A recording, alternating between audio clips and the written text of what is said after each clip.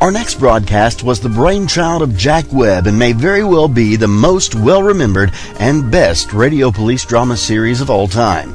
It ran from September in 1949 through February 1957 in 30-minute shows broadcast on NBC, and it brought to radio true police stories in a low-key documentary style. Ladies and gentlemen, we present to you Dragnet on HOJO Radio.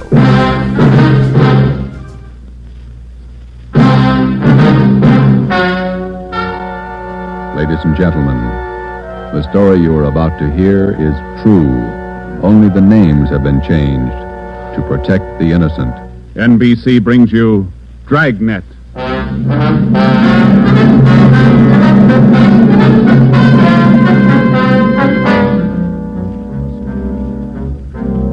You're a detective sergeant. You're assigned to missing persons detail. You've never heard of Fountain Green, Utah. You've never heard of Juanita Lasky. Los Angeles is a big city, 452 square miles, 3,356,969 people. Your job, find her. Dragnet, the documented drama of an actual crime investigated and solved by the men who unrelentingly stand watch on the security of your home, your family, and your life.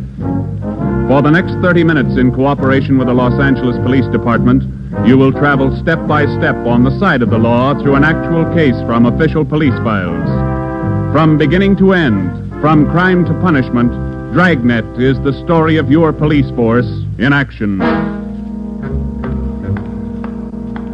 It was Monday, December 12th. It was cold in Los Angeles. We were working the day watch out of missing persons detail. My partner's Ben Romero. The boss is Ed Backstrand, chief of detectives. My name's Friday. I was on my way back from lunch, and it was 12:47 p.m. when I got to room 67A. Missing persons detail. Where'd you eat? Federal Cafe. Good soup today. What kind? Corn chowder. It was real good. The place is jammed with Christmas shoppers. I had to wait. Haven't even started my shopping yet. You? Oh, I gotta pick up something for my mother. Prices are high. I'll send a lot of cards. Wait till you get married, Joe. Ever try to sell a Christmas card to a kid? They got to have something with wheels on it. Yeah, I guess you're right. Missing persons, Friday. Fountain Green, Utah, calling the Los Angeles Police Department. Bureau of Missing Persons. My party will speak with anyone in charge. This is missing persons, Sergeant Friday. Just a moment, please. Mrs. Lasky, ready with your call to Los Angeles. Hello? Hello? Hello? Here's your party. Go ahead, please. Operator, Yes, madam. could you please give me the charges for this call? I'm using my neighbor's phone. All right, madam. Please signal when your call is completed. Oh, yes, I'll do that. Go ahead, please. Hello? Hello? Are you missing persons? Yes, ma'am. Sergeant Friday. This is Mrs. Hannah Lasky. I'm calling you from Fountain Green, Utah. Yes, ma'am. This is in regard to my daughter, Juanita Lasky. I haven't heard from her in well over a month, and I'm terribly worried. Where was she staying in Los Angeles, Ms. Lasky? At the Chelsea Hotel for Women. I have the address. 941 South Melrose Street. I can't understand it. Ever since Juanita's been away from home, she's written twice a week regularly. When's the last time you heard from her? The last letter I have is postmarked November 2nd. You know how it is, Sergeant. We have no relatives in Los Angeles, and she's trying to find work down there, living all alone. I just don't know what to do. All right, Ms. Lasky. I'll take her description over the phone and make out a preliminary report. You'll have to send us a photograph of your daughter and a letter to the effect that you want us to trace her. I'll get the letter and the snapshot off today. Now, what's your daughter look like? What's her full name? Juanita Marie Lasky. Laskey. No E. All right. Her age, weight, and height. She was 26 last July 10th, 128 pounds, and about my height. Well, how tall are you, Ms. Lasky? Oh, yes. 5 feet 7 inches. She has auburn hair. It's quite long, and her eyes are green. Okay, I got it. Any outstanding scars, birthmarks, anything that might help us identify her? But what's that? I say any outstanding scars, birthmarks, anything that might help us identify her. No. Juanita's a pretty girl. Nice disposition. Oh, that's about all, Sergeant. Where can we contact you, Ms. Lasky? 1 122 Brigham Young Street, Fountain Green, Utah. When you find Juanita, I wish you'd have her call me right away. I'll pay for the call. We'll do that, Ms. Lasky. What's your number up there? This is the neighbor's phone, but they'll call me. It's Fountain Green 14R2. Yeah. You will try to find her as fast as you can. We'll go to work on it. Well, Juanita always comes home for the Christmas holidays. Do you think she's all right? I wouldn't worry about it, Ms. Lasky. We'll call you just as soon as we get any kind of a lead on her. Oh, thank you so much, Sergeant. And if there's any charge, I'll be glad to pay it. No charge. If your daughter's in Los Angeles, I think we can find her. Oh, if there's anything wrong, you'll let me know right away? Yes, ma'am. You're very kind. Goodbye. Bye. What you got, Joe? Some girl owes her mother a letter. Come on, Ben.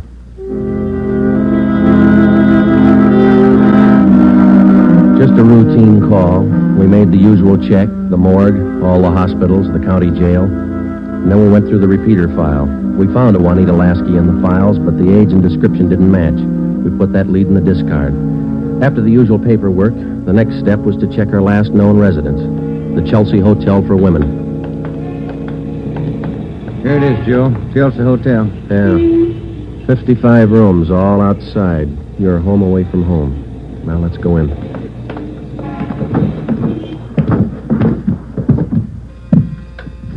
Chelsea Hotel. Thank you. Here's the bell.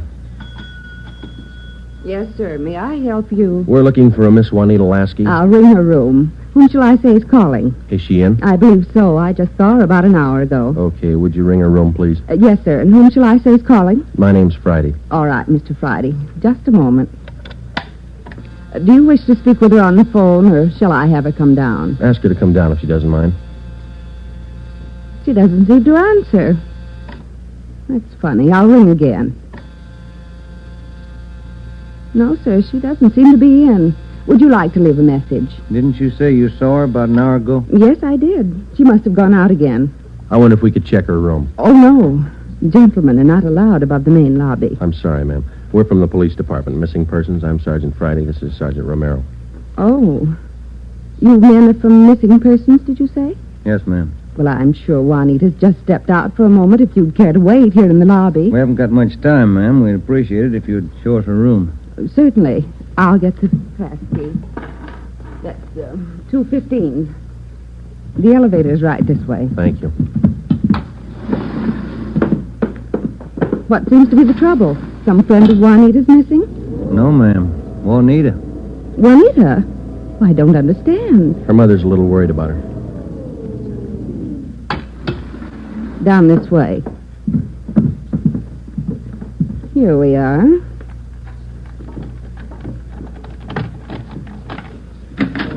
No wonder she didn't hear the phone. She's in the shower. Yes, ma'am. Would you rap on the bathroom door and tell her we'd like to talk to her as soon as she's through? We'll wait out here in the hall. Certainly. Juanita? Juanita, there are two gentlemen here to see you. Juanita? Juanita? I'm coming in. It's Miss Waters. Sergeant? Yeah? There's no one in the shower. Well, it's running, isn't it? Yes, and I see a robe and towel all laid out. We better take a look around. Turn off the shower, will you, Ben? Yeah. She must have left in a hurry. Say, here's a fresh change of clothing on the bed. Where's the closet, ma'am? This door? Yes, that's right. Closet full of clothes. There's a couple of pieces of luggage in there. This isn't like Juanita. Funny, isn't it? You say you saw her about an hour ago. Yes, I did. Coming in or going out? Oh, coming in, I thought. You have room service here? Yes, we have a coffee shop downstairs. Uh-huh. The tray of food here on the table hasn't been touched. Coffee's still warm. Shut that radio off, will you, Ben? Yeah. Could she have gotten out of the building without you seeing her? No, we don't have a rear entrance. You sure you didn't see her go out the front door just before we got here? No, I did not. How about her mail? Has she been picking it up lately? I think so. We can check that down at the desk. Yeah, here's some letters. Postmarked Utah. Return address. Mrs. H. Lasky. It's the mother. Let me see that other one, Ben. This is one of your telephone message forms? Let me see. Yes, that's right. Says long-distance call operator 2, Fountain Green, Utah. According to this slip, this call was received at 1:25 today. May I see that, Certainly. Sergeant? There you are. Yes, that's Edna's writing. Mrs. Tollefson took that call. She relieves me for lunch. Well, do you know whether she returned this call? Well, if she did, there'll be a record down at the desk. Uh-huh. Now, you're positive that you saw Juanita Lasky an hour ago. Yes, I'm sure. Just about an hour ago. 5'7", 128 pounds, green eyes, red hair. Red hair? Oh, no. Juanita's a blonde. Her mother told us that Juanita Lasky had red hair. Now, we weren't too surprised. A lot of women change the color of their hair. It would make identification a little more difficult, but not impossible. We checked down at the desk. Juanita Lasky had picked up all her mail, but she had not answered that long-distance phone call to Fountain Green. The next step was to question some of the people in the Chelsea Hotel who knew Juanita. We tried room 217. Yeah, Gloria, these men are police officers. They want to ask you some questions. Oh, yes. Is it all right for them to... Yes, of course. This is an exception. Won't you come in? Thank you. What's your name, miss? Gloria Edgerton. You know Juanita Lasky? Yes, I know her. She has the room right next door to me. Have you seen her today? No, I haven't. I've been out doing my Christmas shopping. Why? We were trying to locate her, Miss Edgerton. Wasn't she in her room? I thought I heard her shower going. Yes, you did, but she wasn't in there. When was the last time you saw her? Last night at dinner. We always eat dinner together. Well, did she say anything that might lead you to believe that she was going anywhere today? No, she said she might do some Christmas shopping today, so I suggested she go with me, and she agreed. She said she'd let me know this morning. Did she? No, she didn't. I just assumed that maybe she was sleeping in, so I went on alone. Are you sure she hasn't just stepped out? We don't know. If you're just going down to the corner, it's a little unusual to leave the shower running, the radio on, and let your lunch get cold. Did she do that? How long has Juanita had blonde hair? Well, ever since I've known her, about 6 months.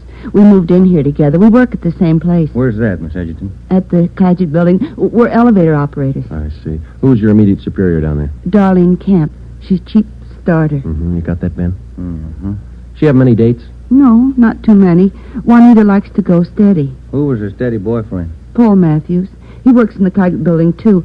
He's in the dental lab for Dr. Welty, 6th floor. Well, is there anything else that you'd like to add that might help us find her? Well, are you sure she's lost? The Flaggett building is in the heart of downtown Los Angeles. It's a business and professional building. The cornerstone says erected in 1924, and it stands 12 stories high. The main entrance is on Hill Street. Going up. That's all in the car, please. All right, Marion. Going up. Get back in the car, please. Are you Darlene Camp? Yes. Just a moment, please. Going up.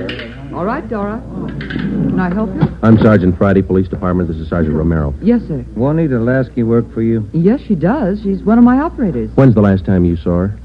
Anything wrong? No, we're just trying to locate her. Well, you just missed her by 45 minutes. All right, Sylvia. She was in to pick up a check. Do you know where she cashes her check? Most of the girls cash them down at the bank on the corner.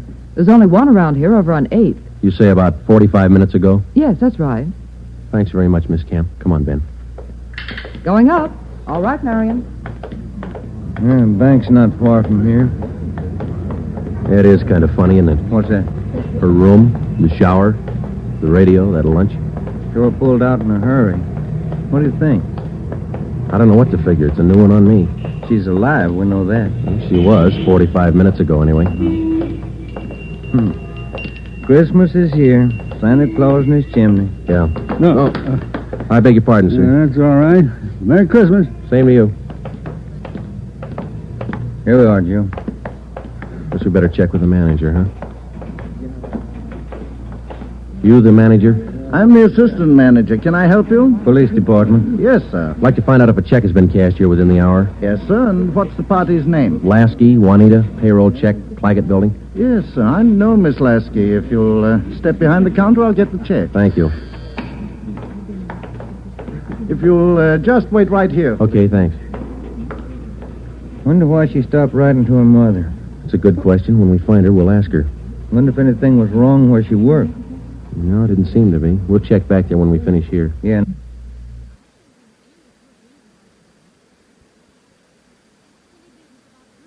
That boyfriend, Paul Matthews, too. Yeah, well, here's our man.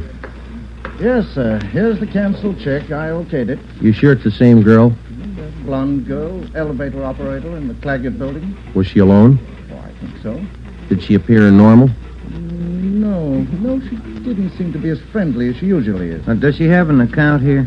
She did have a small savings account here, but she closed it out about a month ago. I see. Well, here's our card. If you should happen to see her again, give us a call. I'll do that. Thank you very much. Entirely welcome. Merry Christmas. Merry Christmas. We went back to the Claggett building. Ben called the Chelsea Hotel from the phone booth in the lobby of the building. Miss Waters, the manager, was keeping a sharp lookout, but Juanita Lasky had not been heard from. Paul Matthews worked in the dental lab for a Dr. Weldy. His office was number 637.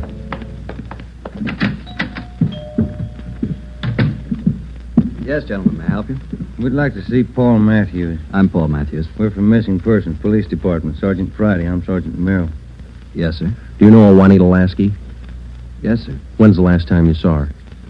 Saturday night, we went to a show. Is there something wrong? We're trying to locate her. Do you see a lot of each other? Yes, we do. I don't understand... Miss Lasky disappeared from a hotel a couple hours ago. Thought maybe you might know where she is. No, I don't. Today's her day off. Maybe she's out shopping. Has Juanita done anything wrong? No, it's just that her mother hasn't heard from her for quite some time. I can explain that. Juanita's an elevator operator here in the building. That's how I met her. They don't make much money, you know. Yeah. She was having a hard time making ends meet. She sends money home to her mother every month or so, and besides that, she's got to pay rent and buy clothes and eat. It's pretty rough. She seemed despondent over all this? No, I wouldn't say that, but she was kind of unhappy about not getting a raise. Do you have any outside job? No, sir, she didn't. What kind of a girl is she? What do you mean? Cheerful, good-natured? Oh, sure. Fine girl. We get along swell. I still don't get it. Well, maybe there's nothing to it. Just a routine check. I hope she's all right. When did all this come up? A couple of hours ago. We might have to check back with you. If I can help. Okay. Thanks for the information. Here's our card. If you hear from her, well, give us a ring. You don't suppose anything's happened to her? That's what we're trying to find out. Goodbye, Mr. Matthews.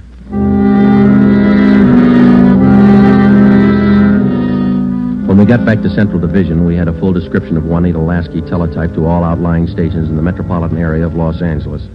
We also put out an APB. We double-checked the repeater file and the wanderer file. We made out a full report on our findings to date. During the next 8 days, we located a missing husband for a wife in Memphis, Tennessee.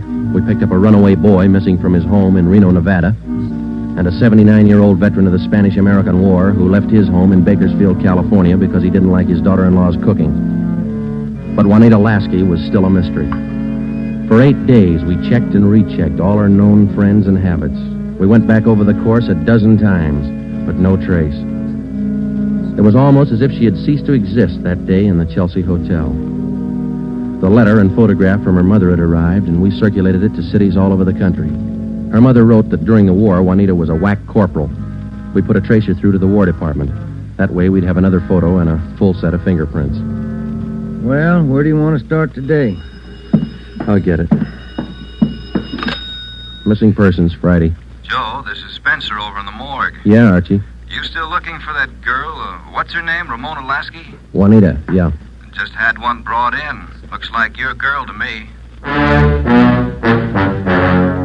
The city morgue is located in the basement of the Hall of Justice on West Temple Street, across the street from the City Hall. A lot of missing persons cases end right here. Archie Spencer met us at the door. Hi, Joe. How's the wife been? Oh, fine, Archie. Over here, Joe. Cooler 23. Give me a hand, huh? You bet. That's her, isn't it? When's she going to be posted? As soon as your fingerprint man gets here. Yeah. That's Ramona Lasky, isn't it? Juanita. Juanita, I mean. No. No, that's not her, Archie. You sure? Yeah. Oh, I was almost positive. Sure looks like this picture in your bulletin. Yeah, she looks a lot like the picture, but it's not Juanita Lasky. 5'7", green eyes, blonde hair, about 130. How close can you get? And look at the face. You sure that's not her? Yeah, I'm sure. Look at her hair, the roots. Yeah. They're blonde all the way down. They ought to be dark. Our girl's a bleached blonde. Yeah, I see what you mean. Look at her right hand, index and middle fingers. Heavy nicotine stains. Our girl didn't smoke, Archie. Yeah, I see what you mean. Yeah, guess I was wrong. That's not Ramona. Juanita. Come on, Ben.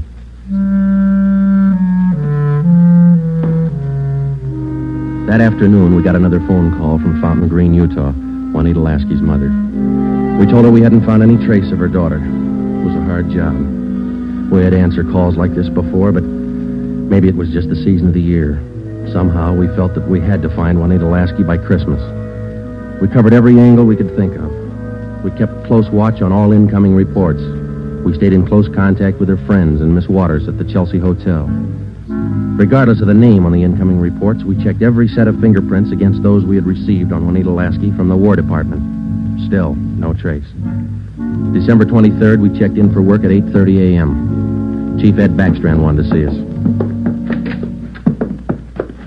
Got a little something on the Lasky girl. Might help you. What is it, Gabber? Man by the name of Willard Harris. Owns a bar out in Pomona. Phoned in this morning. Yeah? Found a woman's handbag left in the bar. Driver's license made out to Juanita Lasky. Why'd you think to call us? He's got a television set in his bar. Saw the Lasky girl's picture on Sergeant Rosenquist's broadcast last night. How about the girl? Says he can't place her. You better hop out and pick up that purse. Willard Harris owned the Mission Trail Bar. It was in the bus terminal in the heart of Pomona. The Christmas traffic was heavy all the way out Garvey Boulevard. It was 10:45 when we pulled up in front of the bar. Willard Harris was inside taking a liquor inventory when we walked in. How do you do? You, Mr. Harris? Yes, that's right. You fellas with General Liquors? Los Angeles Police Department. My name's Friday. This is Sergeant Romero. Oh, say, glad to know you boys. Yeah, I called Los Angeles this morning. We came right out. Say, how about a little eye-opener? Got some fine Irish whiskey. No thanks, Mr. Harris. How about your partner there? No, thank you. All right, boys. Guess you want that purse, huh? Yes, please. Yeah. Here you are. Just as I found it. I opened it up to get the owner's name, but that's all. Didn't touch a thing. Okay. Thanks, Mr. Harris. You said that you didn't remember seeing a woman who left this. No, I don't. Herb works with me here. He might have seen her, but he didn't. I asked him the night we found it. How long ago did you find this purse? Oh, better part of 2 weeks. No, a little closer to a week. Yeah, about 8 days ago. I usually hold something like this for 30 days. That's the law, you know. Yeah. But I saw that fellow on the television on that missing persons program. That's how come I called you, boys. Well, thanks very much, Mr. Harris. That's all, boys. It's cold out this morning. Sure you don't want a little nip? No, thanks, Mr. Harris. Goodbye. We checked the personnel at the bus terminal, but none of them seemed to recognize Juanita Lasky's photograph. We checked the contents of her purse, but we found nothing unusual. 4 $1 bills and some change and the normal things women carry. Since there was money in the bag, we felt sure that Juanita Lasky had lost the purse herself. That meant that she was alive 8 days ago, 2 days after she walked out of the Chelsea Hotel. It's the only print carried on a California driver's license. It matched the same print on the War Department record. It didn't prove anything except that all the evidence tied in and belonged to the girl we were looking for, Juanita Lasky. The next morning, December 24th, we checked in for work at 8:30. Morning, Ben. All right, Joe, here's the daily report. You want to check them? There's a mess of them. Let's get at them. You look through any of them yet? No, not yet. I figured I'd wait for you. All right, I'll take half, huh? Got any shopping done? No, you? Some. Lunch hour mostly. Mm-hmm. Found some nice cards. Be sure to send me one. Yeah, I'll hand it to you in the morning. Let's trade shaving lotions like we did last year. If I get any. You can get some. My kid's got a bottle all picked out for you. It's called South Pole, for that cool feeling. Yeah. Well, he's only a kid. You feeling, wasn't it? Better when he gets older. So he'll do it. Tell-tap, Friday, on the Lasky case. Thanks, Holmes.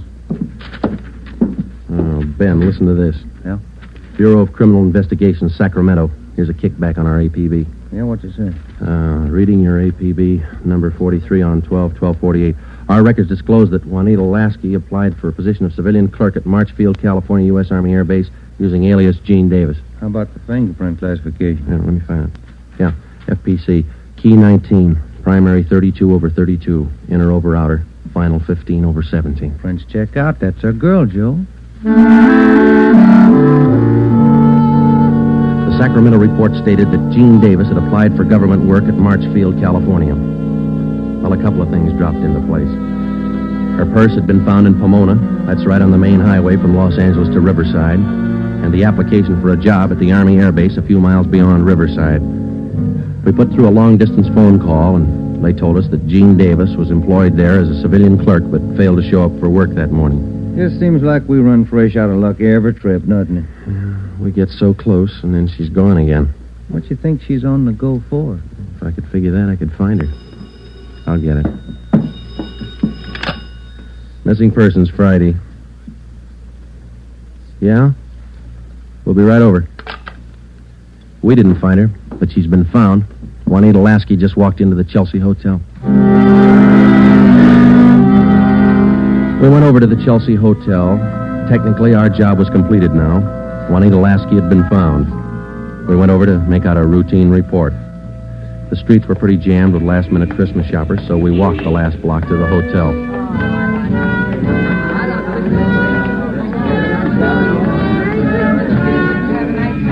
What's your guess, Joe? Let's ask her. Come on, let's go in.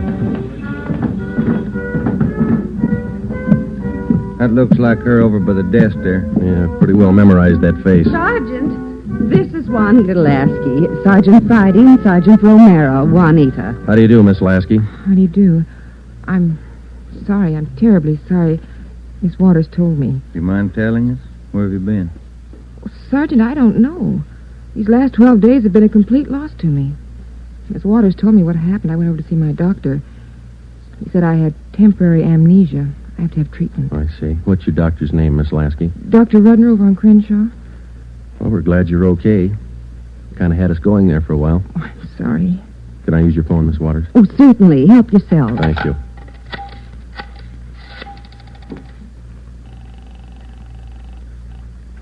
Long distance?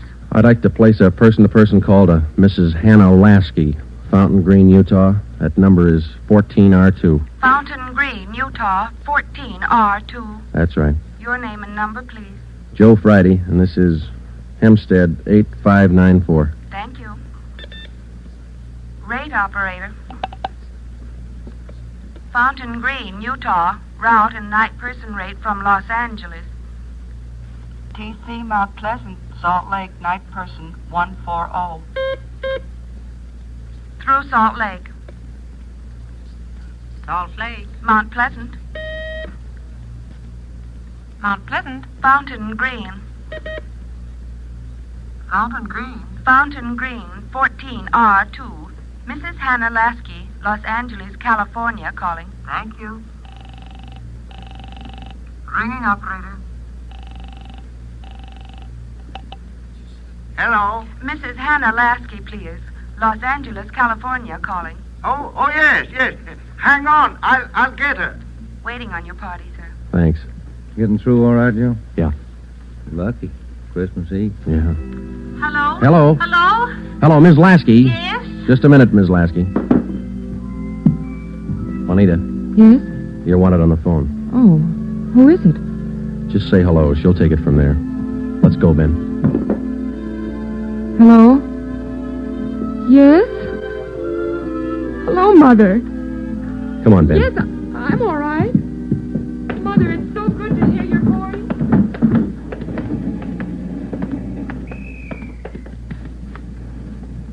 See you tomorrow, Joe. Merry Christmas. Yeah, it is, isn't it?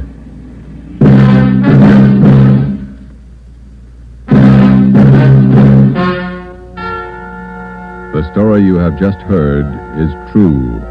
Only the names were changed to protect the innocent. Upon further examination by competent medical authorities, Juanita Lasky was found to be suffering from periodic spells of amnesia. She was given treatment, and a complete cure was effected.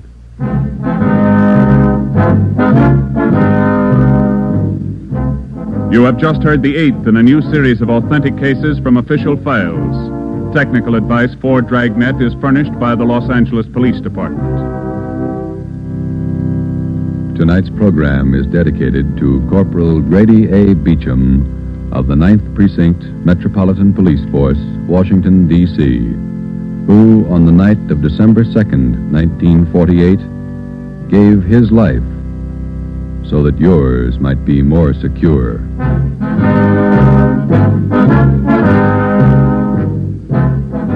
Dragnet came to you from Los Angeles. This is NBC, the national broadcasting company. You're listening to HOJO Radio. More classic old-time radio coming your way next. Here's another in NBC's great parade of new shows.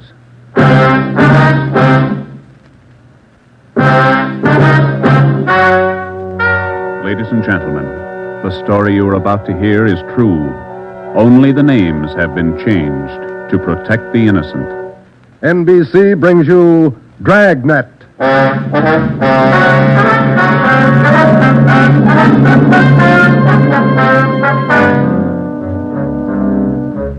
You're a detective sergeant. You're assigned to narcotics detail. For more than 2 months, doctors' offices have been burglarized, hospital pharmacies pillaged, drugstores robbed, medical supply firms ransacked, with one purpose in mind: the theft of narcotics. The criminals are expert, cunning, vicious. Your job, get them. Dragnet, the documented drama of an actual crime, investigated and solved by the men who unrelentingly stand watch on the security of your home, your family, and your life. For the next 30 minutes, transcribed in cooperation with the Los Angeles Police Department, you will travel step by step on the side of the law through an actual case from official police files. From beginning to end, from crime to punishment, Dragnet is the story of your police force in action.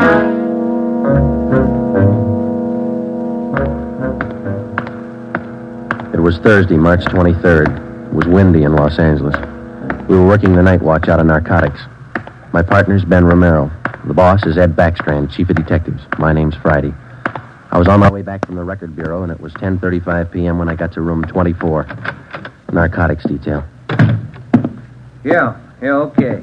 Well, we'll be right over. Thank you. Get anything, Joe? Nothing we don't know already. How about you? That was the county hospital on the phone. Doc Welch. Pretty fair lead. I told him we'd be right over. What's he got? One of our informants, Benny Trounsel. Ready? Let's go. What's with Benny? It's bad shape. Somebody worked him over. They found him in an alley off of South Main. Yeah? Doc says Trounsel talked before he passed out. Anything good? He claimed he knows who's running the new dope racket in town. Says they got him. No, let's take the stairs here, huh? Why should they bother with small fry like Benny? That's what I'm wondering. Blackmail, maybe. Benny's still on the needle? Maybe that accounts for his story. Doc says his skull is fractured. Morphine doesn't do that to you. Yeah. Benny mention any names? I don't know. Doc didn't say. Here's the garage. Come on. When did they pick up Benny? About an hour ago. He had a pocket full of bundles on him. Heroin. Trounsel's small fry. He never had that much dope on him in his life. That's what makes it interesting. Let's go.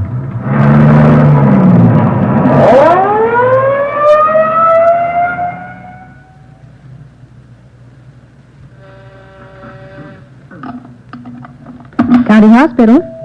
Yes, sir. The line is busy. Will you wait? Thank you.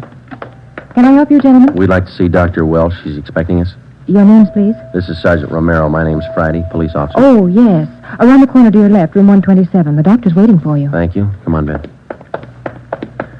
I hope Benny's still talking. We could sure use a lead. Yeah. Here it is. 127.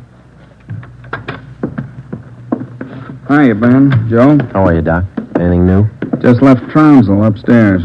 You think we can talk to him now? Won't do much good. He died about 6 minutes ago. For almost 2 years, Benny Trounsel, an addict himself, had been one of the most valuable informants Ben and I had in the narcotic gangs. More than once, he had helped us solve a case, but this time, if Benny Trounsel had any direct leads to the nerve center of the newest narcotic ring, he took them with him. Besides his dying accusation that the ring had gotten to him, he left behind only 2 small scraps of information. First, when he arrived at the county hospital, Dr. Welch reported that Trounsel repeatedly muttered the name Patterson. Secondly, among the few personal effects found in his pockets was a good amount of heroin and a small piece of white paper with 2 words scrawled on it, Tucker Building. Benny Trounsel's body was taken to the county morgue, and the next morning it was posted. At the coroner's inquest, the cause of death was listed as a brain hemorrhage induced by severe blows by a blunt instrument on the sides and base of the skull, inflicted by a person or persons unknown. Besides Ben and myself, the only identification witness at the inquest was a woman who managed a rooming house in Benedict Alley, where Trounsel used to stay periodically. After the inquest, we questioned her briefly in our office. Miss Strite, you say you can't remember any friends Trounsel had while he stayed at your rooming house? No, I can't. Besides, if I knew that man used dope, I never would have rented him a room. How long did he rent from you, Miss Strite? About 6 months. I run a respectable house. I don't mind if my people drink a little now and then, but those dope users, no, sir.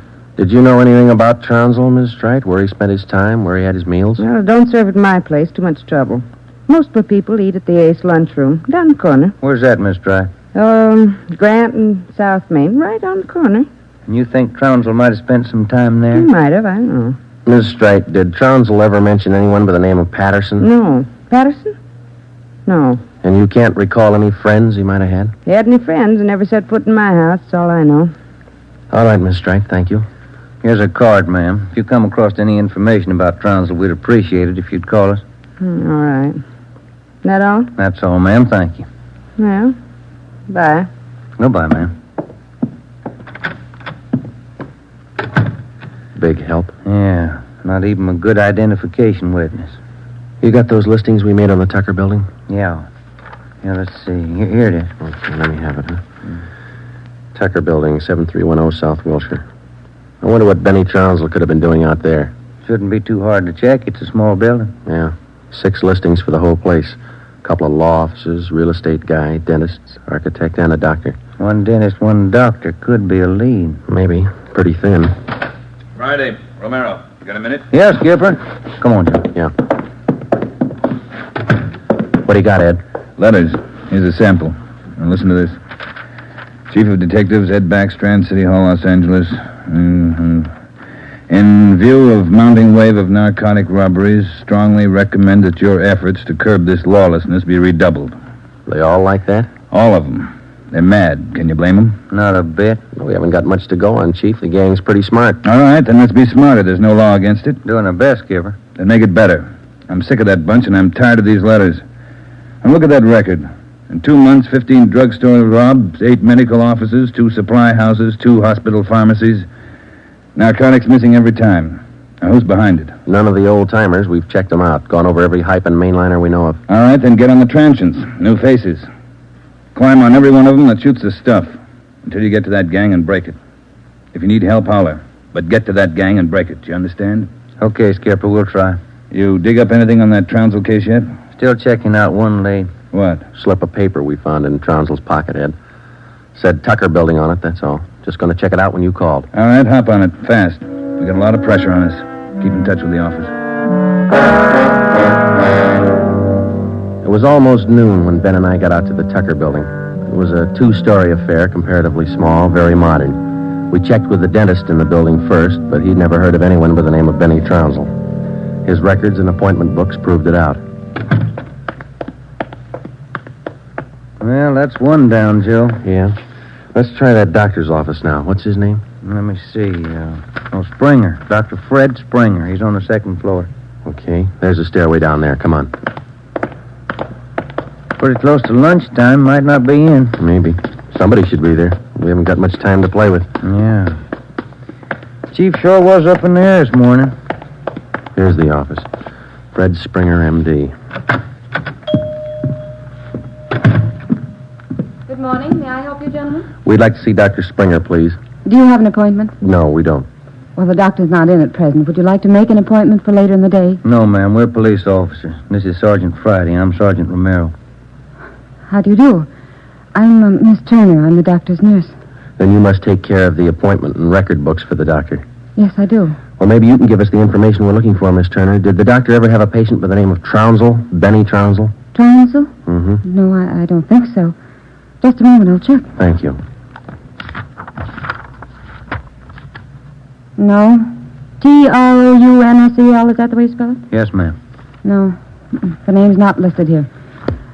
Let me check the account book.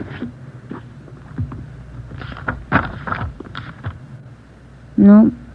Wait. That's funny. What's that, Miss Turner? Here in the back of the book in the doctor's handwriting. Look. Trounsel, the black parrot. Certainly funny. I can't remember seeing that notation before. It must be fairly recent. Miss Turner, what kind of a clientele would you say Dr. Springer has? Oh, it's quite exclusive. Beverly Hills, Bel Air. That's where most of the bills are mailed. Can you recall seeing Trounsel in the office here, Miss Turner? Small man, thin, walked with a kind of a limp, not very well dressed? No, I don't think so. Doesn't sound like any of our patients. Would you show us the doctor's prescription lists for the last 2 months? We'd like to check them. Well, I'm afraid I can't. Dr. Springer keeps them in the safe. He's the only one who has the combination. How long you been with Dr. Springer? About 10 months.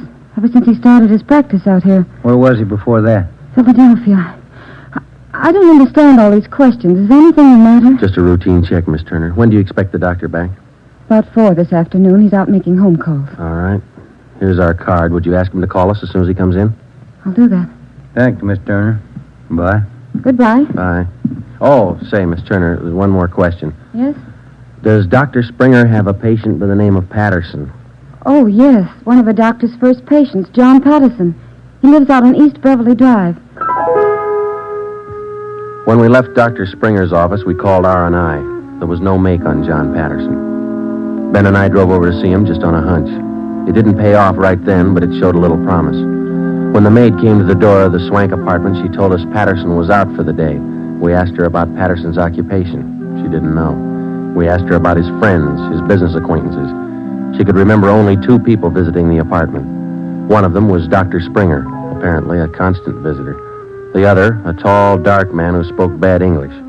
We asked the maid how long she had worked for Patterson. She said ever since he moved to Los Angeles, about 6 months before. A few things started to fall into place, but it was strictly a guesswork operation. Ben and I got in the car and headed for the south end of the city to check out some of the places Benny Trounsel was supposed to have frequented. We met a stone wall. From the Ace lunchroom near Benny's former rooming house to the Black Parrot. No one was willing to talk. Threats didn't work, and neither did promises. Ben and I gave up for the moment and headed back to the office. Pacific Ambulance 1, call to Alhambra is now code 3. Seems like Skid Row doesn't want any part of this one. Yeah, there's a bad feeling. Something's got him scared. Sure would like to know what it is, or who it is. Yeah, I'd like to know the Control 1 answer to to Unit that, too. 80K. Control 1 to Unit 80K. Us, Joe. Get it, will you? I got it. 80K to Control 1. 80K to Control 1. Go ahead. 80K. Call station 2511, code 3. 80K to Control 1. Roger. KMA 367. Wonder what that's all about. Well, let's find out. There's a drugstore. They ought to have a phone. Pull over, huh? You got a nickel? Oh, yeah, sure. Thanks. I'll be back in a minute.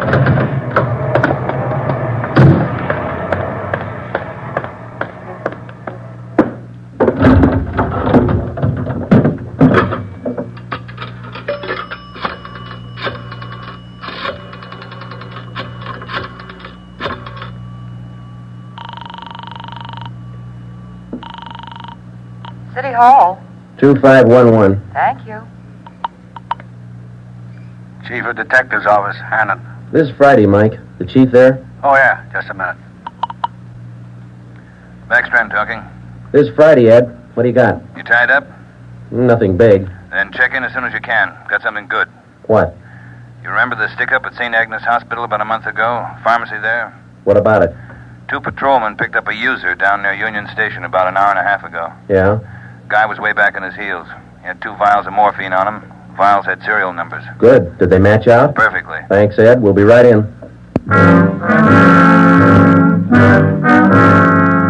When Ben and I got back to the office at 3:52 p.m., we picked up Chief Ed Backstrand and went directly to the crime lab, where Lieutenant Lee Jones analyzed the contents of the 2 vials taken from the suspect. Jones told us it was high-grade morphine. We went back to the office and double-checked the serial numbers on the vials with the crime report on the St. Agnes Hospital robbery. They matched. And there's a good break. These vials were in the loot when the gang knocked over the hospital 28 days ago. I'll stay on the trail and we'll crack that gang wide open. This the arrest report on the guy, Ed? Yeah. Picked him up in a bar off South Main. Who is the guy? A transient? Yeah, here it is, Ben. James Steiner, Phoenix, Arizona, age 37, transient laborer. Anybody talk this guy yet, Ed? Not yet. He shouldn't be too hard. You better get on it. Right, Skipper. Come on, Joe. Check you later, Ed. What time you got, Ben? Let me see here. 25 past 4. A phone call for you, Ben? Yeah, who was it? Your wife wants you to pick up some aspirin and a bottle of nose drops for your kid on your way home. Oh, yeah, almost forgot it. That the only call we had, Mike? That's right. Thanks. Well, You got that Dr. Springer's number, Ben? Yeah, here it is. Crestview 55284. Thanks. Nurse said he'd call us around 4, didn't she? Yeah.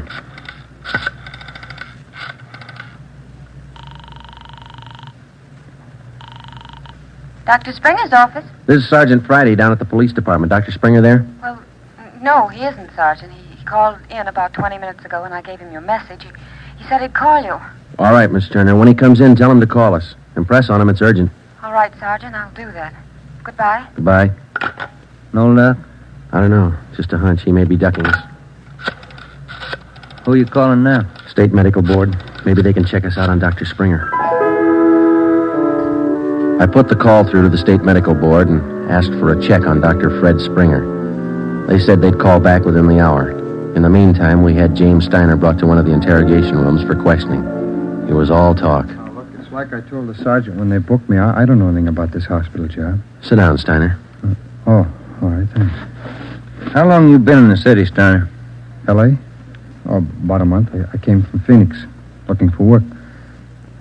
Things are pretty slow in Phoenix. Where'd you get the morphine? Huh?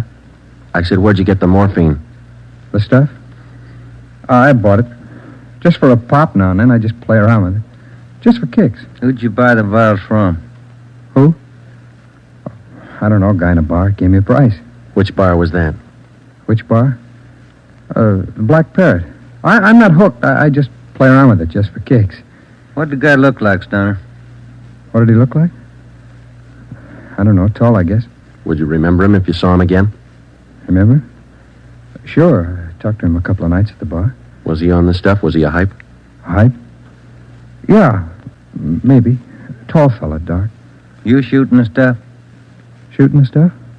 No, I'm no mainliner. I never took in the veins in my life. I told you I'd do it just for kicks, just a pop now and then.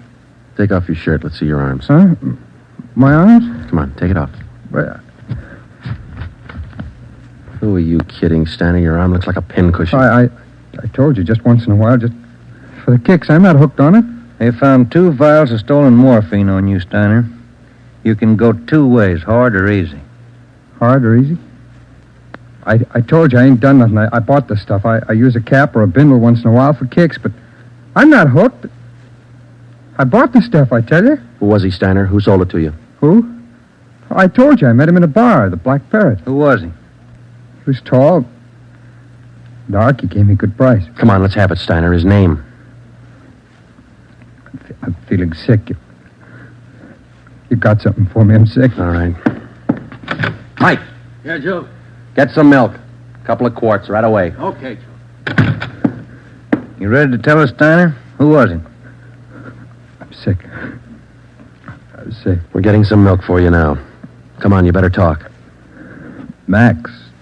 That's all he said. Name was Max. He gave me a good price. I only take a pop now and then just for kicks. You think you could point him out for us? Yeah, maybe. I'm sick. I'm sick. Narcotics from Merrill. Hello. This is Dr. Springer calling. You wanted to talk to me. Yes, we did, Doctor, and we've got a few questions we'd like to ask you. Oh, hold on just a minute, will you? It's Dr. Springer, Joe. All right, tell him we got to see him tonight. We'll call him back later. Dr. Springer? Yes? Sorry, Doctor, we'll have to see you later on tonight. You be at home? Well, I have an appointment this evening. Would you mind telling me what this is all about? Sure, Doctor. It's about a man named Benny Trounsel. Oh. I see. And if you don't mind, we'd like to check over your prescription list with you. Yes. I'll cancel my appointment. You can contact me here at home. 1538 South Road. I'll be here all night. All right, Doctor. Thank you. We'll see you later, then. Yes. Goodbye. Goodbye. What'd he say? All right? Yeah, it's all right. I'll buy that hunch of yours now, Joe. Dr. Springer, he knows who killed Benny Trounsel. I bet he knows why. When Mike Hannon came back with the milk, we fed it to Steiner, and then we put him back in his cell. We put in another call to John Patterson out on East Beverly Drive, but there was no answer.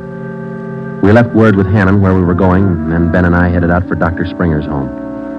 It was 7:35 when we pulled up into the driveway at 1538 South Road, a low, rambling, ranch-type home. We got out of the car and made our way down the path to the front door. A gray Persian cat followed us. The door was half open. We knocked, but there was no answer. Through the window, we could see the living room was dimly lighted. We went in. We found Dr. Springer sitting in a large carved mahogany chair in the dining room. The room was hung with draperies. He was slumped forward, face down on the dining table. There was a bullet hole in his right temple. On the floor near his right hand was a .32 automatic pistol. In the center of the dining table was a piece of white paper. Looks like he beat us. Yeah. Any names on that confession? One says he killed Trout. No, wait a minute. It says, John Patterson. He forced me to this. What? I don't know. What's it look like to you? Here's another one. Norberg. That's all it says. And then he signed his name, Dr. Fred Springer. Ben, come over here. Look at these. Hypodermic needle. It works. Is this morphine? White powder. Could be. Then he was on it himself. Looks like it. We'll find out when they post him. I'll get it. Yeah. Sergeant Friday there, please. This is Joe, Mike. What do you got? Can you talk all right there? Yeah, go ahead. Just got a kickback on your call to the state medical board on this Dr. Fred Springer. Mm-hmm. He's not a registered physician in the state of California. Besides that, his license was revoked in Pennsylvania 2 years ago. Illegal operations. That explains it. Notify homicide. Get the crime lab in the corner out here, will you? Looks like Springer shot himself. Okay, Joe, right away. We'll wait for him, but hurry him up, Mike. We got a couple more places to check out tonight. Okay, Joe, see you later. Right. What's next? Patterson place? I don't know. Maybe we ought to try Steiner first. Sounds good to me. Feels like we're getting close. Yeah, Ben. Real close. 12 minutes later, homicide and the crime lab men checked in at the Springer house, and Ben and I checked out. We went back to the office and found Ed Backstrand waiting for us. We told him our story, and he sent 2 men out to keep an eye on the Patterson place. 2 other men went to work to try and track down the other name in Springer's confession note, Norberg. Ben and I went up to the county jail and picked up Steiner. The 3 of us started out to look for the man who sold Steiner the 2 vials of morphine stolen from the hospital pharmacy a month before. The man's name was Max. He was tall and dark. That was all we knew. The rest of it was up to Steiner. 2 other men from the detail, Davis and Emerson, came along with us to take care of Steiner if anything went wrong. Our first stop was the Black Parrot Tavern. Davis parked the car in an alley down the street. Steiner, Ben, and I got out and walked the rest of the way. You understand what you're supposed to do, Steiner? Me? Yeah. I go in first and sit at the bar. You 2 will follow me. I sit at the bar, and if I see Max, I give you the sign. That's okay, huh? That's right. And you don't try to break for it. Break for it? Me? I told you, I'm squaring with you guys. All right, Steiner. Go ahead. Let's hope it works, Joe. Yeah. There he goes inside. Come on. Now, look, try to grab one of the booths along the wall if you can, huh? Right. Here we are.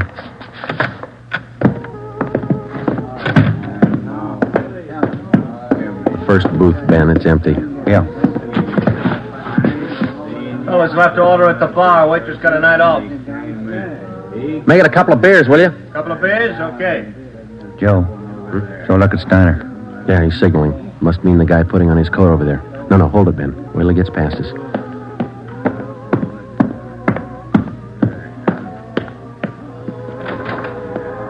All right, get Steiner back to the car. I'll tail the guy. You come after me.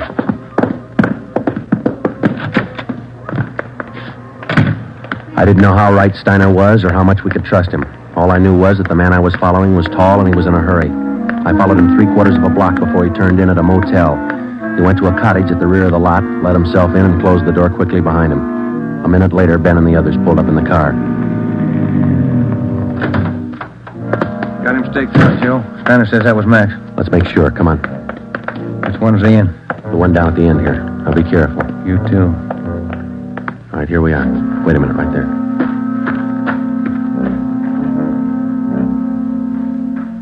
All right, look, there's There's no rear door. He's got to come out the front. Keep the door clear. You ready? All set. Cover me.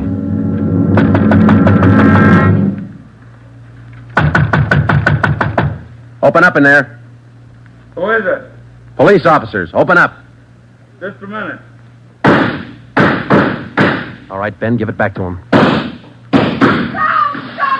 we'll come out. All right, throw your guns out first, then come out with your hands behind your head and make it fast. Watch it, Ben, he's making a break. All right, mister, that's far enough. Get out of my way. Get out of Get him, Ben. That's good, Ben. You all right? Yeah. He didn't mean it, Copper. He didn't mean it. He didn't know what he was doing. Well, that must be a good excuse, lady. A lot of people use it. Come on, Ben. Let's take him in.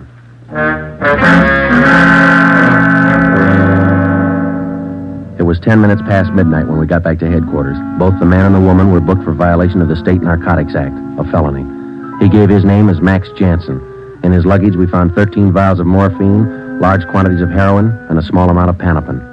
He gave us the names and addresses of 6 active members of the narcotics gang. He identified Dr. Springer as second in command. Just a few more questions, Jansen. Yeah, all right. Why did Springer kill Trounsel? He had it coming. Trounsel knew the score, and he was blackmailing him, bleeding him white. Why didn't the gang take care of him? The boss said no rough stuff. Things were going too good. He warned Springer, but he wouldn't listen. All right, Jansen, just one more question. Who's the boss? Do I get off light? State's witness? It might help. We can't promise you anything. Who's the boss, Patterson? Yeah. 138 East Beverly Drive? That's right. What about Norberg? How does he figure? It's the same guy. Patterson and Norberg, both the same. And what's his real name? Norberg. Tony Norberg. What's his front? He's legit, or he used to be. Importing business. Where? Here. Got an office downtown. Do I get protection? Where's Norberg now? Home out in Laurel Canyon. Do I get protection? I thought you said he lived out on East Beverly. His apartment, his home's out in the canyon. Where? What's the address? Do I get protection? You'll get protection. Widening Way. 860 Widening Way. All right, Friday. Romero, take some men with you.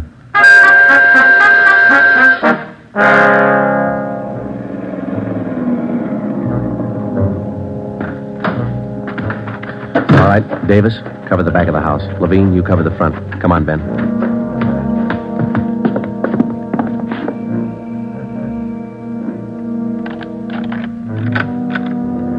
Yes? Mr. Norberg in? Who's calling? Police officers. Oh, come in, won't you? Thank you. Now get your hands up. Face the wall. You'll never make it, lady. The house is surrounded. Tony, get the stuff. It's our only chance. They'll cut you down, Norberg. All right, Jeannie, give him the gun. Don't be a fool. They're going to march out the door in front of us, right to the car. I'm not going, Jeannie. Try it if you want. I'm not going. All right, Tony, stay. Come on, coppers. You'll never make it, lady. I said move. Fast. All right, Ben, hit the dirt. She's going for the car. See if you can get those tires.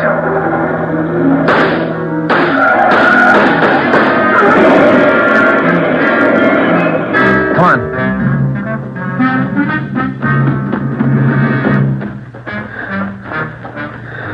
Dead? Yeah. Norberg was smart. Must be the girlfriend. Guess so. Wonder why they start. Why did they get on the stuff, Joe? For kicks, Ben. None of them ever get hooked. Just for kicks. The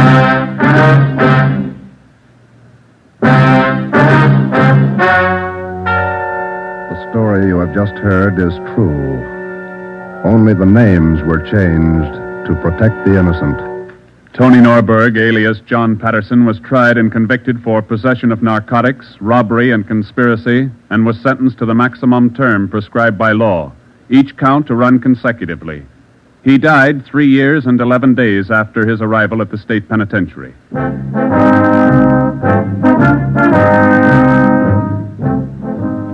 You have just heard the 9th in a new series of authentic cases transcribed from official files. Technical advice for Dragnet is furnished by the Los Angeles Police Department. Tonight's program is dedicated to Chief Erskine Fish of the North Sacramento Police Department, who on the night of August 11th, 1935, gave his life so that yours might be more secure.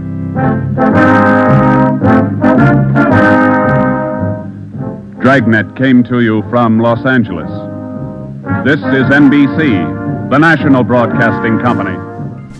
The origins of Dragnet can be traced to a semi-documentary film, He Walked by Night, in 1948, in which Jack Webb had a small role. Both employed the same Los Angeles Police Department technical advisor. They used actual police cases and presented the case in a just-the-facts manner that became the hallmark of Dragnet. It's interesting to note that Jack Webb employed that format in other radio series, some predating the film mentioned above. And now, more Dragnet on HOJO Radio. Here's another in NBC's great parade of new shows.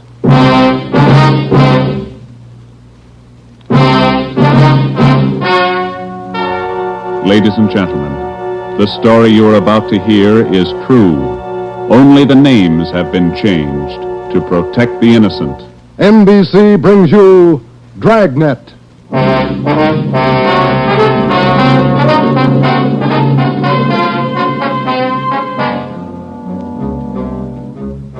You're a detective sergeant. You're assigned to homicide. There's a mad killer at large in your city. A woman has been brutally slain, the body mutilated. The picture is clear. The killer has a thirst for blood. Your job, get him. Dragnet, the documented drama of an actual crime, investigated and solved by the men who unrelentingly stand watch on the security of your home, your family, and your life. For the next 30 minutes, transcribed in cooperation with the Los Angeles Police Department, you will travel step by step on the side of the law through an actual case from official police files. From beginning to end, from crime to punishment, Dragnet is the story of your police force in action.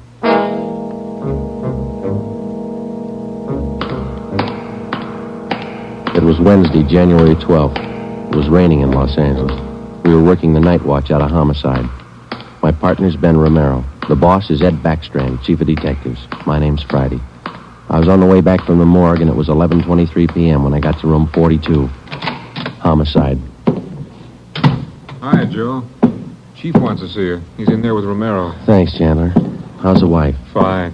How about your mother? Better, thanks. Hi, Joe. Hi. Ronnie, sit down. Did they post the body yet? In the morning. Pretty messy. Strangled and mutilated. The guy's a maniac, Skipper. The body shows it. A murder like this, anybody's a suspect. The coroner looked at the body. He says the weapon was a long, sharp instrument. Found her in a hotel down on East 3rd Street. Manager's son discovered her about 7:30. You talked to him? It was too much for him. He passed out. Manager wasn't home. We'll check with him before midnight. Close to it now, Joe. We better get going. All right. The boys from the crime lab check the room? They're still down there, Ed. The place is a mess. And get back as soon as you can. We're working straight through on this thing. That's a hot shot. I'll get it. At the Lux Hotel, room 219, corner of South Grand and Cordova. Dead body. Possible homicide. The Lux Hotel, room 219, corner of South Grand and Cordova. A dead... What is it, Friday? Lux Hotel, possible homicide. Busy night. Yeah. You coming, Ed? Right. Let's go.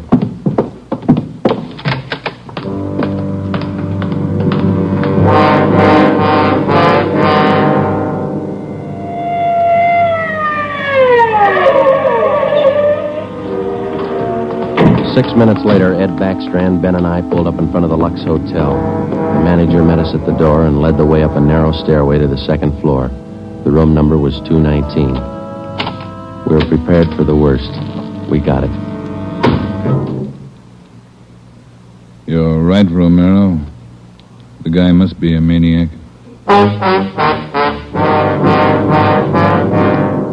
Two hotels, two murders. The same M.O. Three of us made a brief inspection of the room at the Lux Hotel. We took a few notes on the appearance of the girl's body and a brief description.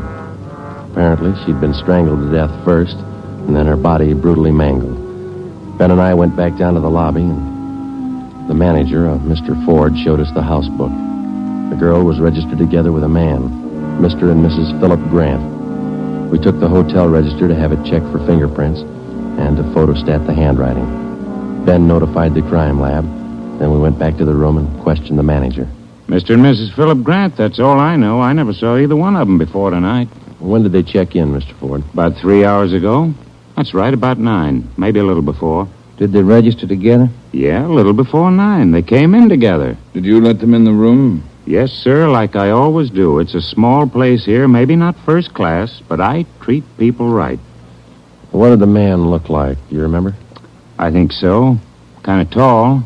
Young, maybe 30 or so. Husky fella. Had a mustache. How tall would you say, Mr. Ford? Oh, about your height, Wade. Must have been at least 180. Seemed like a nice fella. Would you know him if you saw him again? I think so. People sure don't act like they look. You think it was him? Can you think of anybody else? Well, no. I never saw him before tonight, either one of them. I don't know anything about it. Did you notice anything in particular about them when they came in? Well, he didn't show it, but it looked like she'd been drinking a little. Giggling, you know. And you didn't see this man Grant leave the hotel? No, I didn't. I must have been checking the account books back of the desk. Guess he got by me. Is there a back entrance to the hotel, Mr. Ford? No, he had to come out this way, all right. How about the fire escape? I never thought of that. Say, I bet you cops think I'm trying to hide something. How did you happen to find the body? I don't know anything about it, honest. I've been running the hotel for 10 years now. Everybody knows me around here. You can ask at the bank. All right, Mr. Ford. Now, would you mind telling us how you happened to find the body? I don't want a lot of lousy newspaper publicity. Give the place a bad name. Can you blame me? The newspapers won't get your name from us. All we want to know is how you happened to find the body. Well, I told you. It's a small place here, but I like to treat people right. A couple hours after they checked in, I remembered I forgot to fill the ice water pitcher in the room. So I got some and took it up. The door was opened a little ways. It's got a bad catch on it, and the lights were on. I peeked in, and there she was. She was... Well, the guy must have been crazy. You remember what time it was when you found her? Well, just before I called the cops, about 11:30, I guess. All right, Ford, that's all for now. When the other officers get here, show them up, will you? Yes, sir, I sure will. Romero? Yes, Skipper? Get on the phone downstairs and call the Metropolitan Division. Have them send us every available man from the reserve unit. We're going to patrol the area for the rest of the night. Right, Chief. Least we can do is make it hard for him. 2 murders in 7 hours. Yeah, both of them in a 3-block radius. Same pattern. It's got to be the same guy. All right, we got a description. What do you think? Well, when the reserve unit shows up, have them cover this whole section of town.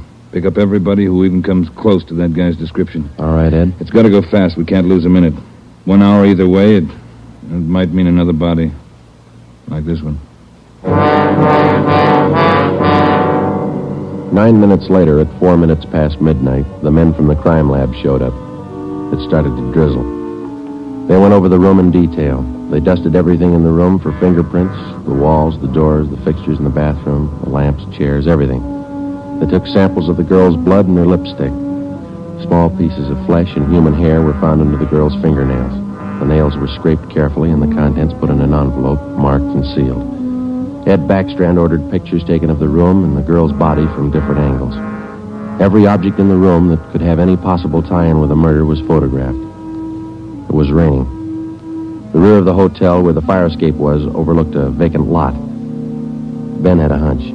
While the lab men were at work, we left the hotel and circled around into the lot for a look at the ground directly underneath the fire escape ladder. It was raining hard now. Must be an easier way to make a living. Mud's almost up to my knee. Mine, too. Watch your step. See any prints? No.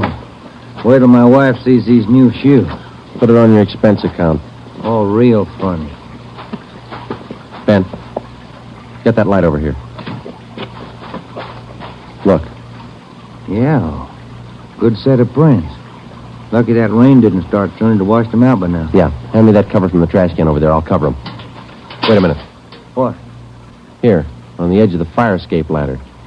Small hunk of cloth. Man's suit? Well, looks like it. Might have caught himself in that sharp corner. I got it. All right, come on, let's get back. Yeah, out of this mud bath. Joe, huh? Let me have a light. You catch anything? Hunk of wrapping paper in that trash can. Stains on it. Open it up. Look. Yeah, Butcher knife. We went back to the Lux Hotel, room 219. The lab men were tearing the room apart. It was 10 minutes to 1. We gave the blood-stained knife and the piece of cloth we found on the fire escape to Lieutenant Lee Jones, head of the crime lab. We told him about the footprints just below the fire escape ladder. The knife will help us, so will the cloth. I don't know about the footprints. You say you covered them? That's right, Lee. They still look in pretty good shape. Maybe we can do something if the rain hasn't broken them down too bad. Bracken. Yeah, Lieutenant? You and Sloan get downstairs and take a look at those prints. They're good enough. Get a torch, dry them out, and make a cast, right? Okay, Lieutenant. Come on, Sloan. That's about all I can do for you now, Ed. I think we got everything there is to get. All right, Jones. I'll follow you back to the lab in a couple of minutes. Okay, Ed. Good luck, fellas. Thanks, Lee. We're going to need it. All right, Friday. Romero, it's your baby for the rest of the night. Lee, get anything? Few prints, a woman's purse under the bed. Don't know if it's hers or not. No identification. You going to be at the crime lab, Ed? All night. As soon as we find anything, I'll let you know. Yeah? A gang of cops just came in the lobby. They asked for you. Must be the reserve men from Metropolitan. Tell them we'll be right down, Ford. Okay. You want us to handle it, Ed? That's right. Do just as I told you. Spread them out over the whole area. Cover the streets, the alleys, the flop houses, restaurants, bars, everything. You got a description to go on. Find the man that fits it. Right, Skipper. Don't forget, the guy's a killer twice over. I don't think he'd hesitate on you. Be careful.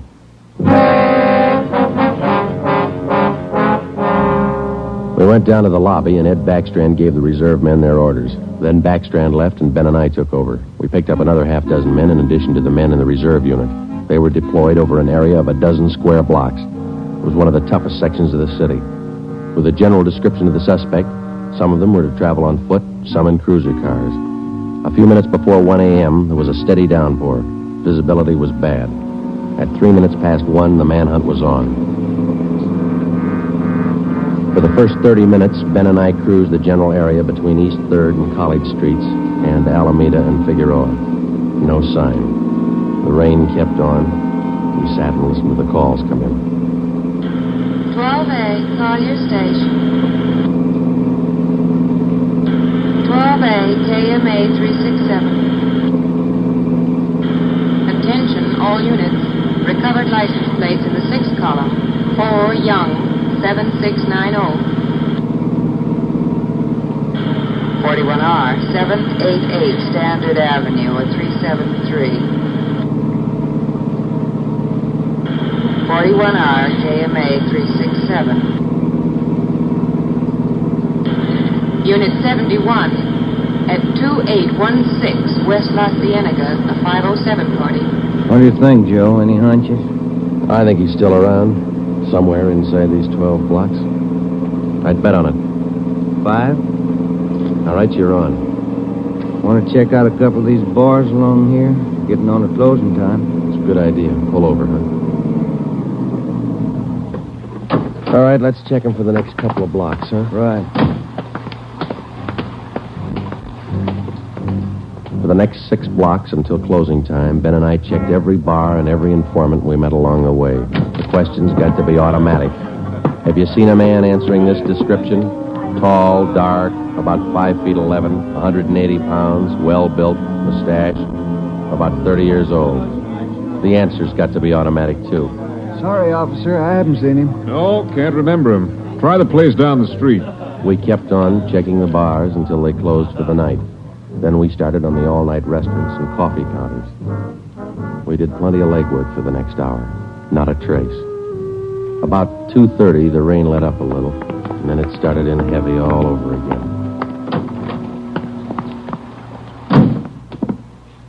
That finishes that block. Yeah, I better get the radio on. Yeah. Beautiful weather. By the bucketful.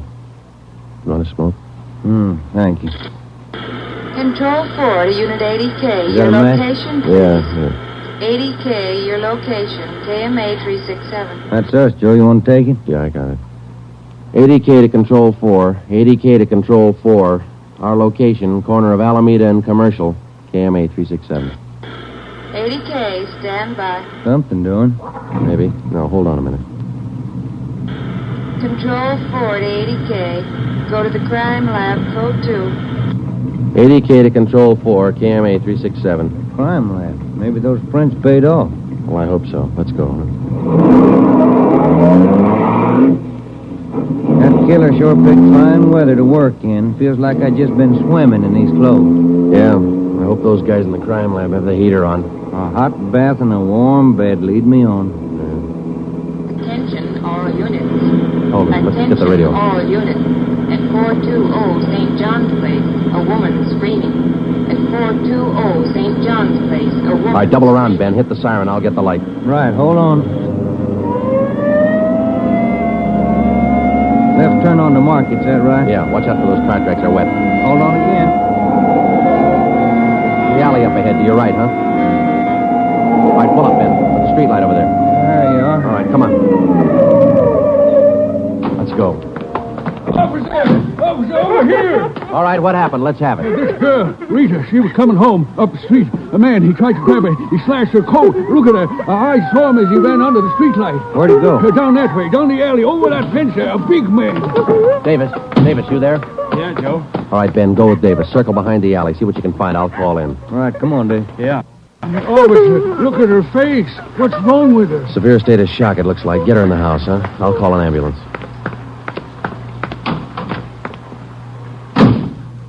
ADK to Control 4. ADK to Control 4. Control 4, go ahead. Direct all units in the vicinity to converge on area around St. John's Place from Jackson to Banning Street. A woman attacked by large man with knife. Suspect left seen on foot. Possibly still in area. Request ambulance. KMA 367. ADK, Roger, stand by. Attention, all units.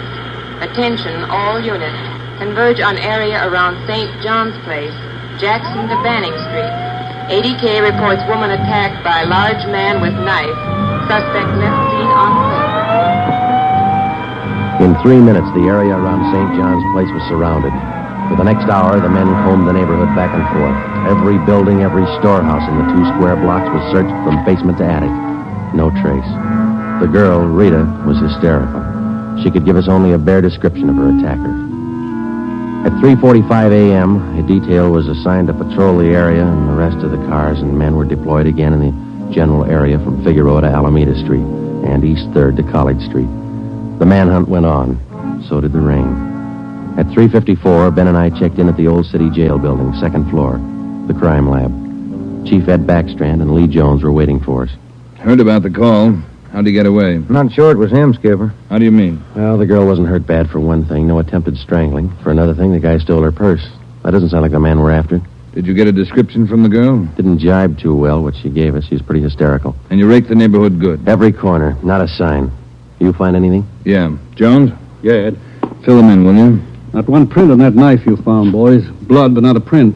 Your killer's crazy like a fox. And how about the scrapings from the girl's fingernails, Lee? Didn't help too much. Rarely do. Not enough to go on.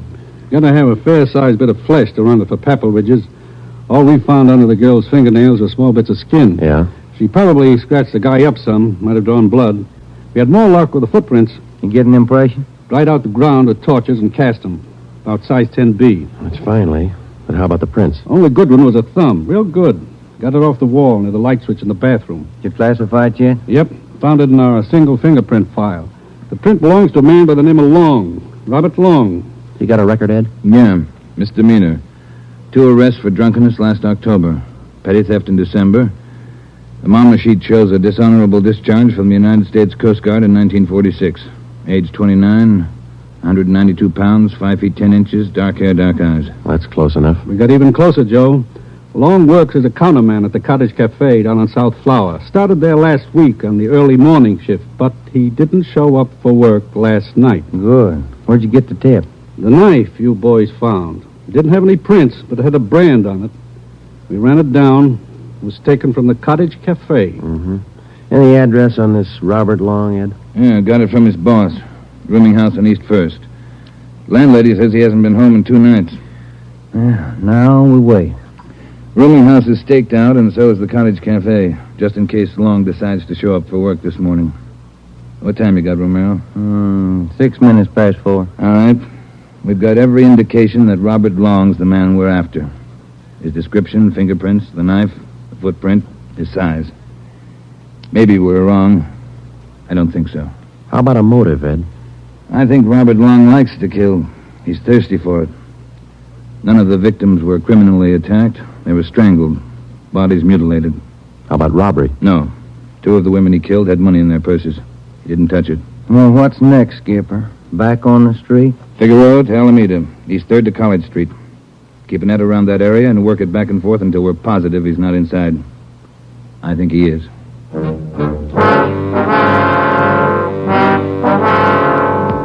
At 10 minutes past 4 a.m., Ed Backstrand, Ben, and I left the crime lab and drove to the surrounded area. It was still raining. We passed several patrolmen from the reserve unit making the rounds. They didn't look any more comfortable than we felt. At Broadway and Alpine Street, Ben and I got out and started patrolling on foot again. Backstrand followed in the car to maintain a radio check.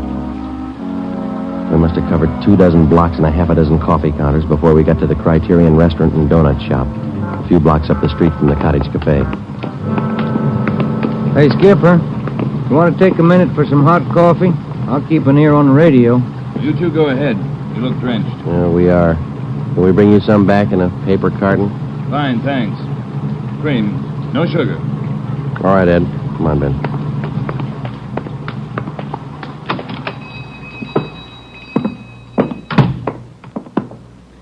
Place is empty. Yeah. Yes, sir, gentlemen. What'll it be? Hot coffee? Yeah, there's 2 of us here. Can you fix up 1 to go? Sure thing. Say, on that 1 to go, cream, no sugar. Right. Say, you fellas cops? Yeah, why? No offense, just wondering. Here you are. Thank you. Cop in uniform was around a couple hours ago. Wanted to know if I'd seen some guy he was looking for. Tall, about 190 pounds, mustache, about 30 years old. Yeah, that's the description he gave me. He was looking for the guy. So are we. Say, that's good. That other cop came in right at my busiest time, a little after 2 when the bars closed. You know, it gets pretty rushed, and I didn't have much time to think, so I just said no. Then after the cop left, I remembered. You saw a man answering that description tonight? Yeah. I would have told the cop, but I was rushed. You know how it is. No time to think, and then I remembered. Are you sure? Oh, I'm sure, all right. Whoever he is, he's a lady killer. What do you mean? No offense. There was a sharp-looking dame down the end of the counter, and this guy breezes in and picks her up. Talks to her about 20 minutes, buys her a cup of coffee, and they walk out together. Do you remember what she looked like? Oh, nice-looking dame. Not beautiful, you know, more on the cute side. Ben, you got that morgue shot? Oh, yeah. Here it is. Thanks. Here's a picture. This the girl? Let's see. Yeah, that's her. Who is she? I don't know, mister. Down at the morgue, they call her Jane Doe, number 7. Just by accident, we'd come across a concrete lead on the killer's method of operation. The picture we showed the man in the donut shop was a shot of the strangler's first victim the night before. Evidently, the killer would enter a bar, coffee shop, or restaurant, strike up a conversation with a woman, make friends with her, either buy her drinks or invite her to a bar in the neighborhood, and then the rest of the puzzle was still unsolved. We went back to the Cottage Cafe and checked with the men on stakeout. Not a sign of them, Chief. How are you men covering the place? Baxter up in front and the booth across from the cash register. Lyman's back with the dishwashers. I'm at the counter. When's Long due to report for work, Dave? At 5. About 20 minutes to go. You're lucky you're inside. It's wet out there. You'll look it. All right, Davis. We'll be around about 5. Right, Chief.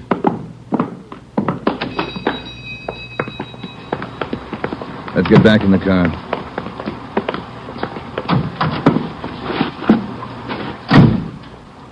Where to, Skipper? Cruise the next 2 blocks, but don't go too far.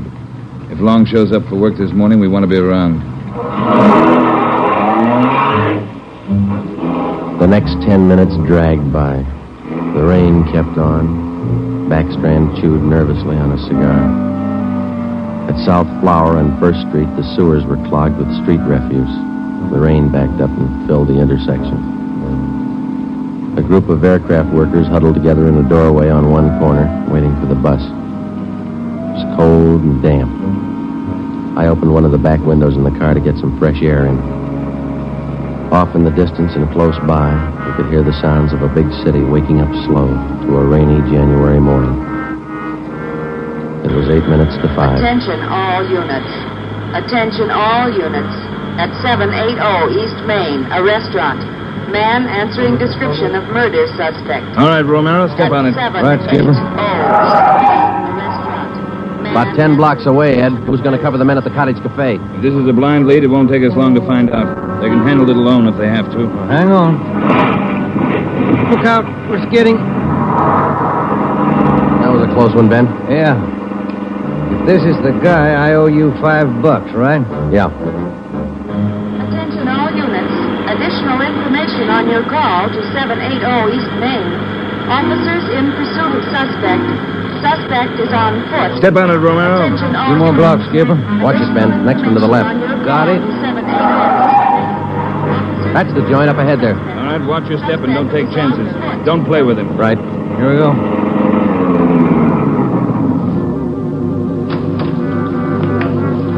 He went out the back, ran down that alley. Come on, Ben. Behind you? You men, hustle it.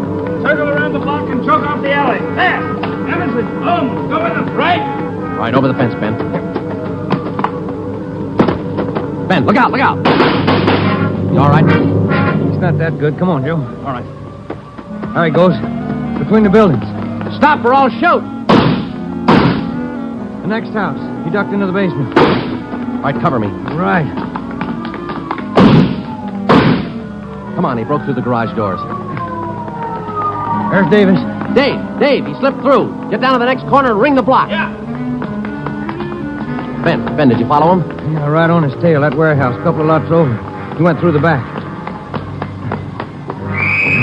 There it is, Joe. All right, don't go in blind. Watch out. All right, you haven't got a chance. Come out with your hands up. He's not stopping, Joe. All right, let's fan out. All right, Ben, cover me. I'm going for the door.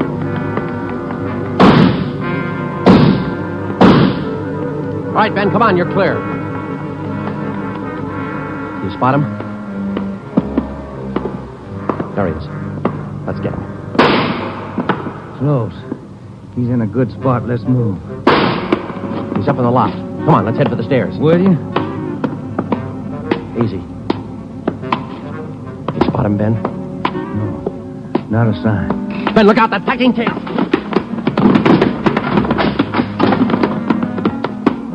Kind of close, huh, Joe? Yeah. Let's get that punk now. Look out, Joe. There's another one. All right, you. We got the warehouse surrounded. Come on down. All right, then we'll blast you out. Joe, he's dropping down the ladder. He's going for the front door. They're waiting for you with Tommy guns out there. They'll cut you down. Stop. Joe, he's got the door open. He's making a break for it. He's crazy. He's trying to shoot his way out.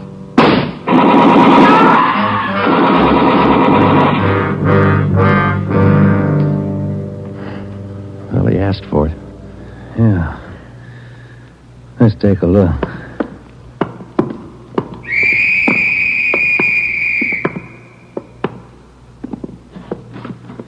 Messed up. Well, like his girlfriends. Yeah. Maybe he just didn't like women. Maybe. Hi, Ed. You all right? Tired. This is him, huh?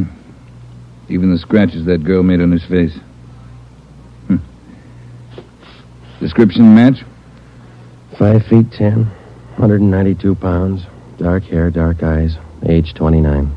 Robert Long, killer.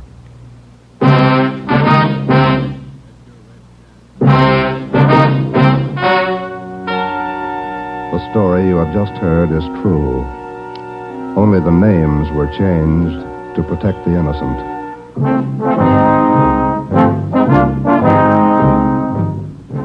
You have just heard the 10th in a new series of authentic cases transcribed from official files.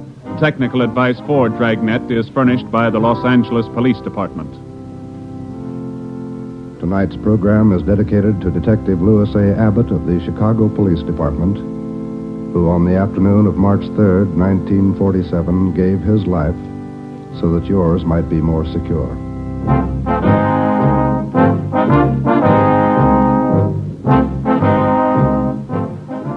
Dragnet came to you from Los Angeles. If you enjoyed tonight's production of Dragnet, you'll probably want to listen this Saturday evening to a pair of adventure shows featuring two well-known Hollywood personalities. You'll enjoy Brian Donlevy, star of Dangerous Assignment. Also on Saturday's schedule is Richard Diamond, private detective, as played by the screen's romantic tough guy, Dick Powell. Listen to both of these exciting programs this Saturday over most of these NBC stations. This is NBC, the national broadcasting company. You're listening to HOJO Radio. Stay tuned. Here is another in NBC's great parade of new shows.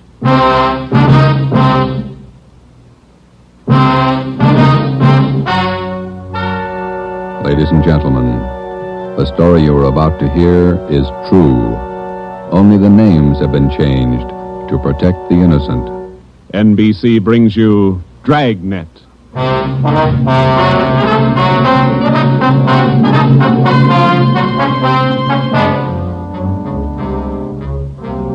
You're a detective sergeant.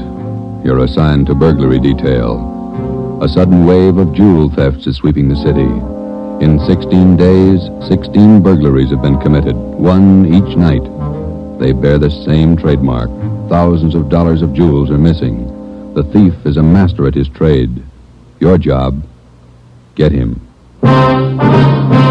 Dragnet, the documented drama of an actual crime, investigated and solved by the men who unrelentingly stand watch on the security of your home, your family, and your life. For the next 30 minutes, in cooperation with the Los Angeles Police Department, you will travel step by step on the side of the law through an actual case transcribed from official police files. From beginning to end, from crime to punishment, Dragnet is the story of your police force in action.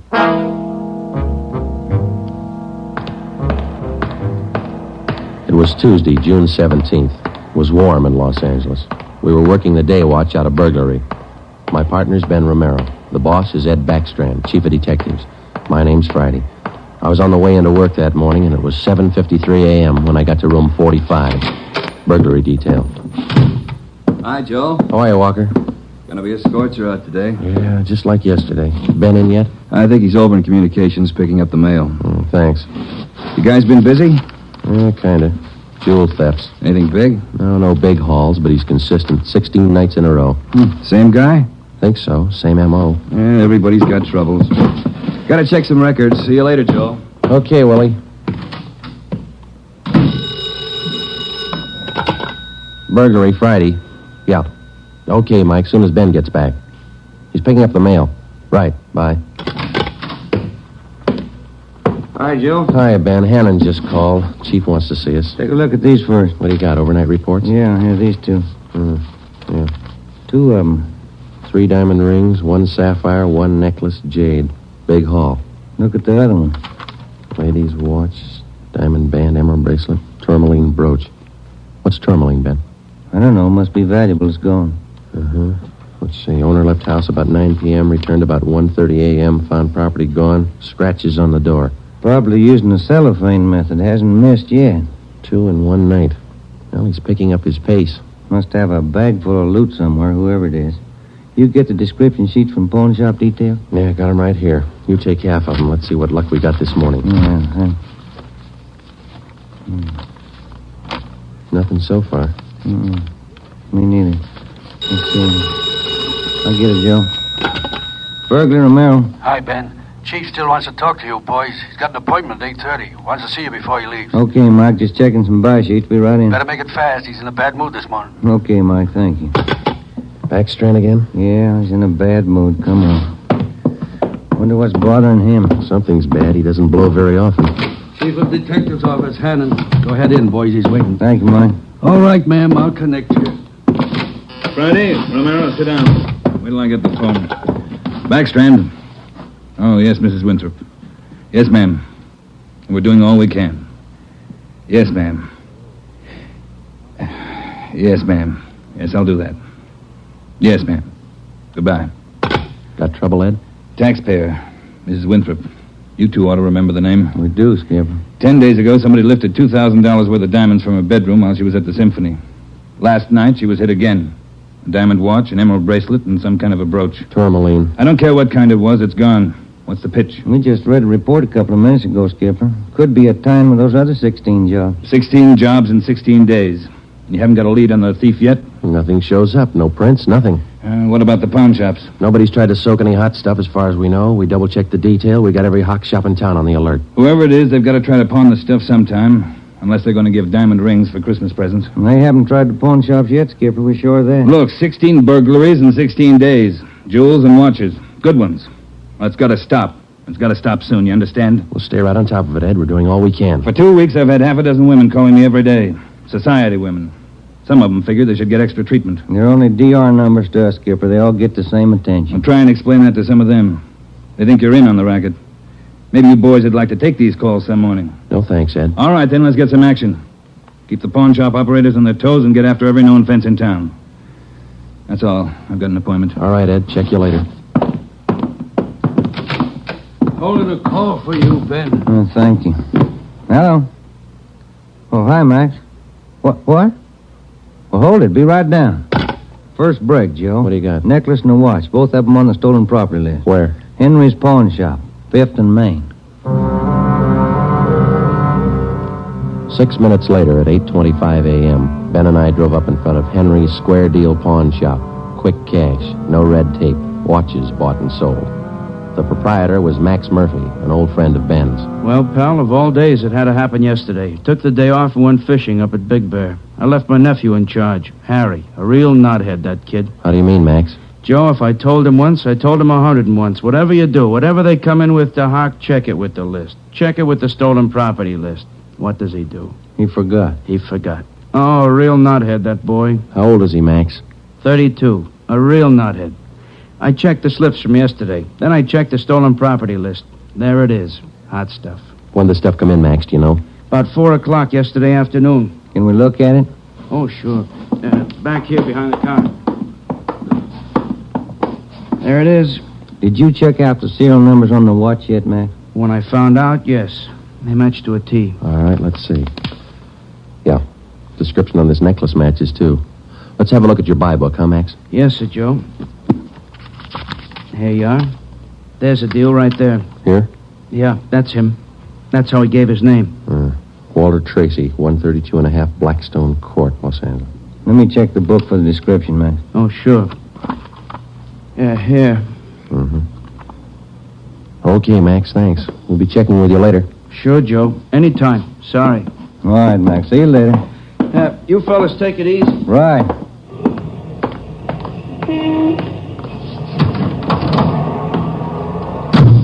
Want to check and see if we're clear, Joe? Yeah, I will.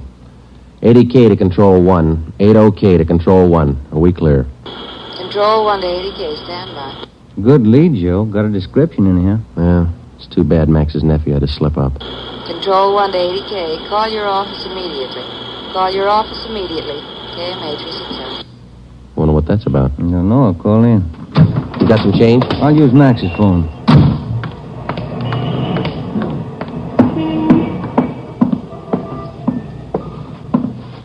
Use your phone a minute, Max. Oh, you, Ben? Sure, help yourself. Thank you.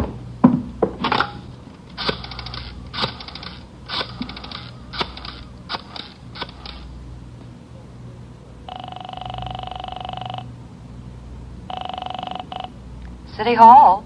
2524. 2524. Burglary, Levine. This is Ben, George. You got something? Odd one. Universal Loan Shop, 6th and Barton Place. Guy just took in a couple of rings. He checked too late. What you mean? He checked the form after the guy left. It was signed Walter Tracy.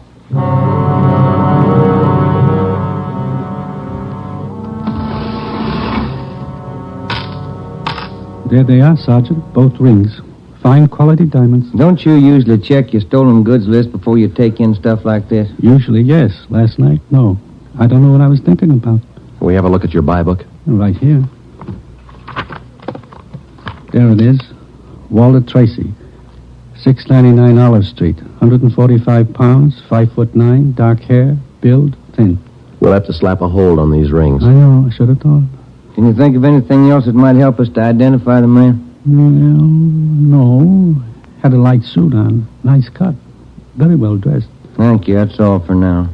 Here's her card. If the guy happens to drop back, give us a call, will you? Sure will, Sergeant. Say, Yeah? I've got some nice watch bands. Yours look gold. Can I interest you? No, thanks. Some other time. Come on, Ben.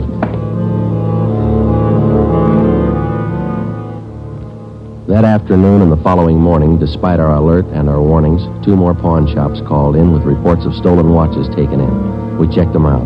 The serial numbers on the watches matched those on the stolen property list. On the pawn shop account books, the loan was listed under the name Walter Tracy.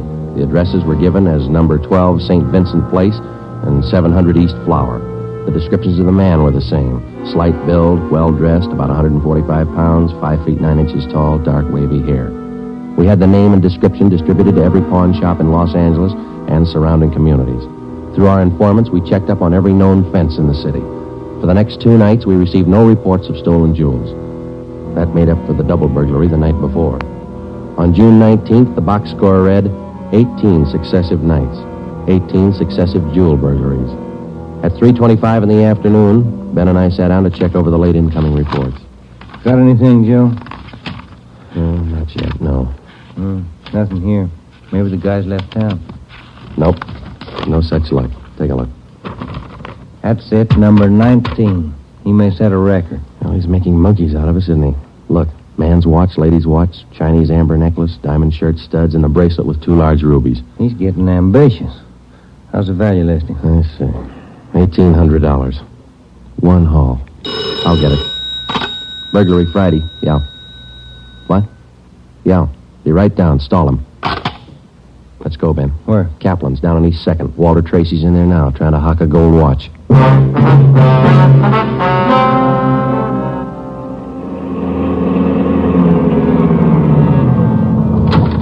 Ben, cover the door. I'll go and look like I'm shopping around. Right, but watch your step. We don't know this guy. Yeah, stay close to the door, huh? I'm sorry, that's the best we can do on the watch. Look, Mac, this is gold. 21 jewels. Well, that's the best I can do. Drop dead. What's the best I can do? Don't get sore. Yeah, sure. See you later. That's him, Sergeant. Walter Tracy. I stalled him as long as I could. All right, I'll check back with you later. Did you spot the guy that just came out? Yeah, I went up the street. Let's follow him. Hustle it. Spot him, Ben? Straight ahead, about 15 yards. He's crossing the street. Yeah, let's get up a little closer. We'll lose him, sure, if the light changes. Come on, run for it. What's the traffic like? Yeah. That was close. He might have spotted us as going faster. Come on, Joe, run. Yeah.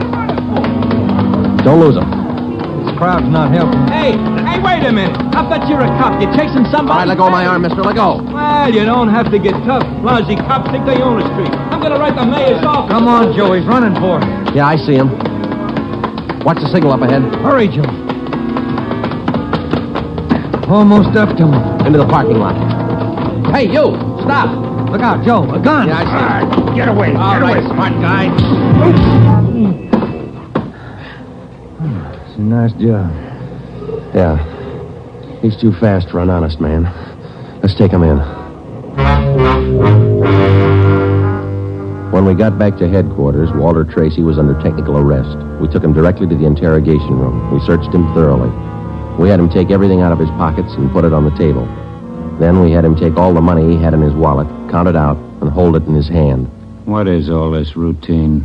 That's all the money you have on you? $47.17, right? Yeah. Okay, keep it in your hand. Ben, shake him down. All right, Tracy. Take off your coat, shirt, tie, and your shoes and socks. What kind of a pitch is this? I'm no hood. Take them off. Two-bit cops. You're not pinning anything on me. I don't care what you do. Sleeves, pockets, lining. Nothing in the coat, Joe. Get his shirt. Take it light with the threads, huh? Costs money. How about the trousers, Ben? Let's see. Cuffs, pockets. No. Let me get the belt. Zipper on the inside of the belt? No, it's clean. Shoes are okay. All right, Tracy, let's see the soles of your feet. I hope you don't mind. They're dirty. Why don't you take a shower? Let's see. All right, Joe, nothing. Put your toes back on. Yeah, thanks. All right, you. What's your name? Huh? I said, what's your name? You telling jokes? Walter Tracy, you know that. Your real name. How old are you, Tracy? 27. Where do you live? No place. Just got in town a couple of days ago. Where are you from? Salina, Kansas. Where you been sleeping the last 2 nights? The park. Pershing Square. Clothes don't show it. Pretty natty. I had him pressed. Where? Down by the square. I don't remember. You ever been arrested before? No. Where'd you get this gun, Tracy, the one you pulled on us? I didn't know who you were. Could have been a couple of hoods. You kind of look like it. Where'd you get the gun? I won it in a crap game coming out on the train. Where'd you get the watch? Graduation present. You want to run a make on him, Joe? The gun and the watch? Yeah, I'll call him. Go on, check. You can't prove a thing. Pawn shop records, Gilmore. Gil, is Friday. Can you give me a make on a watch? Sure, Joe, go ahead. Time Master, yellow gold, man's wristwatch. Okay. Case number 716F23. Right. Movement number B351708. Got it. Okay. Now give me a make on this gun, huh? 32 S&W automatic. Serial number 579461. Okay. Call me back? Right. What's your station number? 2572. I'll ring you, Joe. Thanks. Having fun? What'd you do with all those jewels you stole? When do I get out of here? I don't think you're going to get out. You got nothing on me. How tall are you, Tracy? Get your tape measure. 5'9". How much you weigh? 140. I'm 27. My name's Walter Tracy. I come from Salina. I've been in town 2 days, and I don't know what you guys are talking about. You sound smart. You don't act it. And you're flying blind, copper. What'd you do with those jewels you stole? I don't know what you're talking about. What color are your eyes? I don't know. I'm colorblind. What color would you say your hair is? You colorblind, too? You ever been arrested before? Straighten out. He asked me that. I'm asking you. No. You ever done any big time? No. All right, I don't care if you level with us or not. We're going to make you on those prowl jobs, all 19 of them. Sure. You guys are smart. You got in Los Angeles 2 days ago, is that right? Yeah. You don't know anything about any jewel thefts. That's what I said. And how come your name and your handwriting's on the account books in 4 pawn shops in Los Angeles? It's not mine. You can't prove it. We can, Tracy. Come clean. What'd you do with the stuff you stole from 1250 Moraga Drive, June 5th? I didn't steal any stuff. What'd you do with the rings and watches you took from 1400 Placerville Road, June 9th? I wasn't in town. What'd you do with the diamond dress pins you stole June 13th, 123 South Van Ness? Did I do that? You're not only kinky, you're a bad liar. You prove it. Porter get you a sawbuck, your prints bounced, Tracy. Our handwriting man's gone to work on those signatures of yours. You haven't got a chance. Now, come on. Where'd you hide this stuff? You can't prove a thing. Where'd you say you've been sleeping the last 2 nights? In the park, Pershing Square. You want a map? Clothes sure look nice. I said I had 'em pressed. But you can't remember where. No, I can't remember where. That a crime? Friday talking. Joe, this is Gilmore. Here's the stuff you asked for. Let's have it, Gil. No make on the watch, no make on the gun. Okay, Gil. Thanks a lot. Yeah. You're in up to your neck. You said that, didn't you? You're gonna talk, Tracy. Kinda tired. All right, we'll let you sleep on it. Come on, Ben. Let's book him. Right. I'll get your jobs, coppers. Sure. Come on. We took Walter Tracy to the county jail and had him booked on suspicion of burglary. He was still sullen. We knew we had the guilty man. Now we had to prove it. As it often happens, the victims never see the burglar. They only know he's been there. They can't identify him, but they can identify their property. Our job was to find the property. When we did, we'd have Walter Tracy. And the 19 victims would have their property returned. But Tracy wasn't talking, and we knew he'd never talk unless he thought it might help him. We took the problem to Ed Backstrand. Smart punk, Skipper, but he's done time before. How do you know? Tried him out last night when we brought him in. He talks like it and he acts like it. But he won't cop out. Are you sure? He won't talk in 100 years. He knows he's got us in a spot. Well, one thing's sure. We're not going to send him up without finding the loot first. He's planted the stuff somewhere in this city. We've got to find it. Ben and I have got an idea, Ed. It's not going to be easy, but it might work. What is it? Tracy tried to soak some of the stolen property at 4 separate pawn shops in the downtown area. Yeah? At each one of those 4 pawn shops, he gave a local address. Now, we're sure he must have a room or an apartment someplace in town. All right. Where? That's where guesswork comes in, Skipper. Every one of those addresses he gave falls within a certain area. How big an area? Oh, you got that street diagram, Joe? Yeah.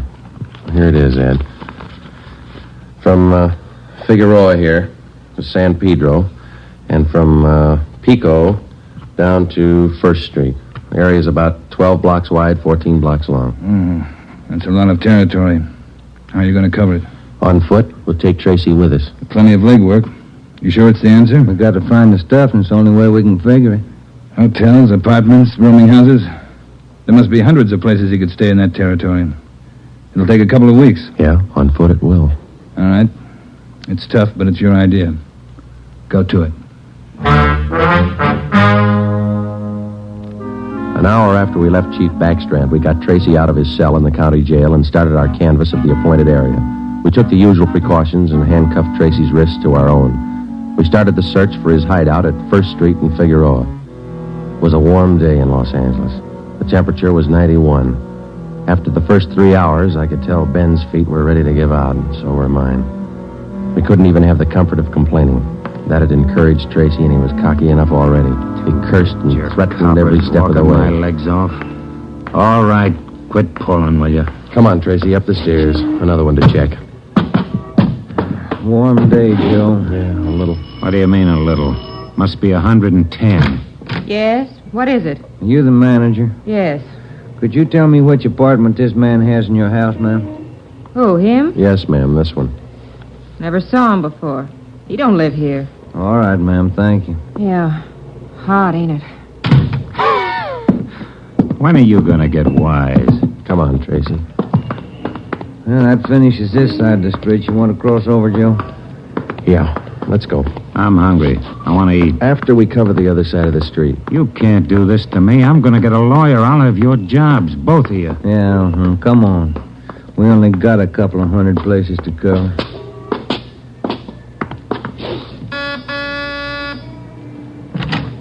Hi, gents. What can I do for you? You the manager? I run the place, yeah. Which room does this man have in your place? Him? You made a mistake. He doesn't live here. All right, thanks. My feet are killing me. Wait till I get a lawyer. I'll burn both of you dumb cops. What do you think you're doing anyway? Making a guy... All that day and the day after that and the day after that, Ben and I, with Tracy handcuffed to our wrists, canvassed the designated areas, from hotel to hotel, from rooming house to rooming house, and the apartments, too.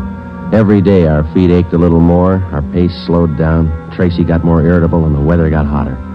The second day it reached a high of 92, the third day 94, the fourth day 94. Police regulations say plainclothes officers must wear a coat and necktie on the street at all times. We wore our coats and neckties. The search continued into the fifth day. Our pace got even slower. Ben and I started to lose heart. After a while, we forgot our object was to recover the stolen jewels. All we wanted was to find Tracy's hideout. We knew we were right. We knew Tracy was our man. It was a point of pride. Whether your feet hurt or not, you don't give in to a thief. Yes? What do you want? You the landlady here? I am. Which apartment does this man have in the building? Well, none of them. He's not one of my tenants. Thank you, ma'am. Come on, Tracy. By the sixth day, all three of us had special pads in our shoes. Our feet ached worse than ever. Tracy let us know about his every 3 minutes. By late afternoon of the sixth day, we'd covered more than half of the designated area. The temperature was 95. You guys gonna go on forever? I'm sweating like a horse. I'm getting tired of your moaning. That looks like the manager behind the desk. Yes, sir? You the manager? Yes, sir. What can I do for you?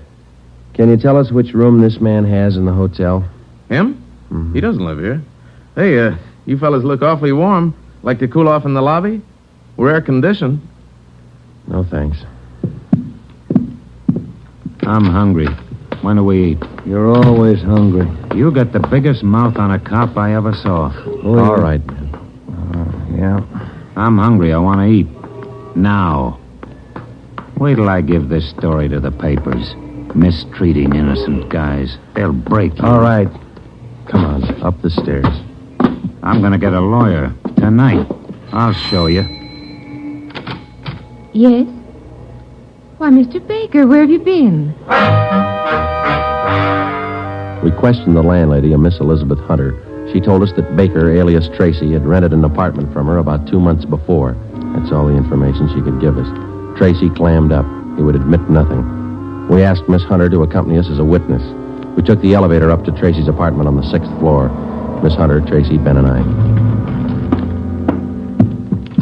Down this way. Here.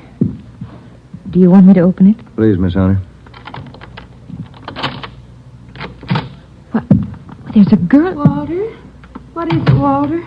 I told you to get out of town if I didn't come back. I didn't want to leave. I didn't want to leave without you. I thought you slept in the park. Take a jump. Where's the stuff hidden? All right, Ben, handcuff him to a chair. The girl behind him. We'll find the stuff ourselves. All right, Tracy. All right, you next. I haven't done anything neither, so you can't prove it. Billy, shut up. That's better. No talking between you two. If there is, we'll separate you. All right, Ben, you take the living room here. I'll try the kitchen. And get a window open. It's hot in here. All right. Sergeant, you will be careful of the furniture. Yes, ma'am. I had no idea. You, Mr. Baker, of all people. Don't talk to him, please, ma'am. Oh, yes. Tin cop. Why don't you spell? Ben, look. It's only the beginning. He's got the stuff scattered 7 ways for Sunday. We're going to need help. In the milk bottle? Yeah, 2 rings, 3 loose diamonds, and this bottle of mayonnaise. We found some kind of a brooch in it. A couple of watches taped to the underside of the kitchen sink. All right, you. Convinced? Okay, Ben, call Backstrand. There was a definite possibility that Walter Baker, alias Tracy, had stored some of his stolen loot outside his apartment. We stood little chance of ever recovering it unless we got him to break. Ben called Chief Backstrand, and in 10 minutes he arrived at the apartment with another man from burglary detail, George Levine. Together we went over the 4-room apartment foot by foot. We found jewelry, watches, loose stones in every conceivable place. In cartons of cottage cheese, in jars of cold cream, in the garbage can, everywhere. Who's your girlfriend? All right, I'll ask her. What's your name? I said, what is your name? Billy. Billy Crawford. He didn't do anything. He didn't. All right, Billy. Maybe you can tell us. Where's the rest of the stuff he stole? He didn't steal. He didn't steal anything. Billy, shut up. Keep quiet, you. Ed, wait a minute. What? Just a minute. I want to look over here. Papers. Taped to the underside of that top drawer. What is it, Friday? No, you can't. You can't. Look at these. All right, you found them. I'll talk. No, Walter, don't. Parole papers. He's an ex-con. Yeah, I'll cop out. Don't do it, Walter. Billy, shut up. Dumb dame. The rest of the stuff, where is it? On the roof. Inside the ventilator, the one near the front, you'll find a couple of paper bags. That's it. Levine? Got it, Chief. I'll check it. Your papers say you did time in Oregon. What for? Fell for robbery, did 5, I owe him 7. What about the girl? Walter, I'm going with you. Her? I don't know. You figure it. All right, Friday. Romero, take the girl to Lincoln Heights and book her. We'll take him. Right, Ed. Come on, Ben. No, Walter, I want to go with you. I'm sorry, ma'am. This way out. All right, easy, lady. No, wait a minute. Just a minute. Walter? You're a dumb dame, Billy. So long. Walter. All right, come on, let's go. What's the matter? You feel all right? He lied. He said he loved me. He lied to me. Don't feel hurt, lady. He lied to everybody.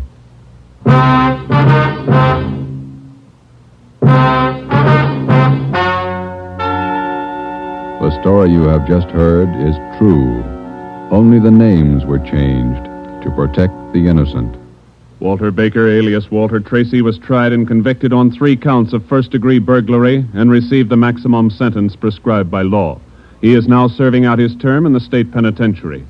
A hold has been placed on him by the state of Oregon, where he will serve out 7 years for violation of parole. Billy Crawford, Baker's accomplice, was tried and convicted of receiving stolen property and is now serving time in the state penitentiary for women.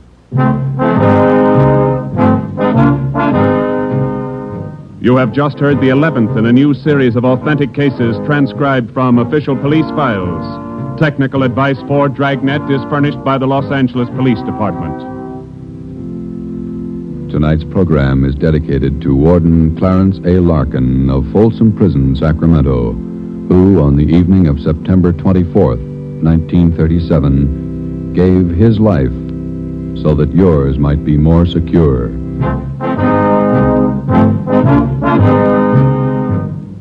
Dragnet came to you from Los Angeles. If you enjoyed tonight's production of Dragnet, you'll want to listen this Saturday evening to a pair of adventure shows featuring 2 well-known Hollywood personalities. You'll enjoy Brian Donlevy, star of Dangerous Assignment. Also on Saturday's schedule is Richard Diamond, private detective, as played by the screen's romantic tough guy, Dick Powell. Listen to both of these exciting programs this Saturday over most of these same NBC stations. This is NBC, the national broadcasting company. Actor and producer Jack Webb's aim in Dragnet were for realism and unpretentious acting.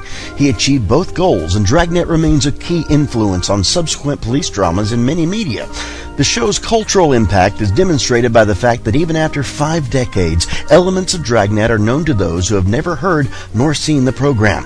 The ominous 4-note introduction to the brass and timpani theme music titled Danger Ahead is instantly recognizable, as well as the show's opening narration. Stay tuned for more Dragnet right here on HOJO Radio. Here's another in NBC's great parade of new shows.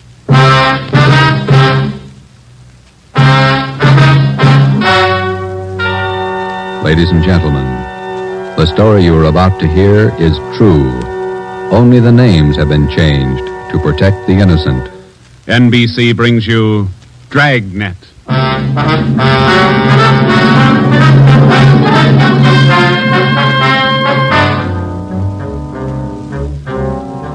You're a detective sergeant. You're assigned to robbery detail. An armed gang of blitz bandits has started to work in your city. Their pace is fast, 4 and 5 robberies each night. The criminals are not amateurs. They're well armed, dangerous. Your job, get them. Dragnet, the documented drama of an actual crime, investigated and solved by the men who unrelentingly stand watch on the security of your home, your family, and your life. For the next 30 minutes, in cooperation with the Los Angeles Police Department, you will travel step by step on the side of the law through an actual case from official police files. From beginning to end, from crime to punishment, Dragnet is the story of your police force in action. It was Thursday, October 23rd. It was windy in Los Angeles. We were working a day watch out of robbery. My partner's Ben Romero. The boss is Ed Backstrand, chief of detectives. My name's Friday. I was on my way back from the statistician's office, and it was 11:42 a.m. when I got to room 27A. Robbery detail. How'd it work out, Joe? Any good prospect? Well, I don't know how good they are, but I got a handful. How many did you get? Well, let me see. 15, 18, 22. Ethel down in the stats office ran them on the IBM for me. There they are. Let's see. It's a gang of 3 men working on foot. Blitz robberies. They only take cash. M.O. is tie-ups. Work from 8 to 10 at night. One of the gang's tall, the other 2 short.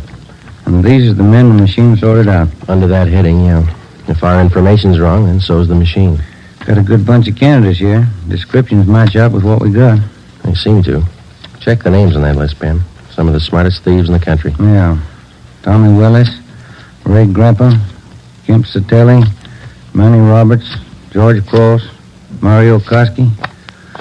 Reads like June graduation at San Quentin. Yeah. George Cross and Tommy Willis are in town. We know that. And Koski, he's around a couple of weeks ago. And what about the rest? It's a big field. Have to check them out, I guess. Might as well start at the beginning.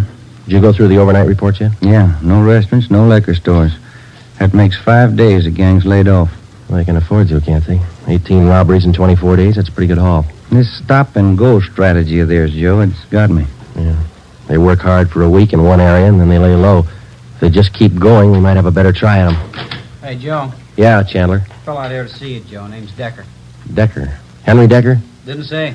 Want to see him? Yeah, send him in. Right. All right, Mr. Decker, this way. How are you, Joe? You're looking good. Oh, Hank Decker. How are you? I'm fine. Oh, what are you waiting for? Applause? Come on in and shut the door. Hank, this is my partner, Ben Romero. Ben, Hank Decker. All right, Hank. How are you, Ben? Hank and I are in service together. Yeah, I just dropped in for a visit, Joe. Are you busy? No more than usual. Sit down. Thanks. I remembered you telling me you were on the PD, so I figured I'd drop around and get an inside track. How do you mean? I just filed with civil service to take the exam next month. Figure I'd like to work at being a cop. He shell-shocked, Joe. Great pep talk you boys hand out. You sure you want to be a cop? Oh, look, I'm 30 years old, Joe. I'm married, high school education, about a year of junior college. What's your wife think? She's not sold. Well, that's why I dropped in. How about coming out to the house for dinner tonight? You want me to sell her? Just talk to her. 7 okay? Yeah, 7's okay. Glad to have met you, Ben. Same here, Decker. See you again. Bye. Bye, Joe. See you tonight, Hank.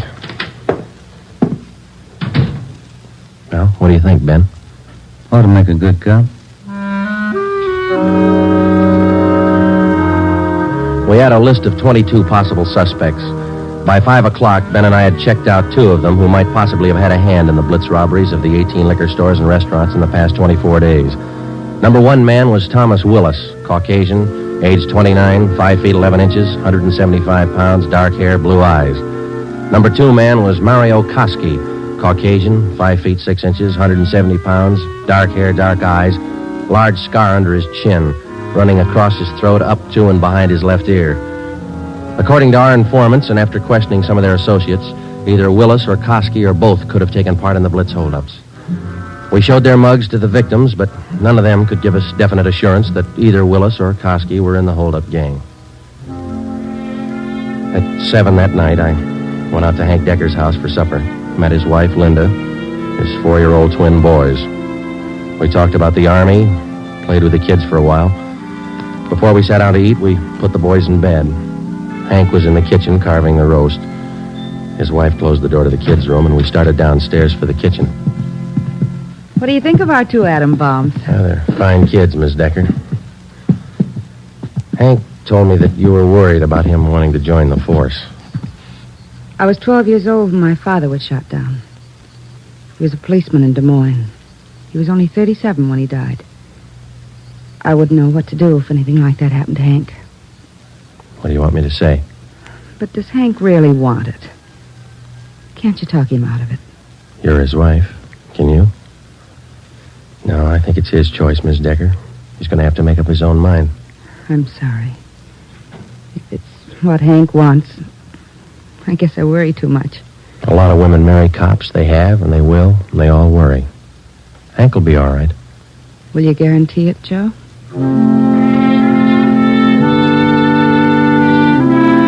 During the next month, I heard from Hank Decker only once. He was studying hard. During the same month, Ben and I were working hard, trying to find some kind of a concrete lead to break the Blitz gang. There had been no subsequent holdups which seemed to tie in directly with the gang or its operations. From the list of possible suspects which Ben and I made up, 18 names had been eliminated for one reason or another. Either they were in jail at the time of the robberies, out of the Los Angeles area, or out of the state. But 4 names remained: George Cross, Tommy Willis, Mario Koski, Julian Brock. During the latter part of the month, George Cross was booked on a minor charge, and we questioned him at that time. He showed no knowledge of the holdups. Nearly 2 months after the robberies were committed, Ben and I were still without a solution as to the whereabouts of the gang. Never known a blitz gang like this way before, Joe. Once they get wound up, they usually go until they're caught. Yeah. Did you get out those telegram checks to the east yet? Last night before I went home. Sent out all 3. Willis, Koski, and Brock. I'd like to find just one of them. Chicago might have something. That's Koski's old hangout. Willis, too. What about Brock? He's from Kansas City, isn't he? Yeah. I got a wire, too. Might have an answer from one of them tomorrow. That's a slow job. We'll have to wait it out. Guess so. No follow-ups from the victims we talked to. I'll get it. Robbery Friday. Oh, hiya, Joe. Hank Decker. Congratulate me. What for? Just passed my written exam. Got the letter this morning. How about that? That's fine. When do you take your physical? Oh, not till the end of the month. Next week I take the oral and agility tests. Then the physical. If I get by them, I'm in. Well, you're going to have a full month at the police academy after the test. There's a lot of work, Hank. Oh, it can't be any worse than these tests. It's a tough 30 days out there on the Hill. Law, court procedure, evidence, combat firing, target practice. You'll have to wade through all of them. You ever going to have anything encouraging to say? Yeah, when you graduate. I won't count on it. How's your job going? Slow. How's your wife feel now? About taking the job? A little better. She said to say hello. Okay. Keep us posted, huh? I'll do that, Joe. Right. Bye. Hank passed his written test. Sure anxious. Brandy, Romero, got a minute? Yeah, Skipper. Come on, Joe. You got something, Ed? Yeah, those blitz robberies you're handling. Not having much luck. We were. Gangs disappeared. Not a trace of them so far. They leave town? Oh, we're not sure, Ed. We don't even have a good description. We're guessing most of the way. What are your guesses? You've had a couple of months to make them. 12 of the holdup victims we talked to told us definitely that there were 3 men in the gang. 2 of them short, 1 of them tall. We've just been working from there. All 3 of them have dark complexions. Started with 22 possibilities and got it weeded down to 4. No, wait a minute, 3. Yeah. Tommy Willis, Mario Koski, Julian Brock. Willis and Koski are Eastern Hoods. Brock's from the Middle West. And where are they now? Haven't showed their faces around town. We're checking some of the cities in the east. That's about all we got, Skipper. Not much for 2 months' work. Thieves can't be that smart. Right now they are. We've sounded out every lead we had, Ed. We're doing our best. Either of you ever hear of a man by the name of Al Mishikov? No, I don't think so. Chicago gunman in the old days, wasn't he, Ed? That's right. I thought he was doing time in Joliet. Paroled last year. Got a tip he was spotted on East Broadway night before last. You figure it might tie in with our job? I don't know. Find out. If I remember right, Mishikov's brother used to be pretty friendly with Mario Koski. I helped send both of them up 13 years ago. Same rap, robbery. Was that all you heard, Ed? Somebody spotted Mishikov? That's all. If you can track him down, you might get some kind of a lead. That's more than you got now. That night and for the next 2 nights following, Ben and I had dinner downtown instead of going home, and then we spent the rest of the night covering the lower end of the city in search of Al Mishikov. We got more than a dozen leads on where to find him from some of our informants, but none of the leads paid off. We kept missing him. No one knew where he was staying. No one knew, or no one would tell us. Worst thing about this job, Joe, leg work. We must be averaging 10 miles a night. My feet say 20. Almost midnight. Here's McCarthy's place. Let's try it. Right. Let's go down to the end of the bar, Ben. Yeah. Hiya, Ben. Good to see you come in. What's new? Oh, not much, Bert. Meet my partner, Joe Friday. Hiya, Friday. What do you fellas have? Looking for a guy, Bert. His name's Al Mishikov, Chicago. You heard anything? He was in here earlier tonight. Couple of guys with him. Are you sure? What do you look like? 6 feet, about 45, I guess. Big build. Sounds like him, all right, Joe. Is he staying in the neighborhood, Bert? Down here, I don't think so. Most of those big-timers stay uptown someplace. You looking for Mishikov? I'd like to talk to him. How long ago was he in? Oh, about 8 o'clock. Couple of guys with him. They were talking about driving out to the airport. Something about Las Vegas. There's an 840 plane for Vegas, isn't there, Ben? I think so. 840, 850. I can't recall which. Bert, do you remember the exact time they left? Exactly. No. Say, there's one of the fellas that was with Mishikov down there in the middle of the bar. Which one, Bert? There. One with the sandy hair, big chin. See him? Yeah. Want to talk, Joe? Come on. And Judge, you know what he said? He said when he was in Vegas last week. Yeah. Pardon me. Killing. Yeah, that's why. Pardon me. I'd like to talk to you a minute. Yeah, who are you? Police, Sergeant Friday. Oh, have a drink, Sergeant. No, thanks. I said I wanted to talk to you. Square John, huh? Wait a minute, George. Square John wants to talk to me. Come on outside. We can talk better out there. I ain't done nothing. What's the pitch? I got a right to know. Let's go. Outside. Maybe I don't want to go outside. I think you better. Come on. All right. Quit shoving, you dumb cop, shoving people around. What are you trying to do anyhow? We sausage. All right, down this way. Car's parked up the next alley, Joe. Hey, look, what's this all about, huh? I got a right to know. You were seen with Al Mishikov tonight. Where is he? Who? Al Mishikov. You want us to spell it? I don't think you can spell your own name. Nobody's asking you to play smart. Where's Mishikov? Out of town. What do you care? Here's the car. All right, inside, you. Now, look, you got me wrong. I ain't done nothing. Where's Mishikov? You and some other guy drove to the airport with him tonight. Let's have it. I'm clear, I tell you. I just drove out with him, that's all. Where'd Mishikov go? Vegas. Took the plane for Vegas. When? About 8:30, 8:45. What's up, anyway? Who's the guy traveling with Mishikov? Nobody. Who's the guy traveling with Mishikov? Koski. I just met him tonight. Mario Koski, is that the guy? Yeah, I'm leveling. I ain't done nothing. Ben, get to a phone, call the office, contact Las Vegas police. Ask them to pick up Koski and Mishikov. When we got back to the office, we questioned the man we had picked up for almost 2 hours. His name was John Delmar, an ex-convict. He'd been paroled from Folsom Prison 2 months before after serving 3.5 years for burglary. He said Mishikov was looking for a man to work with him and Koski. He didn't specify the work. Delmar said he refused the offer, but they parted on friendly terms. He said Koski and Mishikov told him that they were going to Las Vegas for a few days, then return to Los Angeles. But when Ben and I checked back with the Las Vegas police the next morning, they reported that nobody answering the description of either Koski or Mishikov was seen arriving or leaving the airport. We checked with the airlines and sent inquiries to law enforcement agencies throughout the entire area. No sign. 3 weeks went by. Still no sign. Nothing in the overnights, Joe. No, not a thing. Oh, yeah, same here. Reno, Sacramento, San Francisco. Nobody's seen him. Ain't got to come out sometime. We can wait. Yeah, we can wait. Gets on your nerves. Let's check with Backstrand. Maybe he's got a job for us in the meantime. You getting as eager as your friend Hank Decker, Joe. Incidentally, how'd things turn out for him? He passed all his exams, putting in his month's training at the academy now. He should do all right. Hiya. Hi, Mike. Skipper busy? Not in his office. Won't be in till afternoon. What's the matter? He's got a lecture at the police academy this morning.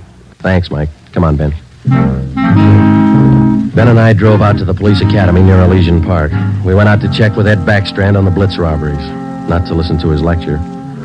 When we walked into the classroom, he was just finishing up, so we sat in the back of the room and listened. It was a pretty good speech. Because of the alertness of the arresting officer, his talent for memorizing detail, and his knowledge of how a criminal acts under a given set of circumstances, the arrest was made.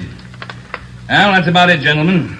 Thank you for your attention. Now, when I ran this speech over at home, my wife said it wasn't a very good talk, but at least it came out on time. Now it seems I'm 2 minutes short, so I guess I failed on both counts. But if I may, I'd like to use the few minutes that are left to tell you what I think of being a cop after 24 years. For one reason or other, you men have chosen the career of a police officer. Well, let me tell you right now, without any qualifications, it's a thankless job. Maybe you can't see it now. Maybe you think I'm exaggerating. But when you graduate next week and get that uniform on, your whole lives are going to change.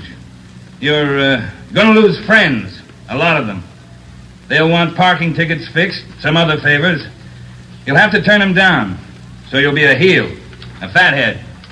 When you're on the beach, you're going to meet the cream of society and the scum, the lowest. Sometimes you won't be able to tell the difference.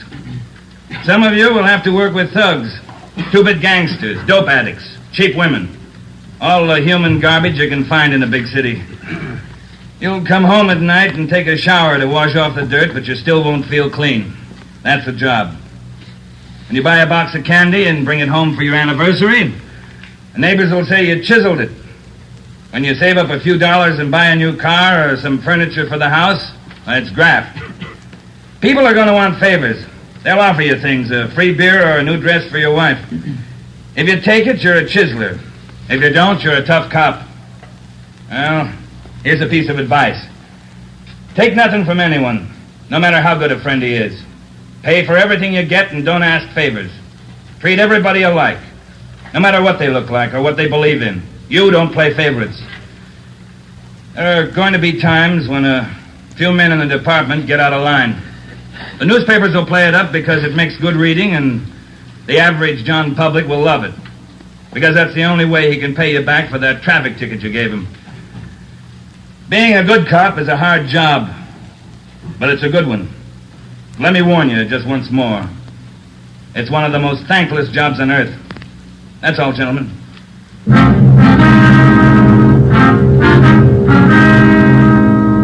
The following week, Hank Decker graduated from the police academy and hit the transfer list for a regular assignment. He drew a job of teaching combat firing and boxing at the academy. He didn't like it, so he put in a request for a transfer and waited. For the next 6 weeks, Ben and I waited, too, for some sign of the Blitz bandits. There wasn't any. The only possible suspects, Mario Koski and Al Mishikoff, had disappeared completely. We kept a close check on every possible avenue of information. Still, no sign. Ben and I were transferred to the night watch on robbery for a few weeks, and that gave Hank Decker a chance to drop in and visit with us a couple of hours when he went off duty at the academy. He was still as eager as ever. Hi, Ben. Joe, anything new? Hi, Hank. Nothing here. What about the academy? Oh, big news. What's up? Getting a transfer starting next Monday. Gonna start on a beat. Thought you were all tied up with that boys' club you started out there. Oh, I was, but Hanson's gonna take over when I leave. The kids sure love it. Free swimming in the pool, boxing lessons. We teach them everything. Where's your beat going to be, huh? Central, right in the downtown district. Might learn something, huh? You'll learn a lot if you want to forget most of it. Look, it's 7:15. Don't you ever go home for dinner, Hank? Oh, getting the wife used to it. This new shift's gonna be night work, you know. Wait till you're on it for a year, and then you tell us how you like it. A year? I want to be in the detective bureau after a year. Well, you're not even going to last a year if you don't get home to dinner. Your wife's called twice this week already. She calls me. Okay, when did she call tonight? She hasn't yet. Oh, I guess I better head her off. Let me know if anything breaks, huh, Joe? I'd like to tag along. Okay, Hank. Well, on your way. Okay, good night. So long. Good night. Yeah. How eager can you get? Were we like that when we started? Not me. I never had that much energy at one time in my whole life. Hot shot, Joe. I'll get it. At 767 East Broadway, a liquor store, 211 and slugging. At 767 East Broadway, a liquor store, 211 and... 767 East Broadway, 211, liquor store. Let's go.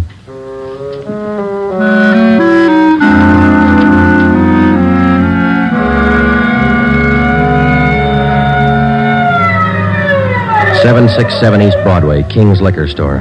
We pushed our way through the small crowd outside the door and into the shop. 2 patrolmen in uniform were already interviewing the proprietor. He had 2 large gashes on his head just above the right temple. He was trembling and badly shaken, but he managed to give us a good description of the hold-up men. Yeah, I can tell you what they look like. 3 of them. One short, one tall, husky, another short one, fat. You remember what they were wearing? Coats. All 3, dark coats. One of the short men, he had a big scar here on the throat, like this. After the 3 men robbed the store, they slugged me and tied me up. Turner, this man's hurt. You call an ambulance? On the way, Sergeant. That's fine. We have just one more question, Mr. King. Here's a handful of pictures. We'd like you to tell us if any one of these men were in the gang that held you up tonight. Let me look. There you are. Take your time. No, not him. No. Oh, this one. Here. He took the money from the register. Would you look through the rest, please? Is there any more? Let me see again. No. Oh, here. Another one. The fat one with the scar. This is him. I think he's the one that slugged me. Thanks, Mr. King. Here's our card. We'll be contacting you later. Turner, will you and your partner take the crime report? We got some checking to do. Right, Sergeant. Thanks. Come on, Ben. Yeah. Koski and Mishikov. You picked out both of them, Joe. Yeah, we certainly did, didn't we? Attention all units. Attention all units. Wait a minute. The southeast corner of Broadway and East 3rd, a liquor store and restaurant 211, code 3. All units. The southeast corner of Broadway. Come on, Ben, let's roll. East 3rd.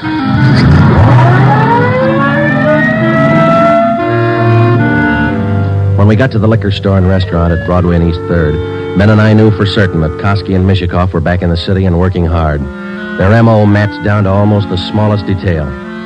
We put a call through to communications, and the entire Central Division was alerted. Then we called Chief Backstrand and told him the news. He assigned a special detail from the Metropolitan Unit to patrol the area until further notice. But at 9:23 p.m., before they pulled out of the police garage, the Blitz bandits added 2 more liquor stores and 1 more restaurant to their list of victims.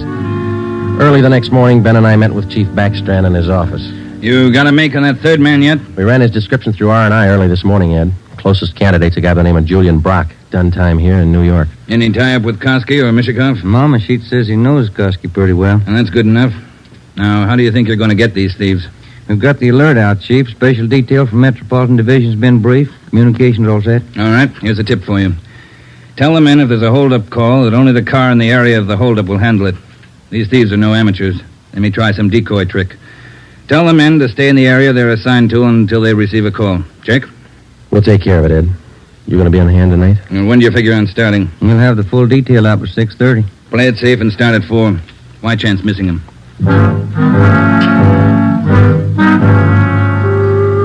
At 3:30 that afternoon, we left the police garage with a special detail from Metropolitan Division, and we started to cruise the central area. We weren't looking for any action the first few hours, and we didn't get any. The 5 o'clock traffic in the downtown area was heavy as usual. Hope that gang holds off till after 6. We couldn't get out of this traffic if our lives depended on it. Well, we'd probably do better on foot if it wasn't for radio contact. Control 4 to 80K. Control 4 to 80K, your location. Get it, will you, Joe? Yeah, wait till I get the mic. 80K to Control 4. 80K to Control 4. Our location on Spring Street between 2nd and 3rd. 80K, stand by. 80K, call your office code 2. Call your office code 2, KMA 367. 80K to Control 4, Roger, KMA 367. Yeah, now what do I do for a parking space? You know, you're lucky. That guy up ahead there, he's pulling out. Good, that hasn't happened to me in 6 months. Okay, hold on, Ben. I'll be back in a minute. Yeah.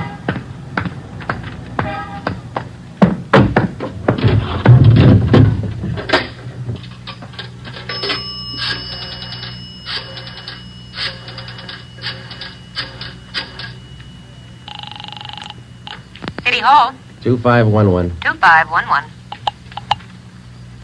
Robbery, Chandler. This Friday, Bill. You want us? Yeah, just a minute, Joe. Chief wants to talk to you. Hello, Friday. Yeah, Ed.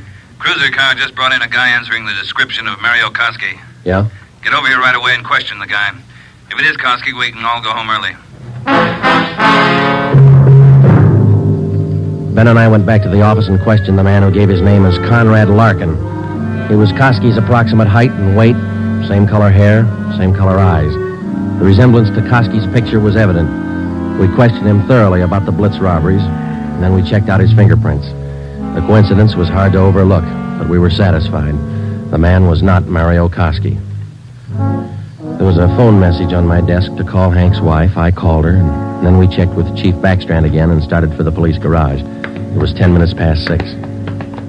Hey, Ben, Joe, wait a minute, will you? Oh, hi, Hank. What's all the excitement? I heard about those jobs last night, the Blitz gang. How about tagging along tonight? What's the stare? You suit yourself, Hank. When are you due home for dinner? I told the wife I'd eat out tonight. You sure you're not due home for dinner? No, not tonight, Joe. Did you have any luck yet? Not so far, Hank. Maybe later on tonight. Come on, here's the garage. How close did you come to the gang last night? Not close enough. 2 steps ahead of us all the way. They sure must work fast. 5 jobs in a row. All right, Hank, let's don't rub it in, huh? Hey, Ben, watch it, will you? Yeah. Woman driver. How about it, Joe? You think I can make the outfit? You can talk to Ed Backstrand. He might get you a transfer after a while. Yeah, I might try it. Joe, look across the street. There's a guy coming out of the bar. Where? In front of the bar. He's standing there. Guy in the dark coat, you see? Yeah. 2 other guys behind him. Who is it? I can't be sure. Ben, you better pull up. Koski. Looks just like his picture. All right. Come on. All right, hold it, mister. We want to talk to you. Run for it, Al, copper! Watch it, Joe! Hank, get down! Get down! 2 of them down, Ben. Other one up alley. Let's go. Did they get Hank? Yeah. All right, hold it right here. All right, Koski, throw out your gun and come out with your hands up. All right, let's return the fire. Come on.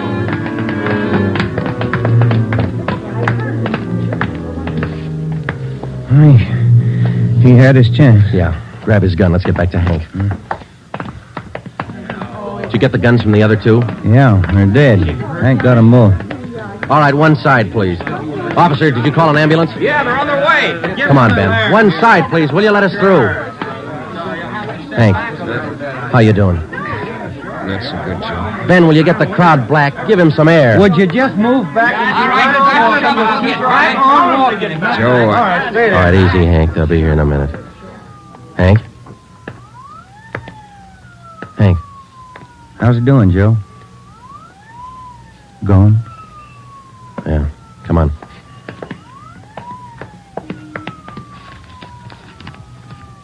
What have you got, Joe? Phone message from Hank's wife. For you? Yeah. You returned the call? Before we left the office. What was it? She wanted me to remind Hank. He was due home for dinner at 7 o'clock.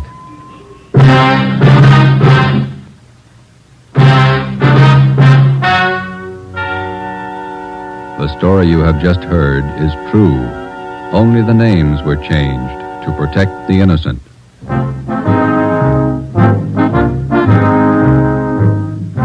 You have just heard the 12th in a new series of authentic cases from official files. Technical advice for Dragnet is furnished by the Los Angeles Police Department. Tonight's program is dedicated to Patrolman James Frank Goggin of the Cleveland Police Department, who, on the morning of January 13th, 1939, gave his life so that yours might be more secure. Dragnet came to you from Los Angeles. If you enjoyed tonight's production of Dragnet, you'll want to listen to Richard Diamond, private detective, as played by the screen's romantic tough guy Dick Powell, heard Saturday on most of these NBC stations. This is NBC, the national broadcasting company. You're listening to HOJO Radio. More classic old-time radio coming your way next. Here is another in NBC's great parade of new shows.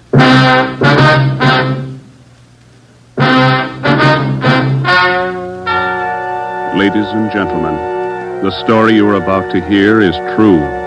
Only the names have been changed to protect the innocent. NBC brings you Dragnet.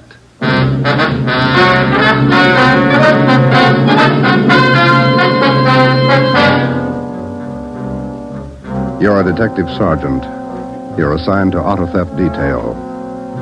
In 3 months, more than 250 cars have been broken into. Property mounting well into thousands of dollars has been stolen. 2 youthful members of the gang have been apprehended. The all-important brains of the criminal ring, the leaders, are still at large. Your job, get them. Dragnet, the documented drama of an actual crime, investigated and solved by the men who unrelentingly stand watch on the security of your home, your family, and your life. For the next 30 minutes, in cooperation with the Los Angeles Police Department, you will travel step by step on the side of the law through an actual case from official police files. From beginning to end, from crime to punishment, Dragnet is the story of your police force in action. It was Monday, March 2nd. It was cold in Los Angeles. We were working the night shift out of auto theft. My partner's Ben Romero. The boss is Ed Backstrand, chief of detectives. My name's Friday. I was on the way back from the interrogation room, and it was 10:58 p.m. when I got to room 26, chief of detectives' office. Real tough kids, aren't they? Yeah, they won't admit a thing. Now, sit down. Thanks.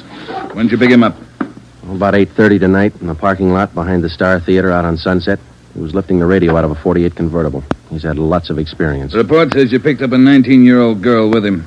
She was waiting for the guy in a parked car across the street from the theater. Car was full of loot. The first real break we've had on those auto burglaries in 3 months, and it's no good to us. Neither one of them will talk. They won't even admit they know each other. You run makes on them? Just did. We've been questioning the boy for an hour, getting nowhere. What's his name again? Freeman, Stanley Freeman. Oh, yeah. Age 20. Address? Butte, Montana. Down here for a vacation. He doesn't lie very well, Ed. He's never been to Butte, Montana in his life. Knows less about the town than I do. Well, get to him. Right, Ed. Where'd you put the girl? We had a policewoman take her to our office. We can talk to her when we finish with the boy. Well, what's her story? Hasn't any. She won't even open her mouth. 19 years old, probably needs a good spanking. Now get him to talk. Right.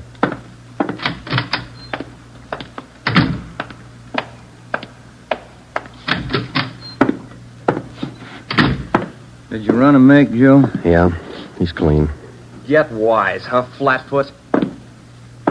Look, you're in a bad spot, son. That kind of talk isn't going to help. Says you. We caught you red-handed trying to steal a radio that didn't belong to you from a car it didn't belong to you. Is that right? That's enough to send you to San Quentin, boy. You better give us the story. Shut up. We got all the evidence we need for him. Maybe you don't realize how serious this is. We've had more than 250 car burglaries in this city in the past 3 months. Over $200,000 worth of property's been stolen. That's a lot of money. So what? So you're the number one suspect, young fella. Your method of operation in breaking into that car tonight is the same used in most of the other burglaries. That means you're not going to be tried just for this job tonight. What are you getting at, Flatfoot? Listen, son. In the state of California, breaking into a locked car is a felony. You can go to state penitentiary for that. And we're going to file a complaint of burglary with the district attorney in the morning. You say you're from Butte, Montana. All right, I don't believe you, but we'll make sure. Ben, go down to our office and call the news photographers. Stanley here is going to have his picture on the front page of every newspaper in Los Angeles tomorrow. Right, Joe? No. You can't. I won't let you. I got my rights. What's the matter, youngster? Everybody wants his picture in the paper. Yeah, well, I don't. I won't let him. We got your picture already for him, remember? They took it when they fingerprinted you. You can't use it. You can't. I'll get a lawyer. Reporters will be over in a couple of minutes. We have to give them your story and your picture, too. This one. You won't. You won't. Give it to me. All right. Give it to all right, me. Freeman, get your hands off him. Now, sit down. All right. Now let's have it straight. Don't let him use the picture. Don't let him. You can't. You can't. We got to have the truth, son. Now, look, you're 20 years old. You know right from wrong. You'll have to take your medicine. If you cooperate, we'll do all we can to help. I live out in the Wilshire district. All I wanted was a little extra money. We didn't take much. We didn't think it was so wrong. It was stealing, Freeman. You know that's wrong. Where do you live out there? Piper Avenue. 821 Piper. You won't give him my picture. You live there with your family? Yeah, my mother. Father's dead. Promise me you won't give him the picture. My mother, she'd see it. Promise me. You're working with a gang on those auto burglaries. We know that. Now, who are they? Where are they? And what's the setup? I can't. They'd get me for it. Who'd get you? I can't tell you. I can't. Who's your girlfriend, Stanley? The one you were with tonight? Joanne. Joanne Miller. Where does she live? Piper Avenue, same as me. Lives on the same block, 866. Is that her home? She live there with her folks? Yeah. Mother and father. They work. And you got her into this. Isn't that the story she gave us, Ben? I did not. I didn't. It was her. She said a bunch of kids were doing it. It was quick money, something to do at night. She started it. All right, Romero. I'll go see the girl. You stay here with Freeman. All right, Joe. Just stay put in that chair, Freeman.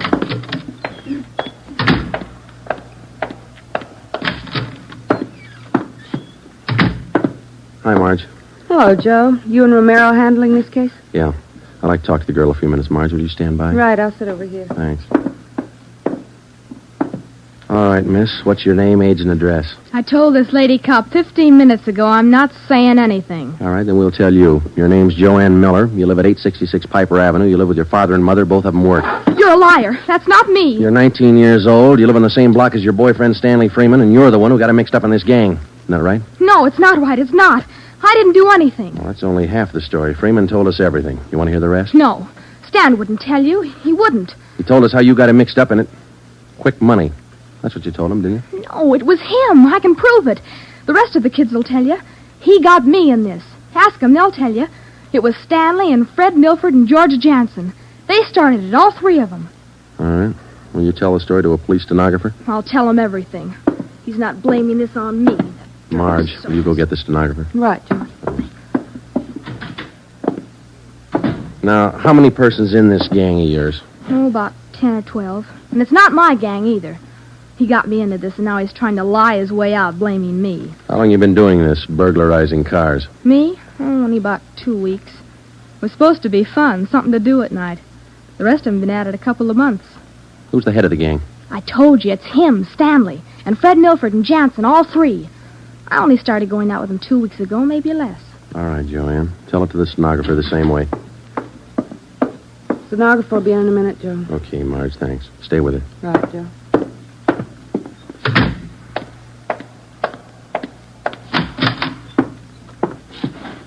Just about a closed case, Ben. Girl gave us a full confession.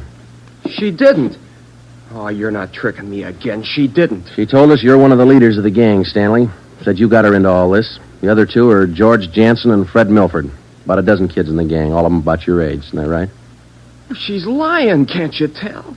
She's lying. She got me into the gang. Well, she did. She's Milford's girlfriend. Ask her. Oh, she can't lie out of that one. She got me into it. I can prove it. Who's the real leader of the gang? Milford. He started it. He organized the whole thing. He collects the stuff we get, and he delivers it. Jansen helps him do it. What do you mean he delivers the stuff? Where does he deliver it? Somewhere in Dogtown, I think. Down around South Main, near the railroad yards. Who's it delivered to? Oh, I don't know exactly. I heard Jansen mention the name once. Myra, he said. It's supposed to be a big secret. Myra, that's all I remember. Where does Jansen and Milford live? Well, Jansen rooms down on East Flower. 1042, I think. It's a rooming house. And Milford lives 2 blocks over from me on Quincy. 234 Quincy. He lives with his grandmother. Got that, Ben? Right. All right, let's pick up Milford and Jansen. It was 10 minutes past 1 when Ben and I returned to headquarters with George Jansen and Fred Milford in our custody. In Jansen's room at 1042 East Flower Street, we found 2 fur coats, a box full of new car accessories, an S&W .38 revolver, and a .45 automatic. When we picked up Fred Milford at his home, we discovered 5 deluxe car radios hidden in the garage, plus a valuable assortment of cameras, cigarette lighters, and clothing. Both Jansen and Milford refused to talk. But when we got them to headquarters and showed them the signed statements of Stanley Freeman and the girl, Joanne Miller, they broke. Milford, where else did you and your gang operate besides the Wilshire district? No place, only out there, that's all. Same type of car burglaries have been committed all over the city. You telling us your gang didn't have a hand in them? It's the truth. Our territory was Wilshire district. We didn't go outside. You mean some other gang's responsible? I don't know. All I know is we didn't have any part of them. Is there another gang, Milford? Maybe, I don't know. You find out. It's none of my business. It is your business, Milford. You admit you and your gang committed 55 jobs in the past 3.5 months. That leaves about 200 jobs to be accounted for. Yeah, that's right. You figure it out. We have figured it out. I think you and your gang of young thieves pulled every one of those 250 jobs. There isn't any other gang. That's the story the district attorney's going to get. You're crazy. There is. I know there is. Then give us the information and save yourself a lot of trouble. Well, we're not the only ones. That's all I know. Milford, do you know how many years you get for auto burglary? I told you, we're not the only ones. There must be a couple of others besides us. Vince Mahoney, he's got a gang. Where does Mahoney operate? West Hollywood and Beverly. Where's he live? I don't know. Honest, I only met him a couple of times. Where'd you meet him? I don't remember. Where'd you meet him, Milford? Delivery. I met him down at the delivery place a couple of nights. When you delivered the property you stole from cars, is that right? Yeah. Where was that? Down by the railroad yards. Where? Chavez Street. It's a little alley off East Main. Who'd you deliver the stuff to? I told you, her name's Myra. That's all I know. We meet her and some guy on Tuesday nights. We give them the stuff and they pay us off. Mahoney delivers the same night I do. Do you meet her every Tuesday night? Yeah. You're going to meet her this Tuesday, tomorrow night? I don't know. I guess so. Same place? Yeah. Are you the only one she deals with? Sometimes Joanne. Me or Joanne. I know what you're thinking. You want to use me to trap Myra. Well, what's it worth? You know better than that.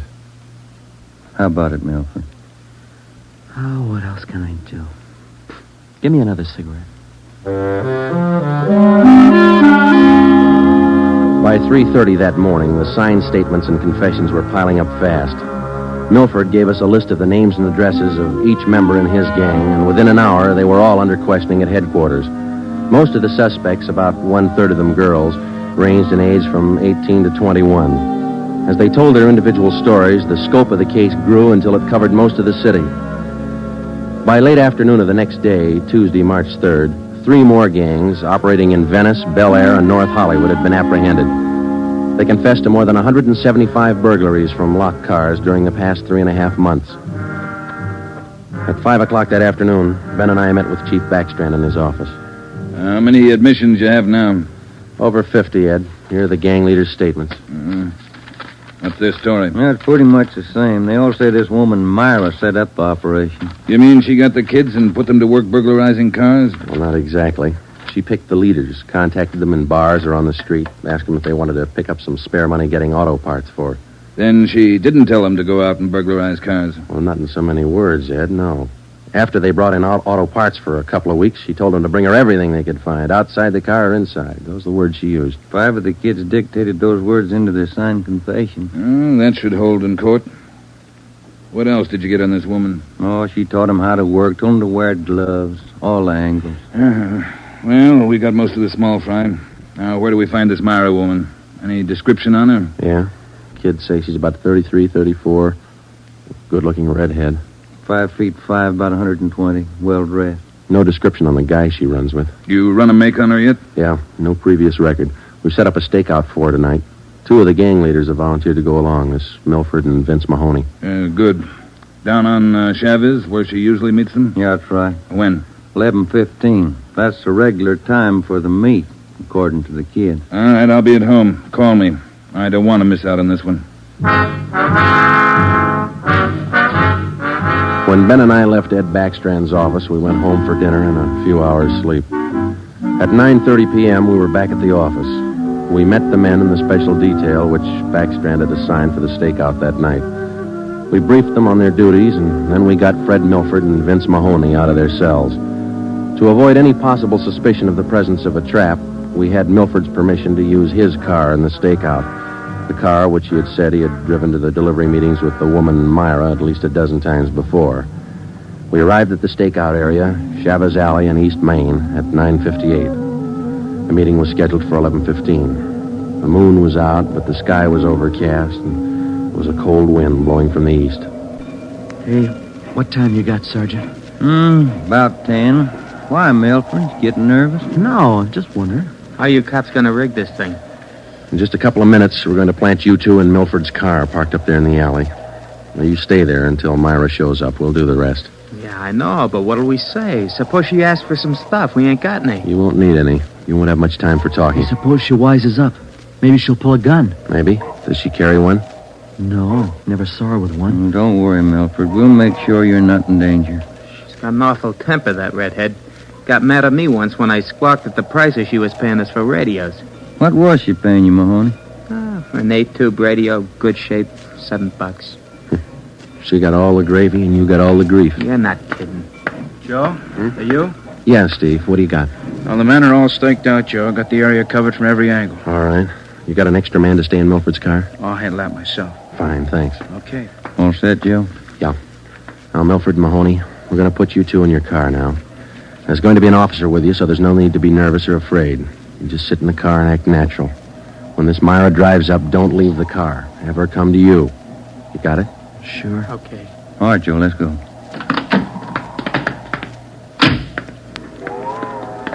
Sure is cold out. I don't even have a heater in my car. You stole enough of them. Okay, Steve, here they are. All right, boys. Milford, get in first behind the wheel. Okay. Mahoney in the middle. Now I'll sit in the back. We'll be parked in that garage across the street, Steve. Got a perfect view of the alley. Okay, Ben. Check with you later. Right. Mean night, Joe. Yeah, come on.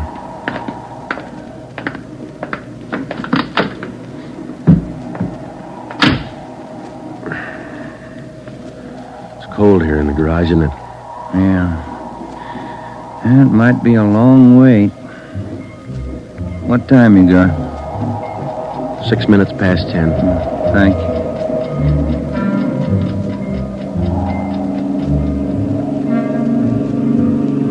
Hey, Joe. What is it? It's nothing. Thought that passing car was turning in the alley. Relax. It's early. Lonely place. Dark. Gets on your nerves.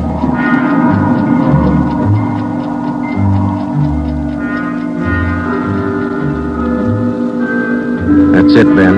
11:30. Nothing yet. Somebody might have tipped her off. Yeah, that's what I was afraid of. Well, let's wait it out anyway. Joe, that blue coupe. Yeah, just turned in the alley. Let's go. Come on, run, Ben. Behind you. All right, you fella. Quit your fighting. What'd you get, Steve? Here he is. Just drove up in the coupe. Got out and called Milford Mahoney by their first names. He's in on it. What about the girl? No sign. Kid was the only one in the car. All right. Tell the men the stakeout's off for tonight. Have them report back in. We'll take the kid with us. Okay. All right, young fella, this way. What do you cops think you're doing? I ain't done nothing. Look, sport, we heard that from 54 different kids yesterday. We're tired of that line. Come on.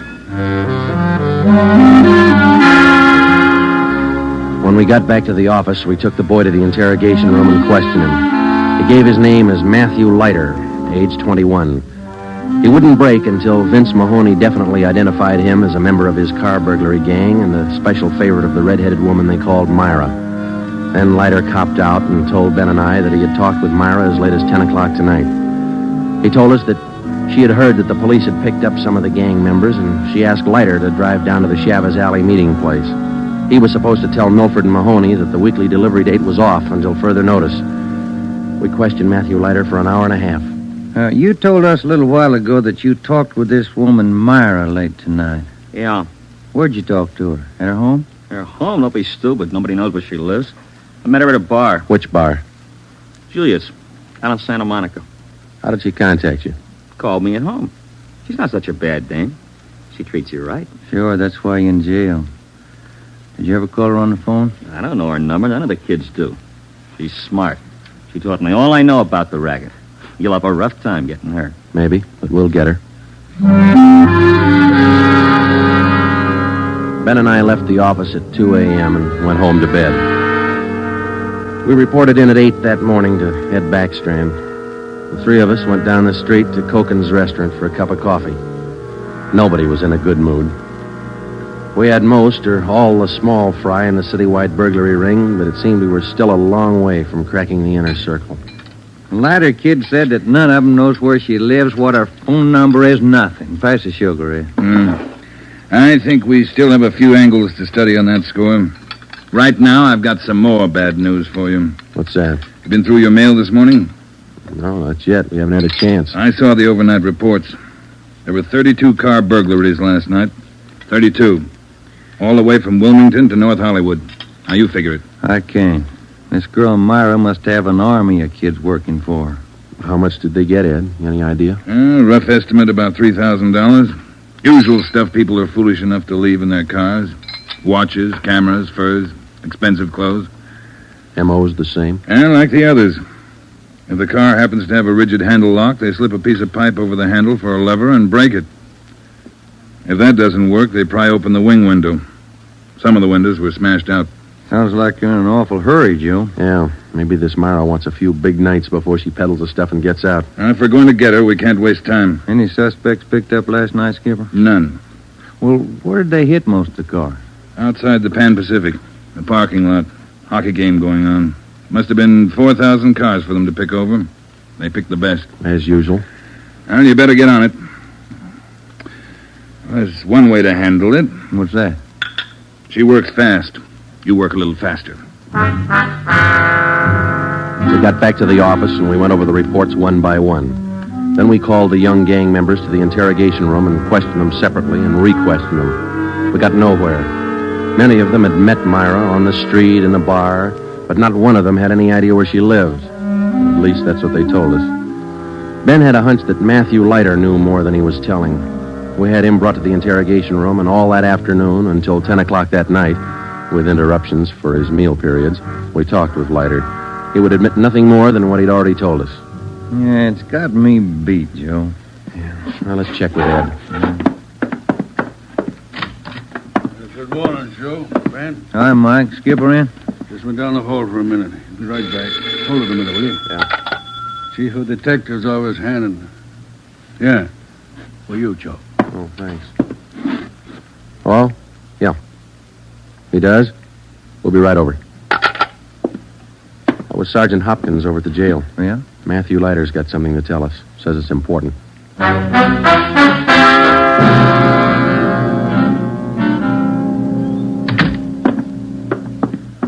Have a chair here, Leiter.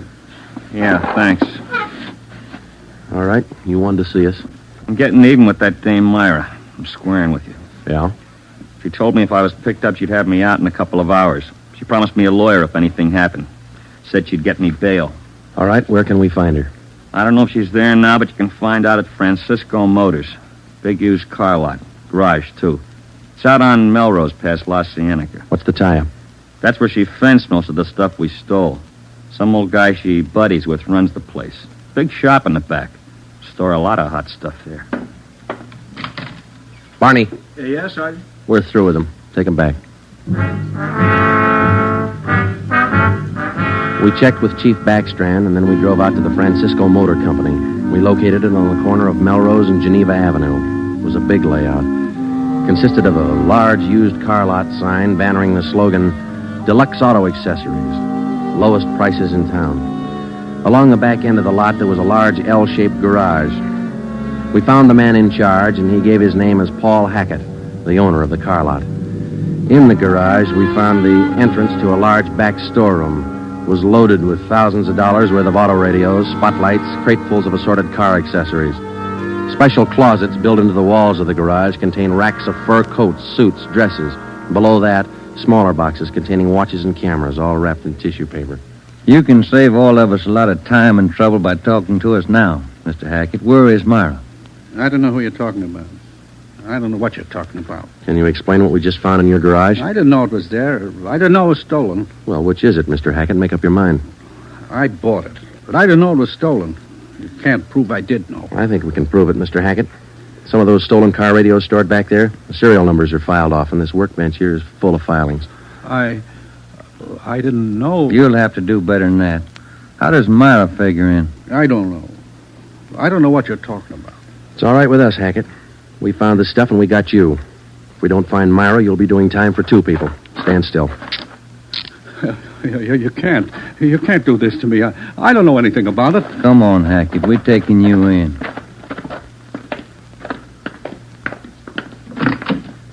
All right, get in the car. Come on, in the car. Am I going to jail? You're going to jail. All right. I'll take you to Myra. Hackett told us that Myra lived at 1345 Munich Drive in Beverly Hills. He said that he was Myra's husband. He told us that he'd been in a legitimate garage business for 10 years before he married Myra. She talked him into the racket. He identified 1345 Munich Drive as their home. When we got there, we found stores of stolen property similar to those found in the garage. Myra was not there. Hackett had no idea where she might be. We sat down in the living room and waited.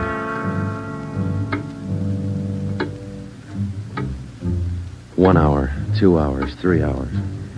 After 5 hours of waiting, the monotony started to wear on everybody's nerves, especially Hackett's. And the whole thing, it was her idea. I should have known, all hers. She did this to me. I won't take it alone. Where is she? You tell us, Hackett. Told you, I don't know. She couldn't have gone. She didn't know. I'm not going to take All right, this quiet alone. Quiet down. That you, Paul? Thought I heard you talking to some. Who's he? The police, Myra. The police. Your smart kids told them the whole story. What are you talking about, my smart kids? What are these cops All doing here in the right, that's living... enough. Get your dirty hands off me. Get away. Kids are right, Joe. She got it Get away. too. Who do you think you... There, that ought to hold you for a while. All right, come on, you two. Let's go. All right, copper. You win. Stupid husbands. How many times did I tell you? Don't trust those kids. Don't store the stuff in the garage. Don't open it for anybody. Get a lawyer. No, you knew better. Dumb jerk. The idea of having those cops camping in the living room waiting for me. Why didn't you warn me? I'm going to divorce you. That's what I'm going to do. I'll stick you for plenty.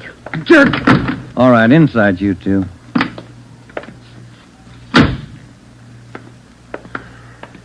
You got a smoke, Ben? Yeah. Here. Thanks. I was just thinking. What? Those kids were right. She's a pretty nice-looking woman. Yeah. Nice face. Beautiful figure. Mm-hmm. Sure talks a lot, though, doesn't she? Yeah. Hey, Joe, remind me to take home some flowers to my wife tonight, will you?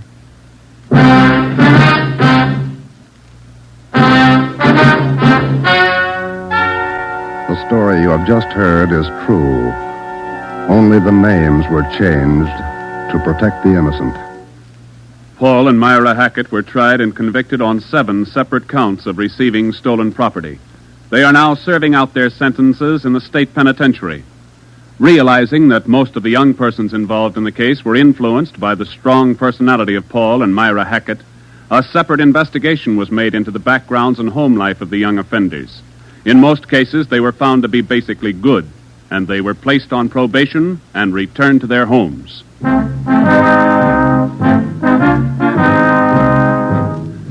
You have just heard the 13th in a new series of authentic cases from official files. Technical advice for Dragnet comes from the office of W.A. Wharton, Acting Chief of Police, Los Angeles Police Department. Tonight's program is dedicated to Detective Harry William Vosper of the Seattle, Washington Police Department, who on the night of July 21st, 1949, gave his life so that yours might be more secure. Dragnet came to you from Los Angeles. And now, an important announcement. Starting this Saturday, September 3rd, Dragnet will be heard at a new time over your NBC station. Consult your local newspaper for the new listening time. And now, speaking in behalf of the producers and the entire cast of Dragnet, we would like to take this opportunity to thank you for your many kind letters of encouragement and approval. Remember, next Saturday for Dragnet, this is NBC, the national broadcasting company. The original Dragnet, starring Jack Webb as Sergeant Joe Friday, ran on radio from June 3rd, 1949 to February 26th, 1957, and on television from December 16th, 1951 to August 23rd, 1959, and then from January 12th, 1967 to April 16th, 1970. All those versions ran, of course, on NBC. There were 2 Dragnet feature films, a straight adaptation starring Jack Webb in 1954, and, of course, a favorite of mine, a comedy spoof in 1987. There were also television revivals without Webb in 1989 and 2003. Stay tuned for more classic Dragnet, right here on HOJO Radio. Pet Milk Show, usually heard at this time, has moved to a new time period on Sunday nights. Be sure to hear Larry Douglas and Kay Arman on the new Pet Milk Show tomorrow night on NBC. And now, here's another in NBC's great parade of new shows.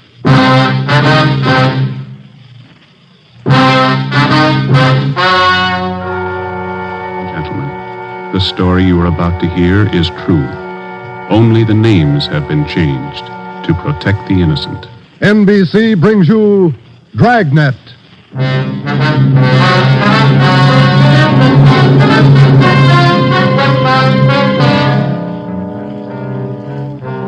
You're a detective sergeant.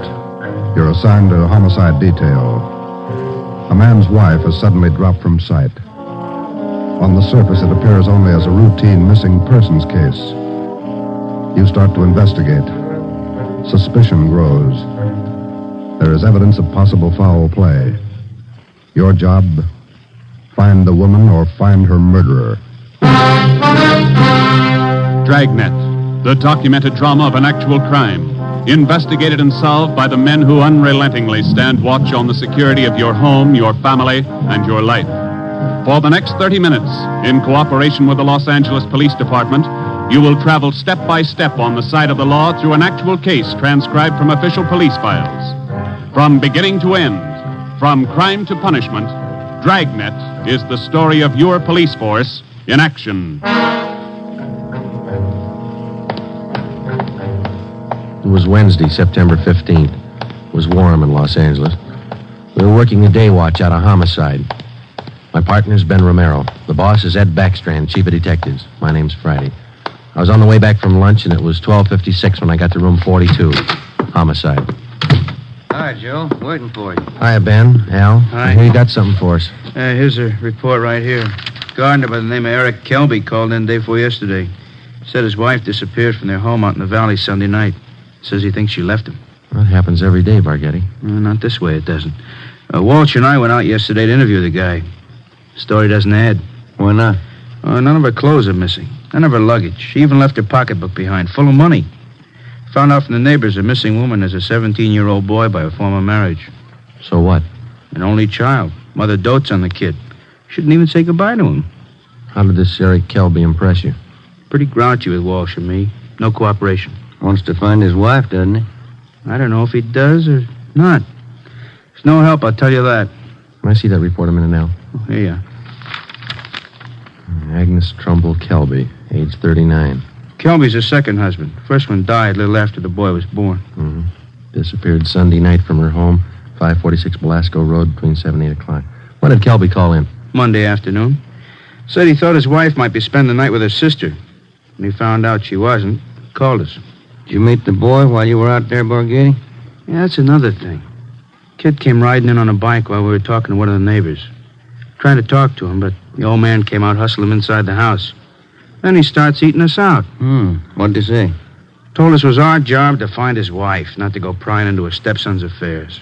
Well, that's a new slant. How about her friends and relatives around here, Al? Any besides her sister? Walsh located a couple of her aunts. I don't think he's checked them yet, though. I'll tell you, boys, this is one I'll bet on.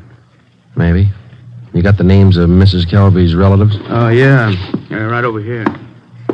Sure wish we had a chance to talk to that boy. Yeah. How's it feel to you, Ben? I don't know. Notice anything else funny about the guy, Al? I don't know. Well, here's those names, Joe. Thanks. Kelby was upset, all right. For some reason, he didn't strike me as reacting the way a normal guy reacts when his wife disappears. All right, Al. How would you react? Bargetti's worrying again. Oh, now listen, boys. It's no fooling matter. This is one I'll bet on. It's a homicide. All right. How about a copy of this report? Yeah, where'll I get the phone? Missing persons, Bargetti. Who's that? Oh, yes.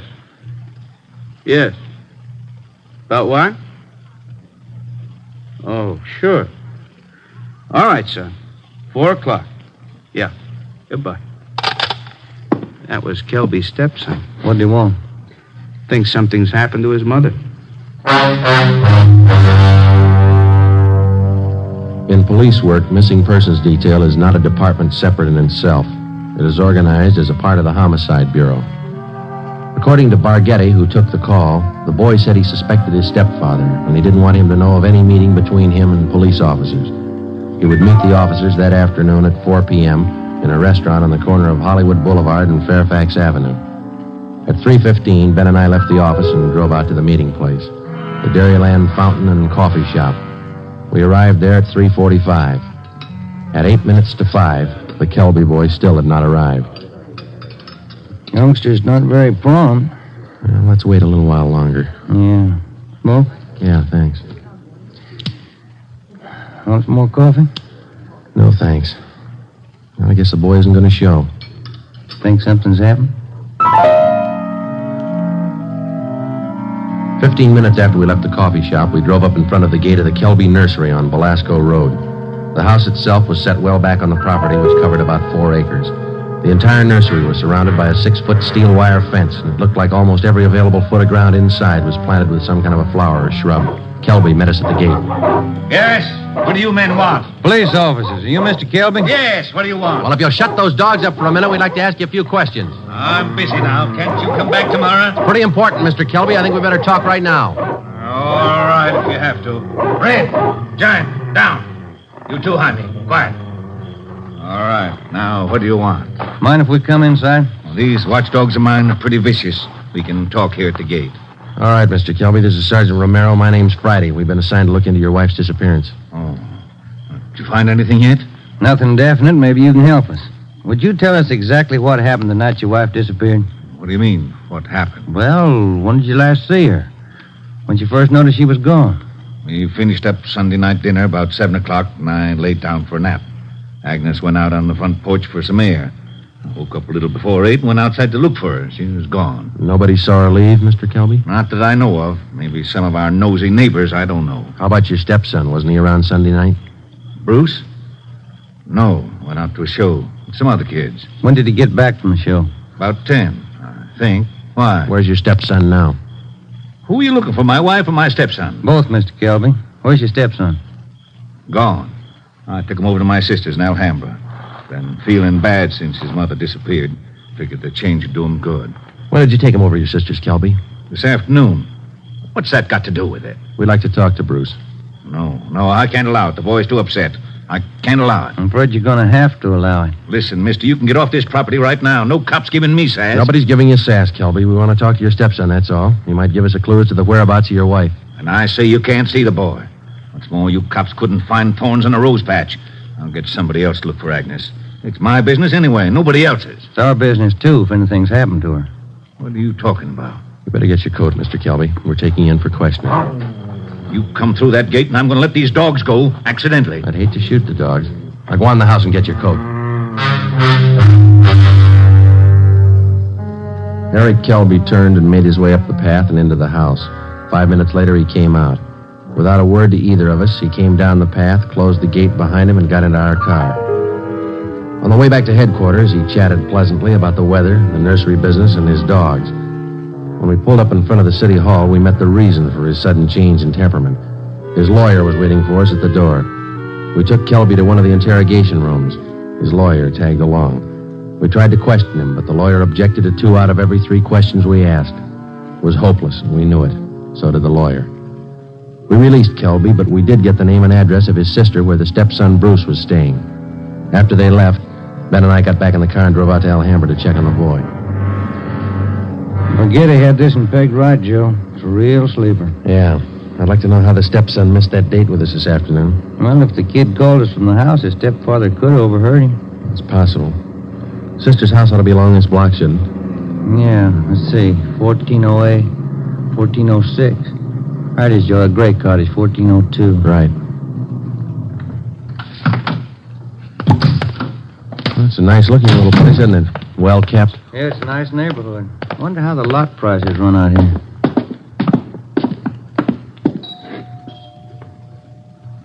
Somebody's coming.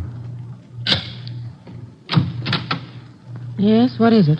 Police officers, ma'am. Are you Miss Kelby? Bertha Kelby, yes, that's my name. Why? We talked to your brother earlier today, Miss Kelby. He said that you brought his stepson Bruce here to stay for a while. We'd like to see him. Bruce? Yes, he was here till about, an hour and a half ago. I went to the store, and when I came back, he was gone. Have you any idea where he might be, Miss Kelby? Well, I telephoned my brother Eric's place just before you came to the door. He's not there. I don't know where he might be. I'm worried about him. He seemed so upset. This business about his mother's disappearance, you know. Would you mind if we came in and looked around, Miss Kelby? Well, no, not at all. We went in and looked the house over from one end to the other. There wasn't a trace of the boy. We drove back to Kelby's nursery and satisfied ourselves the boy wasn't there. Then we came back to Alhambra and we kept an eye on Miss Bertha Kelby's home until midnight. No one came or went.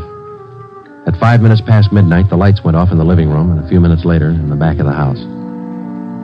The next morning, when Ben and I checked in for work as usual at 8 o'clock, we met with Captain of Homicide, Frank Kearney. What makes you two so positive there has been any foul play in this Kelby thing? That's just it, Cap, but not positive. It's a whole setup. It smells bad. For instance? That lawyer. If a man's innocent, he doesn't need a lawyer to sit with him in the interrogation room and tell him not to answer questions. Number two, that kid's telephone call. Maybe he doesn't get along with his stepfather. It happens, you know. Maybe he's trying to get back at him for something or other. Maybe. Then why is Kelby hiding him out? You sure he's hiding him out? No other way to take it, Cap.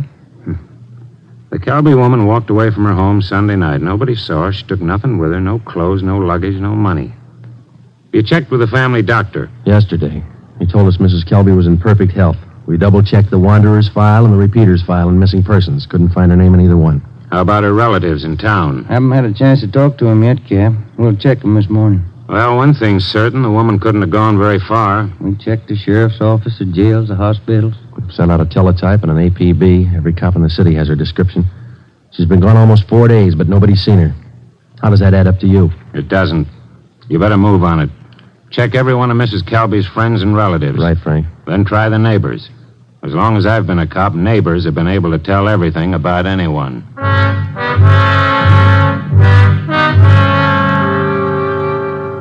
All that day, Ben and I made the rounds. First stop was the Western National Bank, where Mrs. Kelby maintained her account. Her savings statement showed a total balance of $31,564.17. Her separate checking account had a balance of $842.71. At the Farmers Mutual, we found the record of an insurance policy issued to Agnes Trumbull Kelby. It was a 20-pay life policy covering the insured in the amount of $30,000. The beneficiary was listed as the insured son, Bruce Trumbull Kelby, if living upon the receipt of such due proof. If not, the insured's husband, Eric J. Kelby. By the time we finished checking her financial status, the odds were piling up fast. From only casual reports, we knew that Eric Kelby was a frugal man. If he was greedy as well, if he wanted or needed money badly enough to kill, then he had all the motives necessary to murder his wife. Maybe his stepson, too. Ben and I started to make the rounds of Mrs. Kelby's friends and relatives. Our first stop was at the apartment of Agnes Kelby's sister, a talkative maiden lady in her early 60s. Agnes just isn't that kind. Oh, I'm worried sick about this. I really am. And Bruce, the poor lad, he must be heartsick. And Eric, what does Eric say about all this? He says he thinks his wife left him. Left him? Why, that's ridiculous. How strange. Can you think of any good reason why your sister would leave Mr. Kelby? Why, no. They had tiffs, of course, small ones. But, of course, there was that argument about Bruce. The two of them always seem to be arguing about Bruce. How do you mean, ma'am? Oh, well, raising the boy and all, you know. The last time I talked to them, they were tiffing about whether or not Bruce should be paid for working in the nursery for Eric. And the strangest thing, Eric seemed to be so upset about it all. Imagine. All on account of paying the boy a few dollars for good, honest work in that silly nursery. Well, you know, I'm the outspoken kind, and I just told Eric. Eric, I said, don't be an old meanie. Pay the boy. That was the extent of the information which Mrs. Kelby's sister had to offer. Next, we called on an aunt, Mrs. James D. Trumbull, 83 years old. She could hardly understand our questions, let alone answer them. She hadn't seen her niece, Agnes, in a year. After that, we paid a visit to one of Mrs. Kelby's friends, a Mrs. Lillian Humboldt. Well, I'm sorry, Sergeant, but I can't think of any good reason why she would leave him. Unless that silly business about Bruce got out of hand. You know, maybe Eric is just a little jealous of the boy. Next, we called on Daisy McLeod, who worked as a day maid for Mrs. Kelby. Officer, what Mr. and Mrs. Kelby thought, what they said, what they did, it's none of my business. I come in the morning, I do my work, I do it well. I'm not the nosy type, and I don't pry. I take half an hour for lunch, and when I'm through, I take my pay, and I don't expect tips, and I take the bus home. I'm not the peeking through the keyhole kind, sneaking around corners listening. But what I couldn't tell you about that man. Exactly what do you mean, Miss McLeod? Oh, he's a hard man, you know. They're always arguing about the boy. Bruce this, Bruce that. He's a nice boy, I think. He's never done anything to me. Oh, but the arguments. Him and her all the time. Should the boy be paid for working? Shouldn't he? Why? Why not all the time? It's just... When Ben and I finished with a list of Mrs. Kelby's friends, relatives, and employees, we started out on the neighbors. None of them saw Mrs. Kelby after 6 p.m. the night she disappeared. 2 of the neighbors said they saw the porch light burning after 7 p.m., but both said the porch was empty. Mrs. Kelby was not sitting in her chair at the usual time after dinner. According to them, that was one of her habits. It was 10 minutes to 6 by the time Ben and I got back to the office. The light was still burning in Captain Kearney's office. Full day, Joe. Not a mileage. Yeah. I wonder what the captain's hanging around for. Let's find out. Get anything? Pretty good luck, Cap. Good. I've got some more for you. Just walked in 5 minutes ago. What do you mean, Frank? Who walked in? Bruce Kelby. He's waiting in the next room.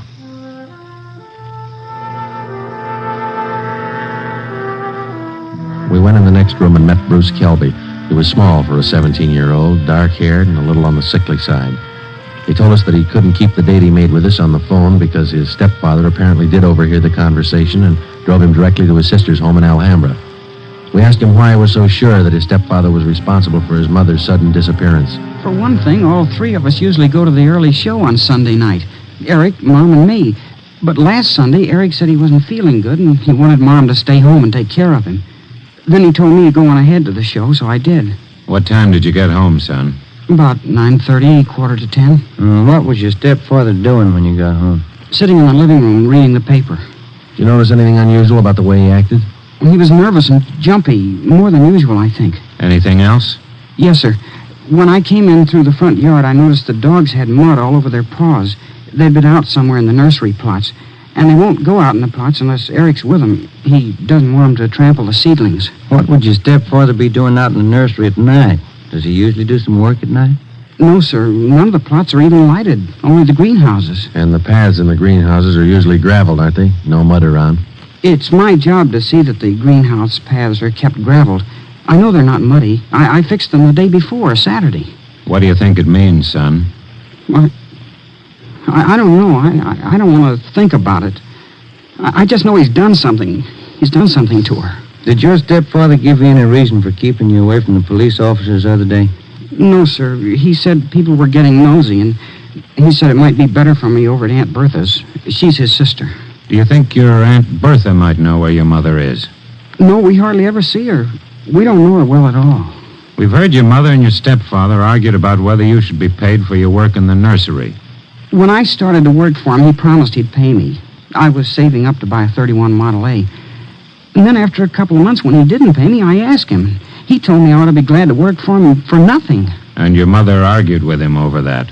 Sure, it was her money that bought the nursery anyway. How'd you get away from your aunt's place last night? Well, Bertha had some shopping to do, and she left me alone. She locked the door to my room. Even the screen over the window in my room was nailed down, but I kicked it out and got away. I stayed at a friend's house last night. Thought about where you're going to stay tonight? I don't know. But I'm not going home. And I'm not going back to Bertha's place either. I'll get a room. How'd you like to stay at my house a few days? Sure nice of you, sir. Maybe I'd better not. Mom might not like it. Oh, I'll take care of that. Now let's hop out and get some dinner. Sure darn nice of you, sir. All right, son. Come with me.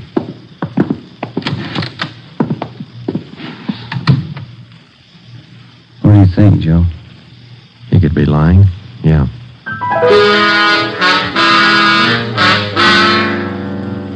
Now what, Cap? Shall we bring Kelby in again? No, not yet. He's found out by now from his sister that the boy's gone. He probably figures the police station is the first place he'd come. Wouldn't do much good pulling him in now, Ben. We couldn't even question him. 10 to 1 his lawyer'd be waiting for us when we got back. That's the problem. How do we get to this Kelby without his lawyer finding out? Well, what about the early morning, Cap? Say tomorrow, about 5 or 6 a.m. Think you'd be looking for us then? Yeah, that might do it. If we can just get by that pack of hounds he owns without waking the whole neighborhood, might work. If we could just question him alone, I got an idea it wouldn't take much to make him cop out. All right, give it a try. Get out there in the early morning and bring him in for questioning as quietly as possible. I'll be in at 6 a.m. If you want me before then, call me at home. All right, Frank. Kelby's got a smart lawyer. It's going to be plenty hard to convict him without a body and corroborating evidence. He's got 4 acres out there, Cap. You can hide a lot of bodies in 4 acres. Well, that's what I mean. This case isn't ending. It's just beginning. The next morning, Ben and I met at the office about a few minutes past 4 a.m. We had a cup of coffee and a donut at an all-night restaurant, and then we started for the Kelby place out on Belasco Road. We took 4 pounds of fresh horse meat with us to keep the dogs quiet if they raised a fuss. It was 28 minutes past 4 when Ben pulled the car to a stop a few hundred feet from the gate to the Kelby nursery.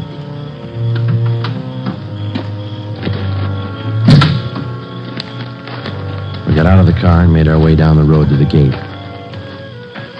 I reached in and tried the latch. It was padlocked. The dogs started in. Okay, Ben, looks like we'll have to jump the fence. Toss some of that horse meat over to him. Yeah, here. That's it. Come on, let's climb.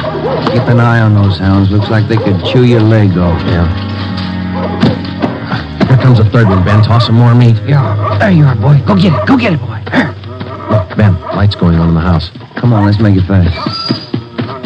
Who is it? Who's there?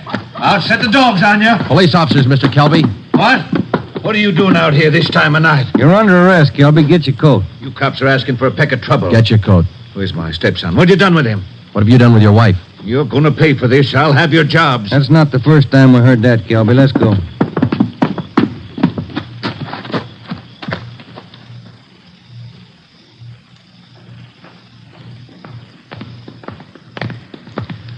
Lights burning in the captain's office. Yeah.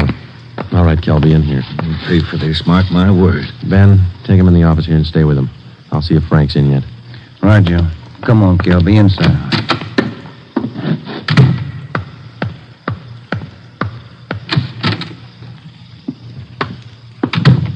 Friday? Did you bring in Kelby? He's down in the interrogation room. Ben's with him. Somebody saw you. Don't think so. They must have. Kelby's lawyer's sitting in the next room.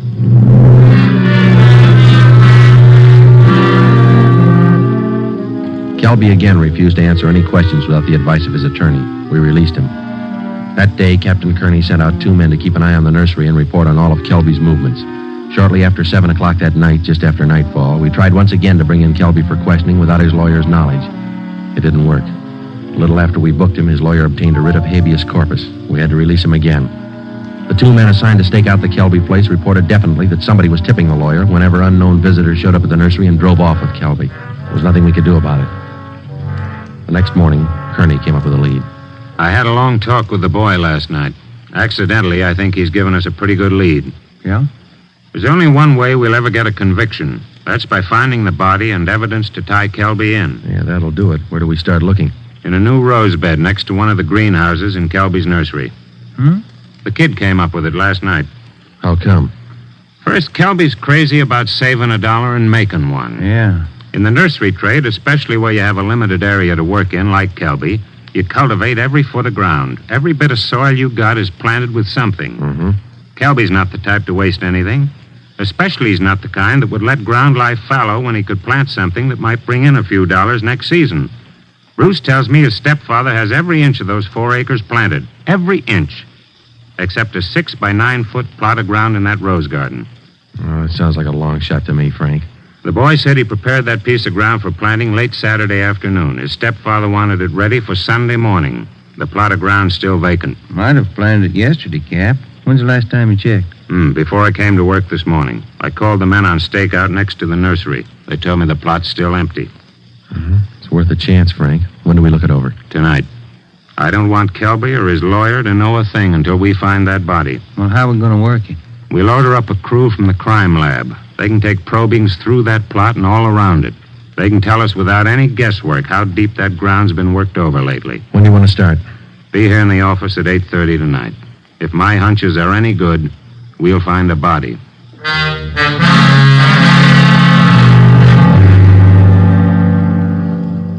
It was 10 minutes past 9 that night when we got to the Kelby place. Lieutenant Lee Jones and his assistants, Kearney, Ben, and 2 other men from homicide. The men on stakeout told us that Kelby had left about 20 minutes before in a dark blue coupe.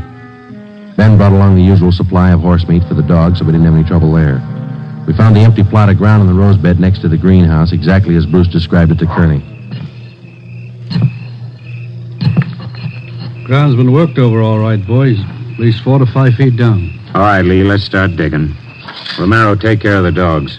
Watson, grab one of these shovels. Right, Captain. Hey, Gilbert said these dogs were vicious, didn't he? Yeah, why? Look at these hounds. They're no more vicious than a lively colt. Look. Higgins, get that light over here, will you? Thanks. What is it, Lee? Let me see. Teeth. Set of false teeth. Been in the ground long? Don't think so, judging from the shape they're in. How far down would you say you are, Lee? A couple of feet. Ground's real soft. Lee, come here a minute. What is it? Body. Here's the shoulder. All right, you men over here with Watson. Get the dirt off the face. Romero, you got a picture of the Kelby woman? Yeah, Cap. Let's see. Oh, here it is. Thanks. Get the light down here. Hunch paid off, Frank. That's her.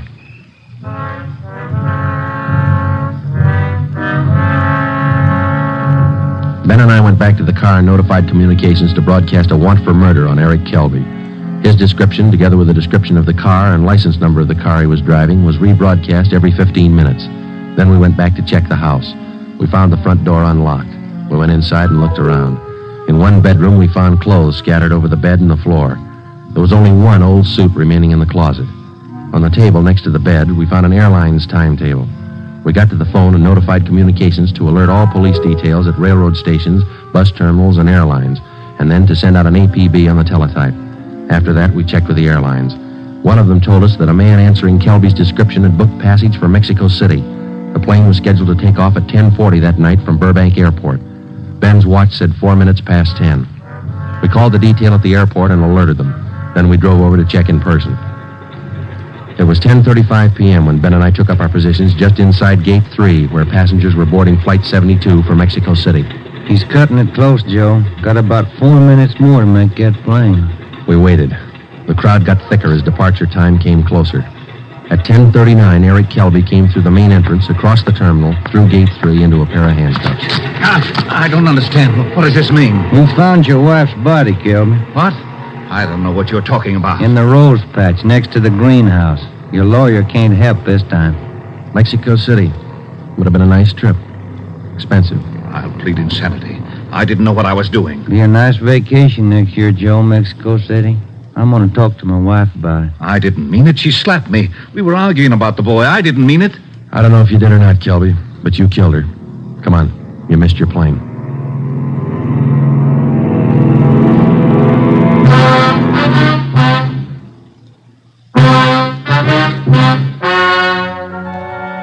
The story you have just heard is true. Only the names were changed to protect the innocent. Eric Kelby was tried and convicted of murder in the first degree. He is now awaiting execution in the lethal gas chamber at the state penitentiary.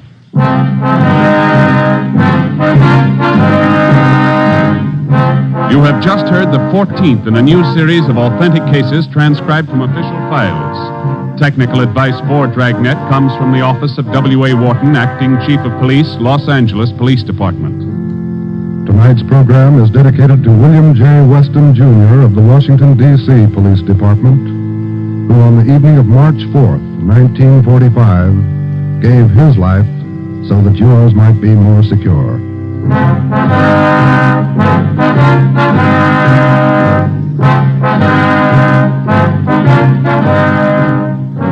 Dragnet came to you from Los Angeles. If you enjoyed tonight's production of Dragnet, you'll want to listen to Richard Diamond, private detective, as played by the screen's romantic tough guy, Dick Powell. The Pet Milk Show, usually heard at this time, has moved to a new time period on Sunday nights. Be sure to hear Larry Douglas and Kay Arman on the new Pet Milk Show tomorrow night on NBC. This is NBC, the national broadcasting company. Thanks for listening to HOJO Radio. We have more classic radio coming your way next. Here's another in NBC's great parade of new shows.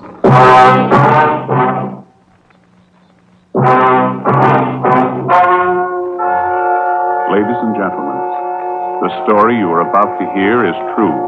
Only the names have been changed to protect the innocent. NBC brings you Dragnet.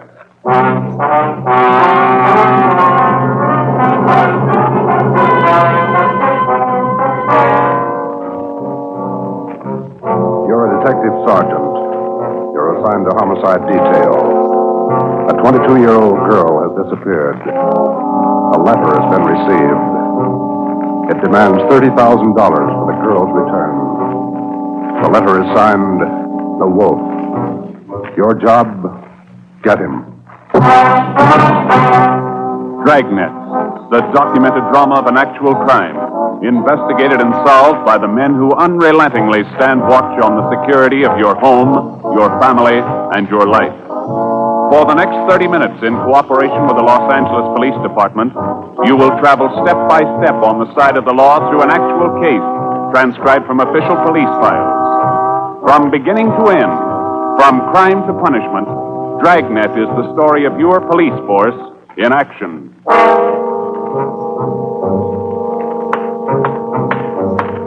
It was Tuesday, October 18th. It was cloudy in Los Angeles. We were working the night watch out of homicide. My partner's Ben Romero. The boss is Ed Backstrand, chief of detectives. My name's Friday. I was on the way back from the stats office, and it was 3:26 a.m. when I got to room 42. Homicide. Got those mugs you asked for, Joe. Here they are. Thanks, Harris. Backstrand leave yet? In a minute. I'm going out with him. What's the address out there, the Sullivan place? 814 Castro Boulevard. You go straight out Santa Monica, take a left at Castro. I remember. You ready, Chief? Yeah, man. Friday, you call Romero yet? Right now. Get on it. This one we don't fool with. Yeah. Come on, Harris.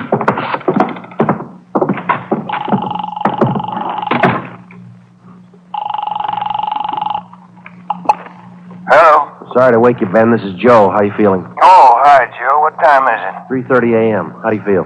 Oh, a lot better. Be back to work tomorrow. You'll be ready in 20 minutes? I'll pick you up. 20 minutes.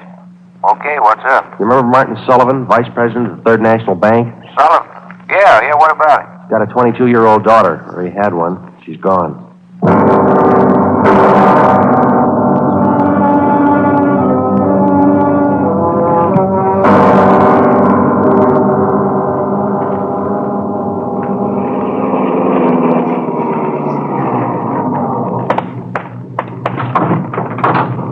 You made good time, Joe. Where are we headed? Sullivan home out on Castro Boulevard. Ed's out there now with Harris. Any leads to work on? No, nothing so far. The girl disappeared a little before 1 o'clock yesterday afternoon. At 11 last night, he got a letter. They want $30,000. Sullivan hasn't got that kind of money. Yeah, I know it. Poor guy's almost out of his mind. Fill me in. How did it happen? Well, the guy took the girl out of business school. He had her called out of class. Told her father was sick, said he was a friend of the family. Well, how about the teachers? What was their story? Said the girl didn't want to go with the man at first, but he finally talked her into it. Kept telling her her father was dying. That's about as low as they come? Yeah. Did he use a car? Witnesses said it was a blue sedan. They didn't get the license number or the make. Did they remember what the guy looked like? About 5'9", 160, brown suit, dark hair. Nothing else? No. Here's a copy of the letter. The usual. Read it. Yeah. I have your daughter, Judy. Get, what's that? $30,000. $30,000 quick if you want her back alive. Don't call police or I'll kill her. Contact you later. Signed, what was it? The Wolf. Oh, Wolf, huh? I could think of a better name. Come on, here we are. Who's got the original note, Joe? Lee Jones down at the crime lab. He's checking it for prints and handwriting. Well, if he was... Oh, hi, Dave. Right on in the house, boys. Chief's waiting for you. Thanks, Dave.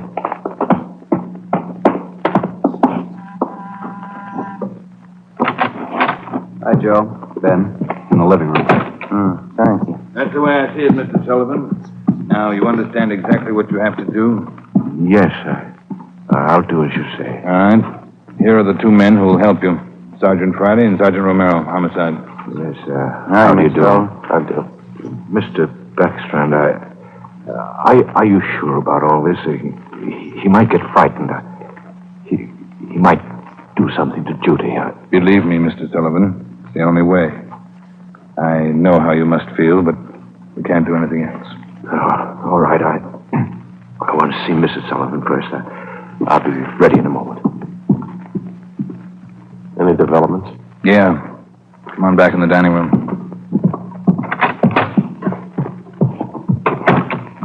There it is on the table. Second note from the guy. Telegram. When'd this come? About half an hour ago. Guy phoned it into Western Union from a public booth. Couldn't trace it. I see, Joe. Yeah. Be at Elysian Park, 5 o'clock this morning, near Balkan Drive. Come alone. Bring 30,000. Will return girl. Don't tell cops. Kill her if you do. Or we'll. 4 a.m. now, Skipper. Not much time. I know it. We'll have to do as he says. No other way. Then Sullivan's going out there alone? You're going with him. You and Romero. You'll be hidden out in the trunk of the car. Any plan? Get him. That's all.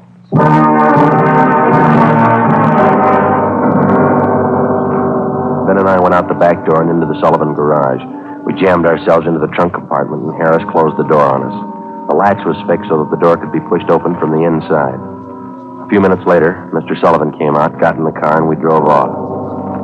At 3 minutes to 5, we pulled up at the meeting place in Elysian Park. We waited. Nothing happened.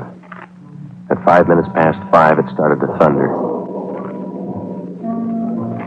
That's all we need now. Thunderstorm. Stuff in here in this trunk, isn't it? Oh, yeah. Ben, listen. Sullivan? Must be. Have we seen anything? Sounds like he's pacing up and down alongside the car, doesn't it? Now, listen. Can't hear anything else. Can you? No, we better stay under cover. Yeah. Rain's starting in. Wonder what happened to the wool. Cold feet, maybe. Let's wait it out.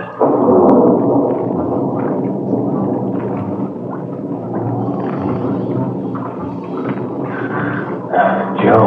Yeah? What time you got now? Move over a little. Let me get my watch up. Yeah. A little past 5:30. Sergeant. Mr. Sullivan? Yes. Do you think he's coming? It's late. It's getting daylight. We better wait it out, Mr. Sullivan. Now, look, don't come back here again. If he's watching, you might tip him off. Oh, all right. All right. Poor guy. Joe? Yeah, I hear it. Coming up the road toward us. It's stopping. Yeah. Coming over to our car. You ready? Right. Talking with Sullivan. They're coming back here. Now watch it. Friday, Romero. That you, Ed? Yeah, the meeting's off. Come on out. All right. Got a cramp in my leg. Well, I'm cramped all over. Mr. Sullivan, drive back home. We'll contact you there. All right, Chief. Ben, Joe, come on over to the car. What's the story, Ed? The guy had no intention of following through with this meeting tonight. Well, how come? He told us. He's going at 5 o'clock. Tried to trace the call. He wouldn't stay on the line long enough. What do you have to say? He wanted more money. Bragged about how smart he was. How we'd never get him. Well, he knows Sullivan's called in the police. Sure. Said he didn't care. We'd never get him anyway. Yeah, pretty cocky. Pretty smart. Take my word for it, he's no dummy. Control 1 to 80K. Control 1 I'll to get it. 80K. 80K to Control 1, 80K to Control 1. Go ahead. 80K, go to your office, code 3. Go to your office, code 3. GM Matrix 6. All right, Romero. Let's roll.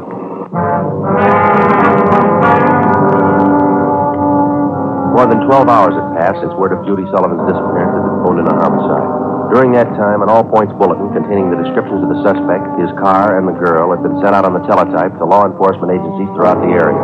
The same descriptions were broadcast over the police radio every hour. The Sullivan home had been placed under strict surveillance, and Mr. Sullivan instructed not to contact the suspect without knowledge of the police. He'd raised almost $10,000 in cash to buy him off. The serial number on each one of the bills had been copied by a police stenographer and then rechecked by a homicide officer. So far, the Wolf, as he called himself, had made 3 separate contacts, but he'd covered his tracks well. We knew that he was somewhere in the city, 500 square miles of it, and we knew we had to find him fast. It was 18 minutes past 6 when we got back to homicide. Hi, Chief. Fellas. You got something for us, Mike? Here, this letter. Special delivery. Came in about 25 minutes ago. Can I see that, Mike? Stay away from Sullivan. If the kid's found dead, it's your fault. Stay away, the Wolf. All right, Mike. Get it over to the crime lab and have Lee check it for prints. Right, Chief. Lee find any prints on the second note, Mike? 2. Running through R&I now. Friday, Romero. Get down there and see if they got a make. Right, Ed. Let's go, Ben. Who's watching the Sullivan house beside Harry? Carpenter and Davis. Backstrand's afraid the girl's father will try to make a deal with the guy. Has he tried it yet? No, he hasn't yet. You couldn't blame him if he did. Worried sick. Oh, yeah. Here we are. Hi, fellas. Just coming down to see you. Got something, Larry? Those 2 prints Lee Jones listed off that letter got a make on them from the single print file. Good, Larry. Let's see, huh? There it is. Pull the whole package on him. Donald Alfred Kiefer. Looks like a real bad one, doesn't he? Donald Alfred Kiefer, male, Caucasian, age 29, 5 feet 8 inches, 170 pounds, brown eyes, dark brown hair.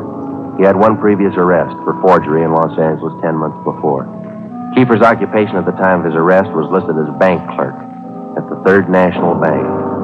Ben went back into the files and pulled the crime report. Then we called Ed Backstrand. There's the answer, Skipper. At the time Kiefer pulled that forgery job at the bank, Mr. Sullivan was one of the vice presidents. Go on. Sullivan was the one who preferred charges against Kiefer, and so did he was prosecuted. Where's this Kiefer now? Let me see. He was placed on probation, and on May 16th this year, he returned to his home in Omaha, Nebraska. That's 1380 Mackinac Avenue. All right, Romero.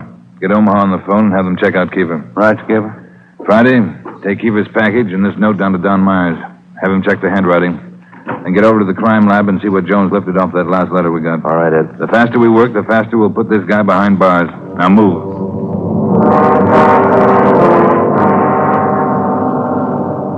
How's the writing compared, Don? What'd you find? Yeah, looks good. See here? Slants as crosses, double oops as L's, open A's, pressure on the downstroke. Donald Kiefer, Wolf, same handwriting.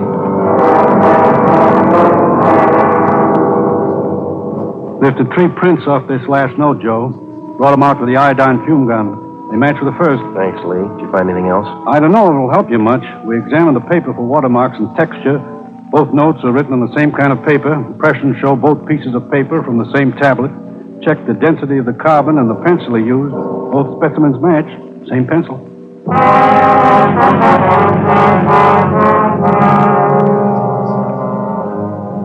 By mid-afternoon, Donald Kiefer's description had been broadcast throughout the area. Bulletins were dispatched to all departments, and an APB was teletyped for the entire state. Men were stationed at every post office in the city to watch for notes that might come through the mail. The bus depots, railroad terminals, the airports, and all the main roads leading out of the city were under strict surveillance. The entire Los Angeles area was broken down into single square-mile districts, and a house-to-house canvass was started. A squad of men were assigned to cover each square mile. Outlying towns and cities were requested to do the same. By 5 o'clock that afternoon, the greatest Dragnet operation in the history of the city was underway. We were sure Donald Kiefer was somewhere inside. At 12 minutes past 5, Ben got the call back from the Omaha police. Yeah, I got it. 6 X-ray 419. Nebraska place, right. Well, thank you a lot. Yeah, bye. They had a make on the car. Lots more. The Omaha cops looking for Kiefer, too. Want him for a robbery there 2 months ago. Yeah? In that robbery, he used a stolen 1939 blue sedan. Nebraska license plate, 6 X-ray 419. How about his family and his friends back there? They all been checked? Yeah. Well, get that car description to communications, huh? APB, teletype, and broadcast. I'll tell Ed. Yeah, right, Joe. Friday, Romero. Yeah, Ed. What are you tied up with? Well, just got a call from Omaha. Make on Kiefer in the car. Give it to me. You two get out to the Sullivan house fast as you can. See Harris. What's happened, Skipper? Martin Sullivan's disappeared.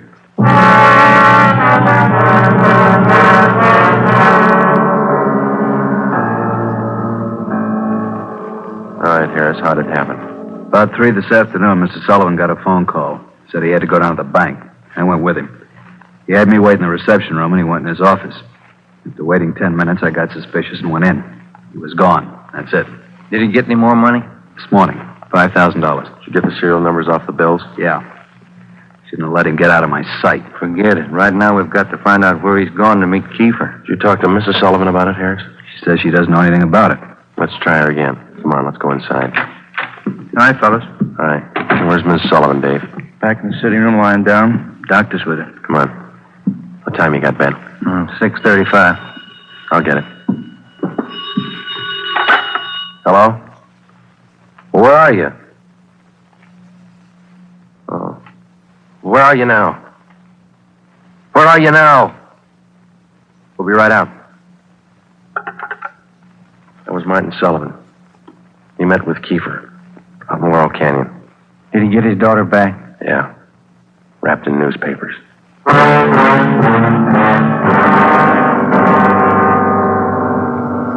All cars in the area were notified that a contact had been made with Kiefer. We got in the car and drove out to Laurel Canyon. The entire area had been blocked off. We found Martin Sullivan standing in the middle of the road at the end of East Winding Way. 500 feet down the hill was a private residence where Sullivan had telephoned us.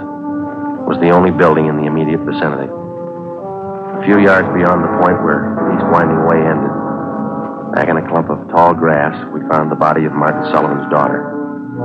We notified the crime lab, Chief Backstrand in the coroner.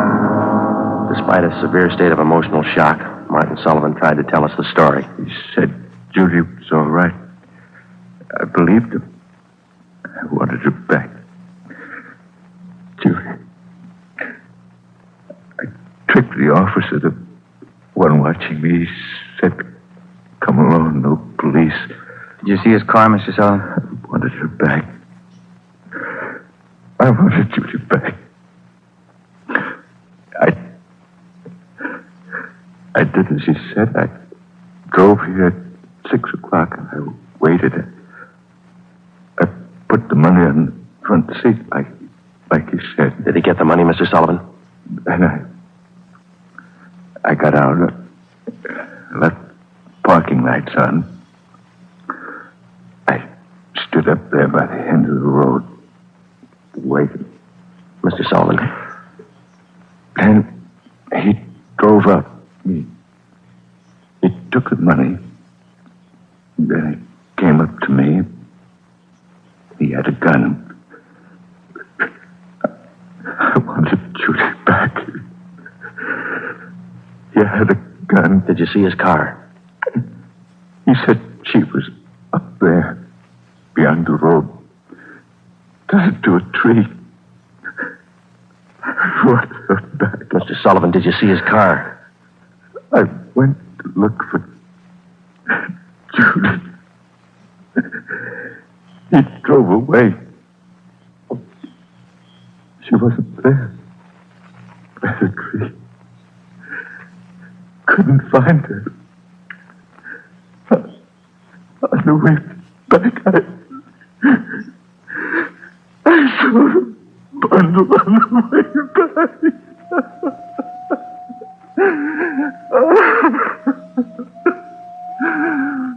Let me find her. He killed her. Let me find her.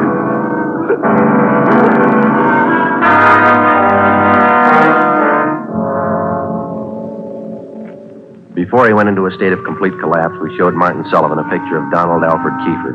He definitely identified him. The information was immediately relayed back to Central Division, rebroadcast to the entire police radio system. A teletype was dispatched to sheriff's offices, and communications were sent to police stations throughout the country. The house-to-house search throughout the entire city intensified. The dragnet in which we hoped to trap Donald Kiefer was drawing slowly inward. It was 12 midnight. Sullivan ground murder. Next Street. Read all about it. Citizens join search for killer. Friday, did the papers get a list of the numbers on that ransom money? Yeah, it got them in the final net edition. 2.5 pages of serial numbers. Gave it a big spread. Look at these pictures of Kiefer here, all over the front page. The more the better, Romero. I hope this town never forgets that face. Good reminder. You don't make deals with killers. Hi, fellas. Come on over. Find anything yet, Lee? Just checking over these towels here. Found them wrapped around the girl's body, inside the papers. Funny thing about those papers, What's that, Lee? they're all yesterday's. Every story about the girl's disappearance has been clipped out. Maybe the guy's making up a scrapbook. How about the towels, Jones? Any laundry marks? Not a one so far, Ed. Every one of them was clipped off. Pretty smart. The morgue post the body in? They're doing it now. Yeah, nasty one. Yeah. Did you get any footprints or tire marks out where they found the body? Lots of them, all cast. Bossy and Taylor are checking them. One thing. What is it, Jones? I don't know. Under the seam here. This towel. Wait a minute. Joe, that pair of snippers there. Yeah, here you are. Thanks. Just back under the seam. There. That's one tag he missed. Any markings, Lee? Yeah. Greenway Apartments, Los Angeles.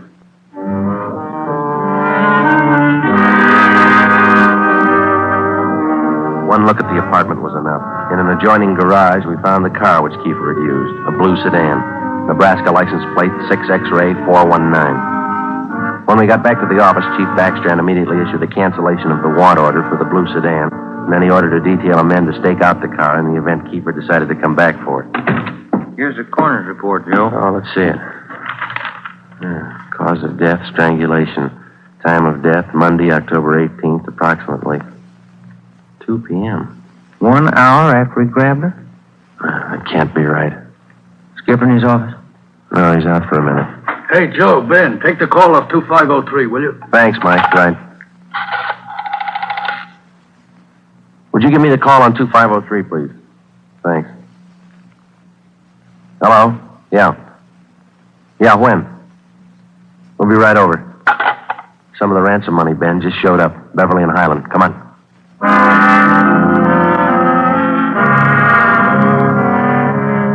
The man's name was Ralph Donahue. He operated a used car lot on the corner of Beverly and Highland. He told us that early that morning he sold a dark blue late model coupe to a man who gave his name as Fred Sims. The man paid for the car in cash. Donahue told us that he checked the serial numbers on the bills after the man had driven away. Serial numbers check out, Joe, every one of them. If I only thought to look, officer, and you know I generally do. I'm the suspicious kind anyway, but, this morning I must have been asleep. You got the full description on the car, Ben? Yeah, Joe. All right, let's get it on the air right away. I saw his mug in the paper while I was waiting for you. Too late. Sorry. Yeah, thanks.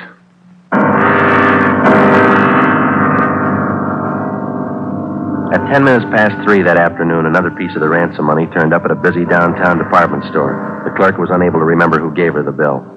The detail throughout the general downtown area was strengthened. The house-to-house search of the entire city for Judy Sullivan's murderer went on. The afternoon dragged into the early evening. At 20 minutes to 7, Ben and I had a hamburger and a cup of coffee in the drugstore at East Broadway and 3rd.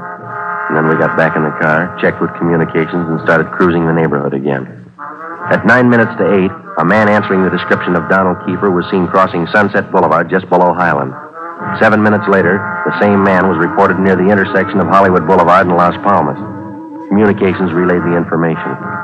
At 21 minutes past 8, our car, 80K, along with a dozen others, were concentrated in the Hollywood Boulevard area from Gower Street to La Brea, Franklin Avenue to Santa Monica Boulevard.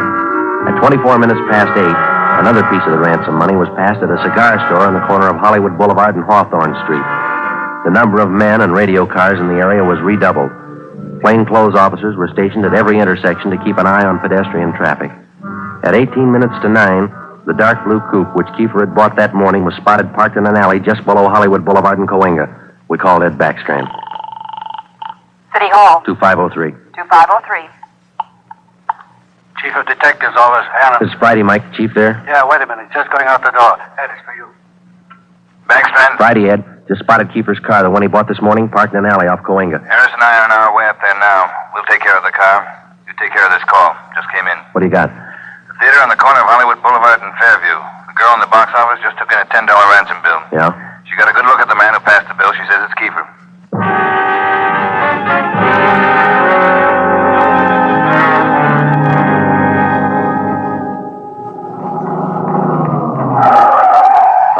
come on. Yeah. You got the list of serial numbers? Right here. Let's check at the window. Yes, sir. How many, please? Police officers. Sergeant Romero, Sergeant Friday. Oh, yes, sir. Mr. Rayburn, the police are here. Would you step around to the side door, Sergeant? Yes, ma'am. Margie, relieve Francis for a minute. Francis, come here. Bring that $10 bill with you. Sharp girl, officer, that Francis. Sharp. Here it is, Mr. Rayburn. All right, Sergeant. There you are. $10 bill and the list of serial numbers. Check out all right, Ben? That's it, Joe. Good work, man. You reported the man came in about a half hour ago. You're sure it was Kiefer? Yes, sir. I have his picture in the box office just behind the change machine. I recognized him right away. And as far as you know, he hasn't left the theater? That's right, sir. All right, Mr. Rayburn, I'm sorry. I'm afraid we'll have to interrupt the show. Anything you say, Sergeant. Anything. Ben, you keep an eye on the front exit. I'll call communications. All right, Joe. 80K to Control 4. 80K to Control 4. 80K, go ahead. Control 4, clear all frequencies. The Sullivan murder suspect, Donald Kiefer, has been located in the theater on the southeast corner of Hollywood Boulevard and Fairview. Have all units surround the area. 80K, roger. Attention all units. Attention all units. Assist 80K at the theater on the southeast corner of Hollywood Boulevard and Fairview. The Sullivan murder suspect has been located in the theater. Go ahead, 80K. Control 4, have all units converge in the general area, Hollywood Boulevard and Fairview. Unit 62R to block off the intersection at Hollywood Boulevard and North Cherokee. Stop all pedestrian and vehicular traffic. Unit 61A to block the intersection at Hollywood Boulevard and Hudson Street. Stop all pedestrian and vehicular traffic. Unit 71 and 72R to block the alley behind the theater. Unit 66 and 67R to assist at main entrance to the theater. Within a few minutes, the 1/2 mile area around the theater was completely blockaded. Every exit and entrance to the theater was covered. At 9:23, we met Harris and Ed Backstrand in the theater manager's office. Backstrand outlined our plan of operation. At 9:28, a detail of 14 men walked down the side aisles on the main floor of the theater and took up their posts on either side of the orchestra pit. The picture was stopped and every light in the theater was turned on. Ed Backstrand, Harris, Ben, and I went down the aisle and up onto the stage. Backstrand made the announcement. Ladies and gentlemen, we're sorry to interrupt the picture, but this is important. We're police officers. We've traced the murderer of Judy Sullivan to this theater. He is in this theater now. Now we're going to search the theater row by row, and we'd like to ask your cooperation. There's no need to be panicky or afraid. Those who wish to leave now may do so. Leave by the main entrance. Each one of you will be checked as you go out the door. And for the benefit of the man we're looking for, don't try to escape. Every exit is covered and the entire area is blockaded. Don't place any more lives in jeopardy. Come on, Ben.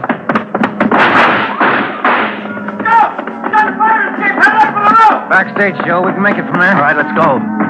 Come on, hustle it, Ben. Yeah. The next building. You'll probably try to jump for it. All right, watch it. I think this door leads out to the roof. There he goes. All right, keeper, hold it. Don't shoot, I give up. Throw your gun down. Over here. Don't shoot. Don't. Let's get him. All right, coppers. I got it figured. They won't top me for this. Didn't know what I was doing. Put the cuffs on him, Ben. Get away from me, you crumb! You shouldn't have hit him, keeper.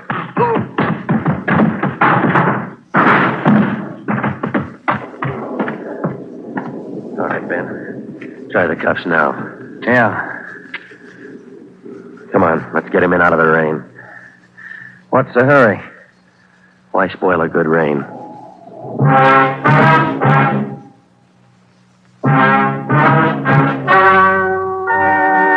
The story you have just heard is true. Only the names were changed to protect the innocent. Donald Alfred Kiefer was tried and convicted of murder in the first degree. He was executed in the lethal gas chamber at the state penitentiary.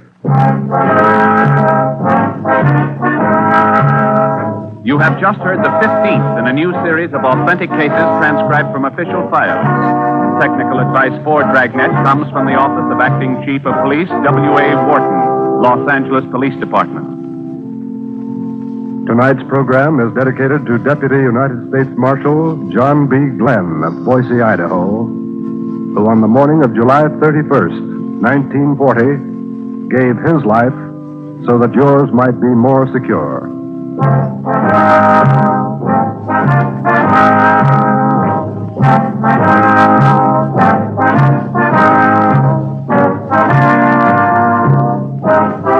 Dragnet came to you from Los Angeles. Theater Guild on the Air returns tomorrow night on NBC. Thank you for listening to HOJO Radio. We'll be back again very soon.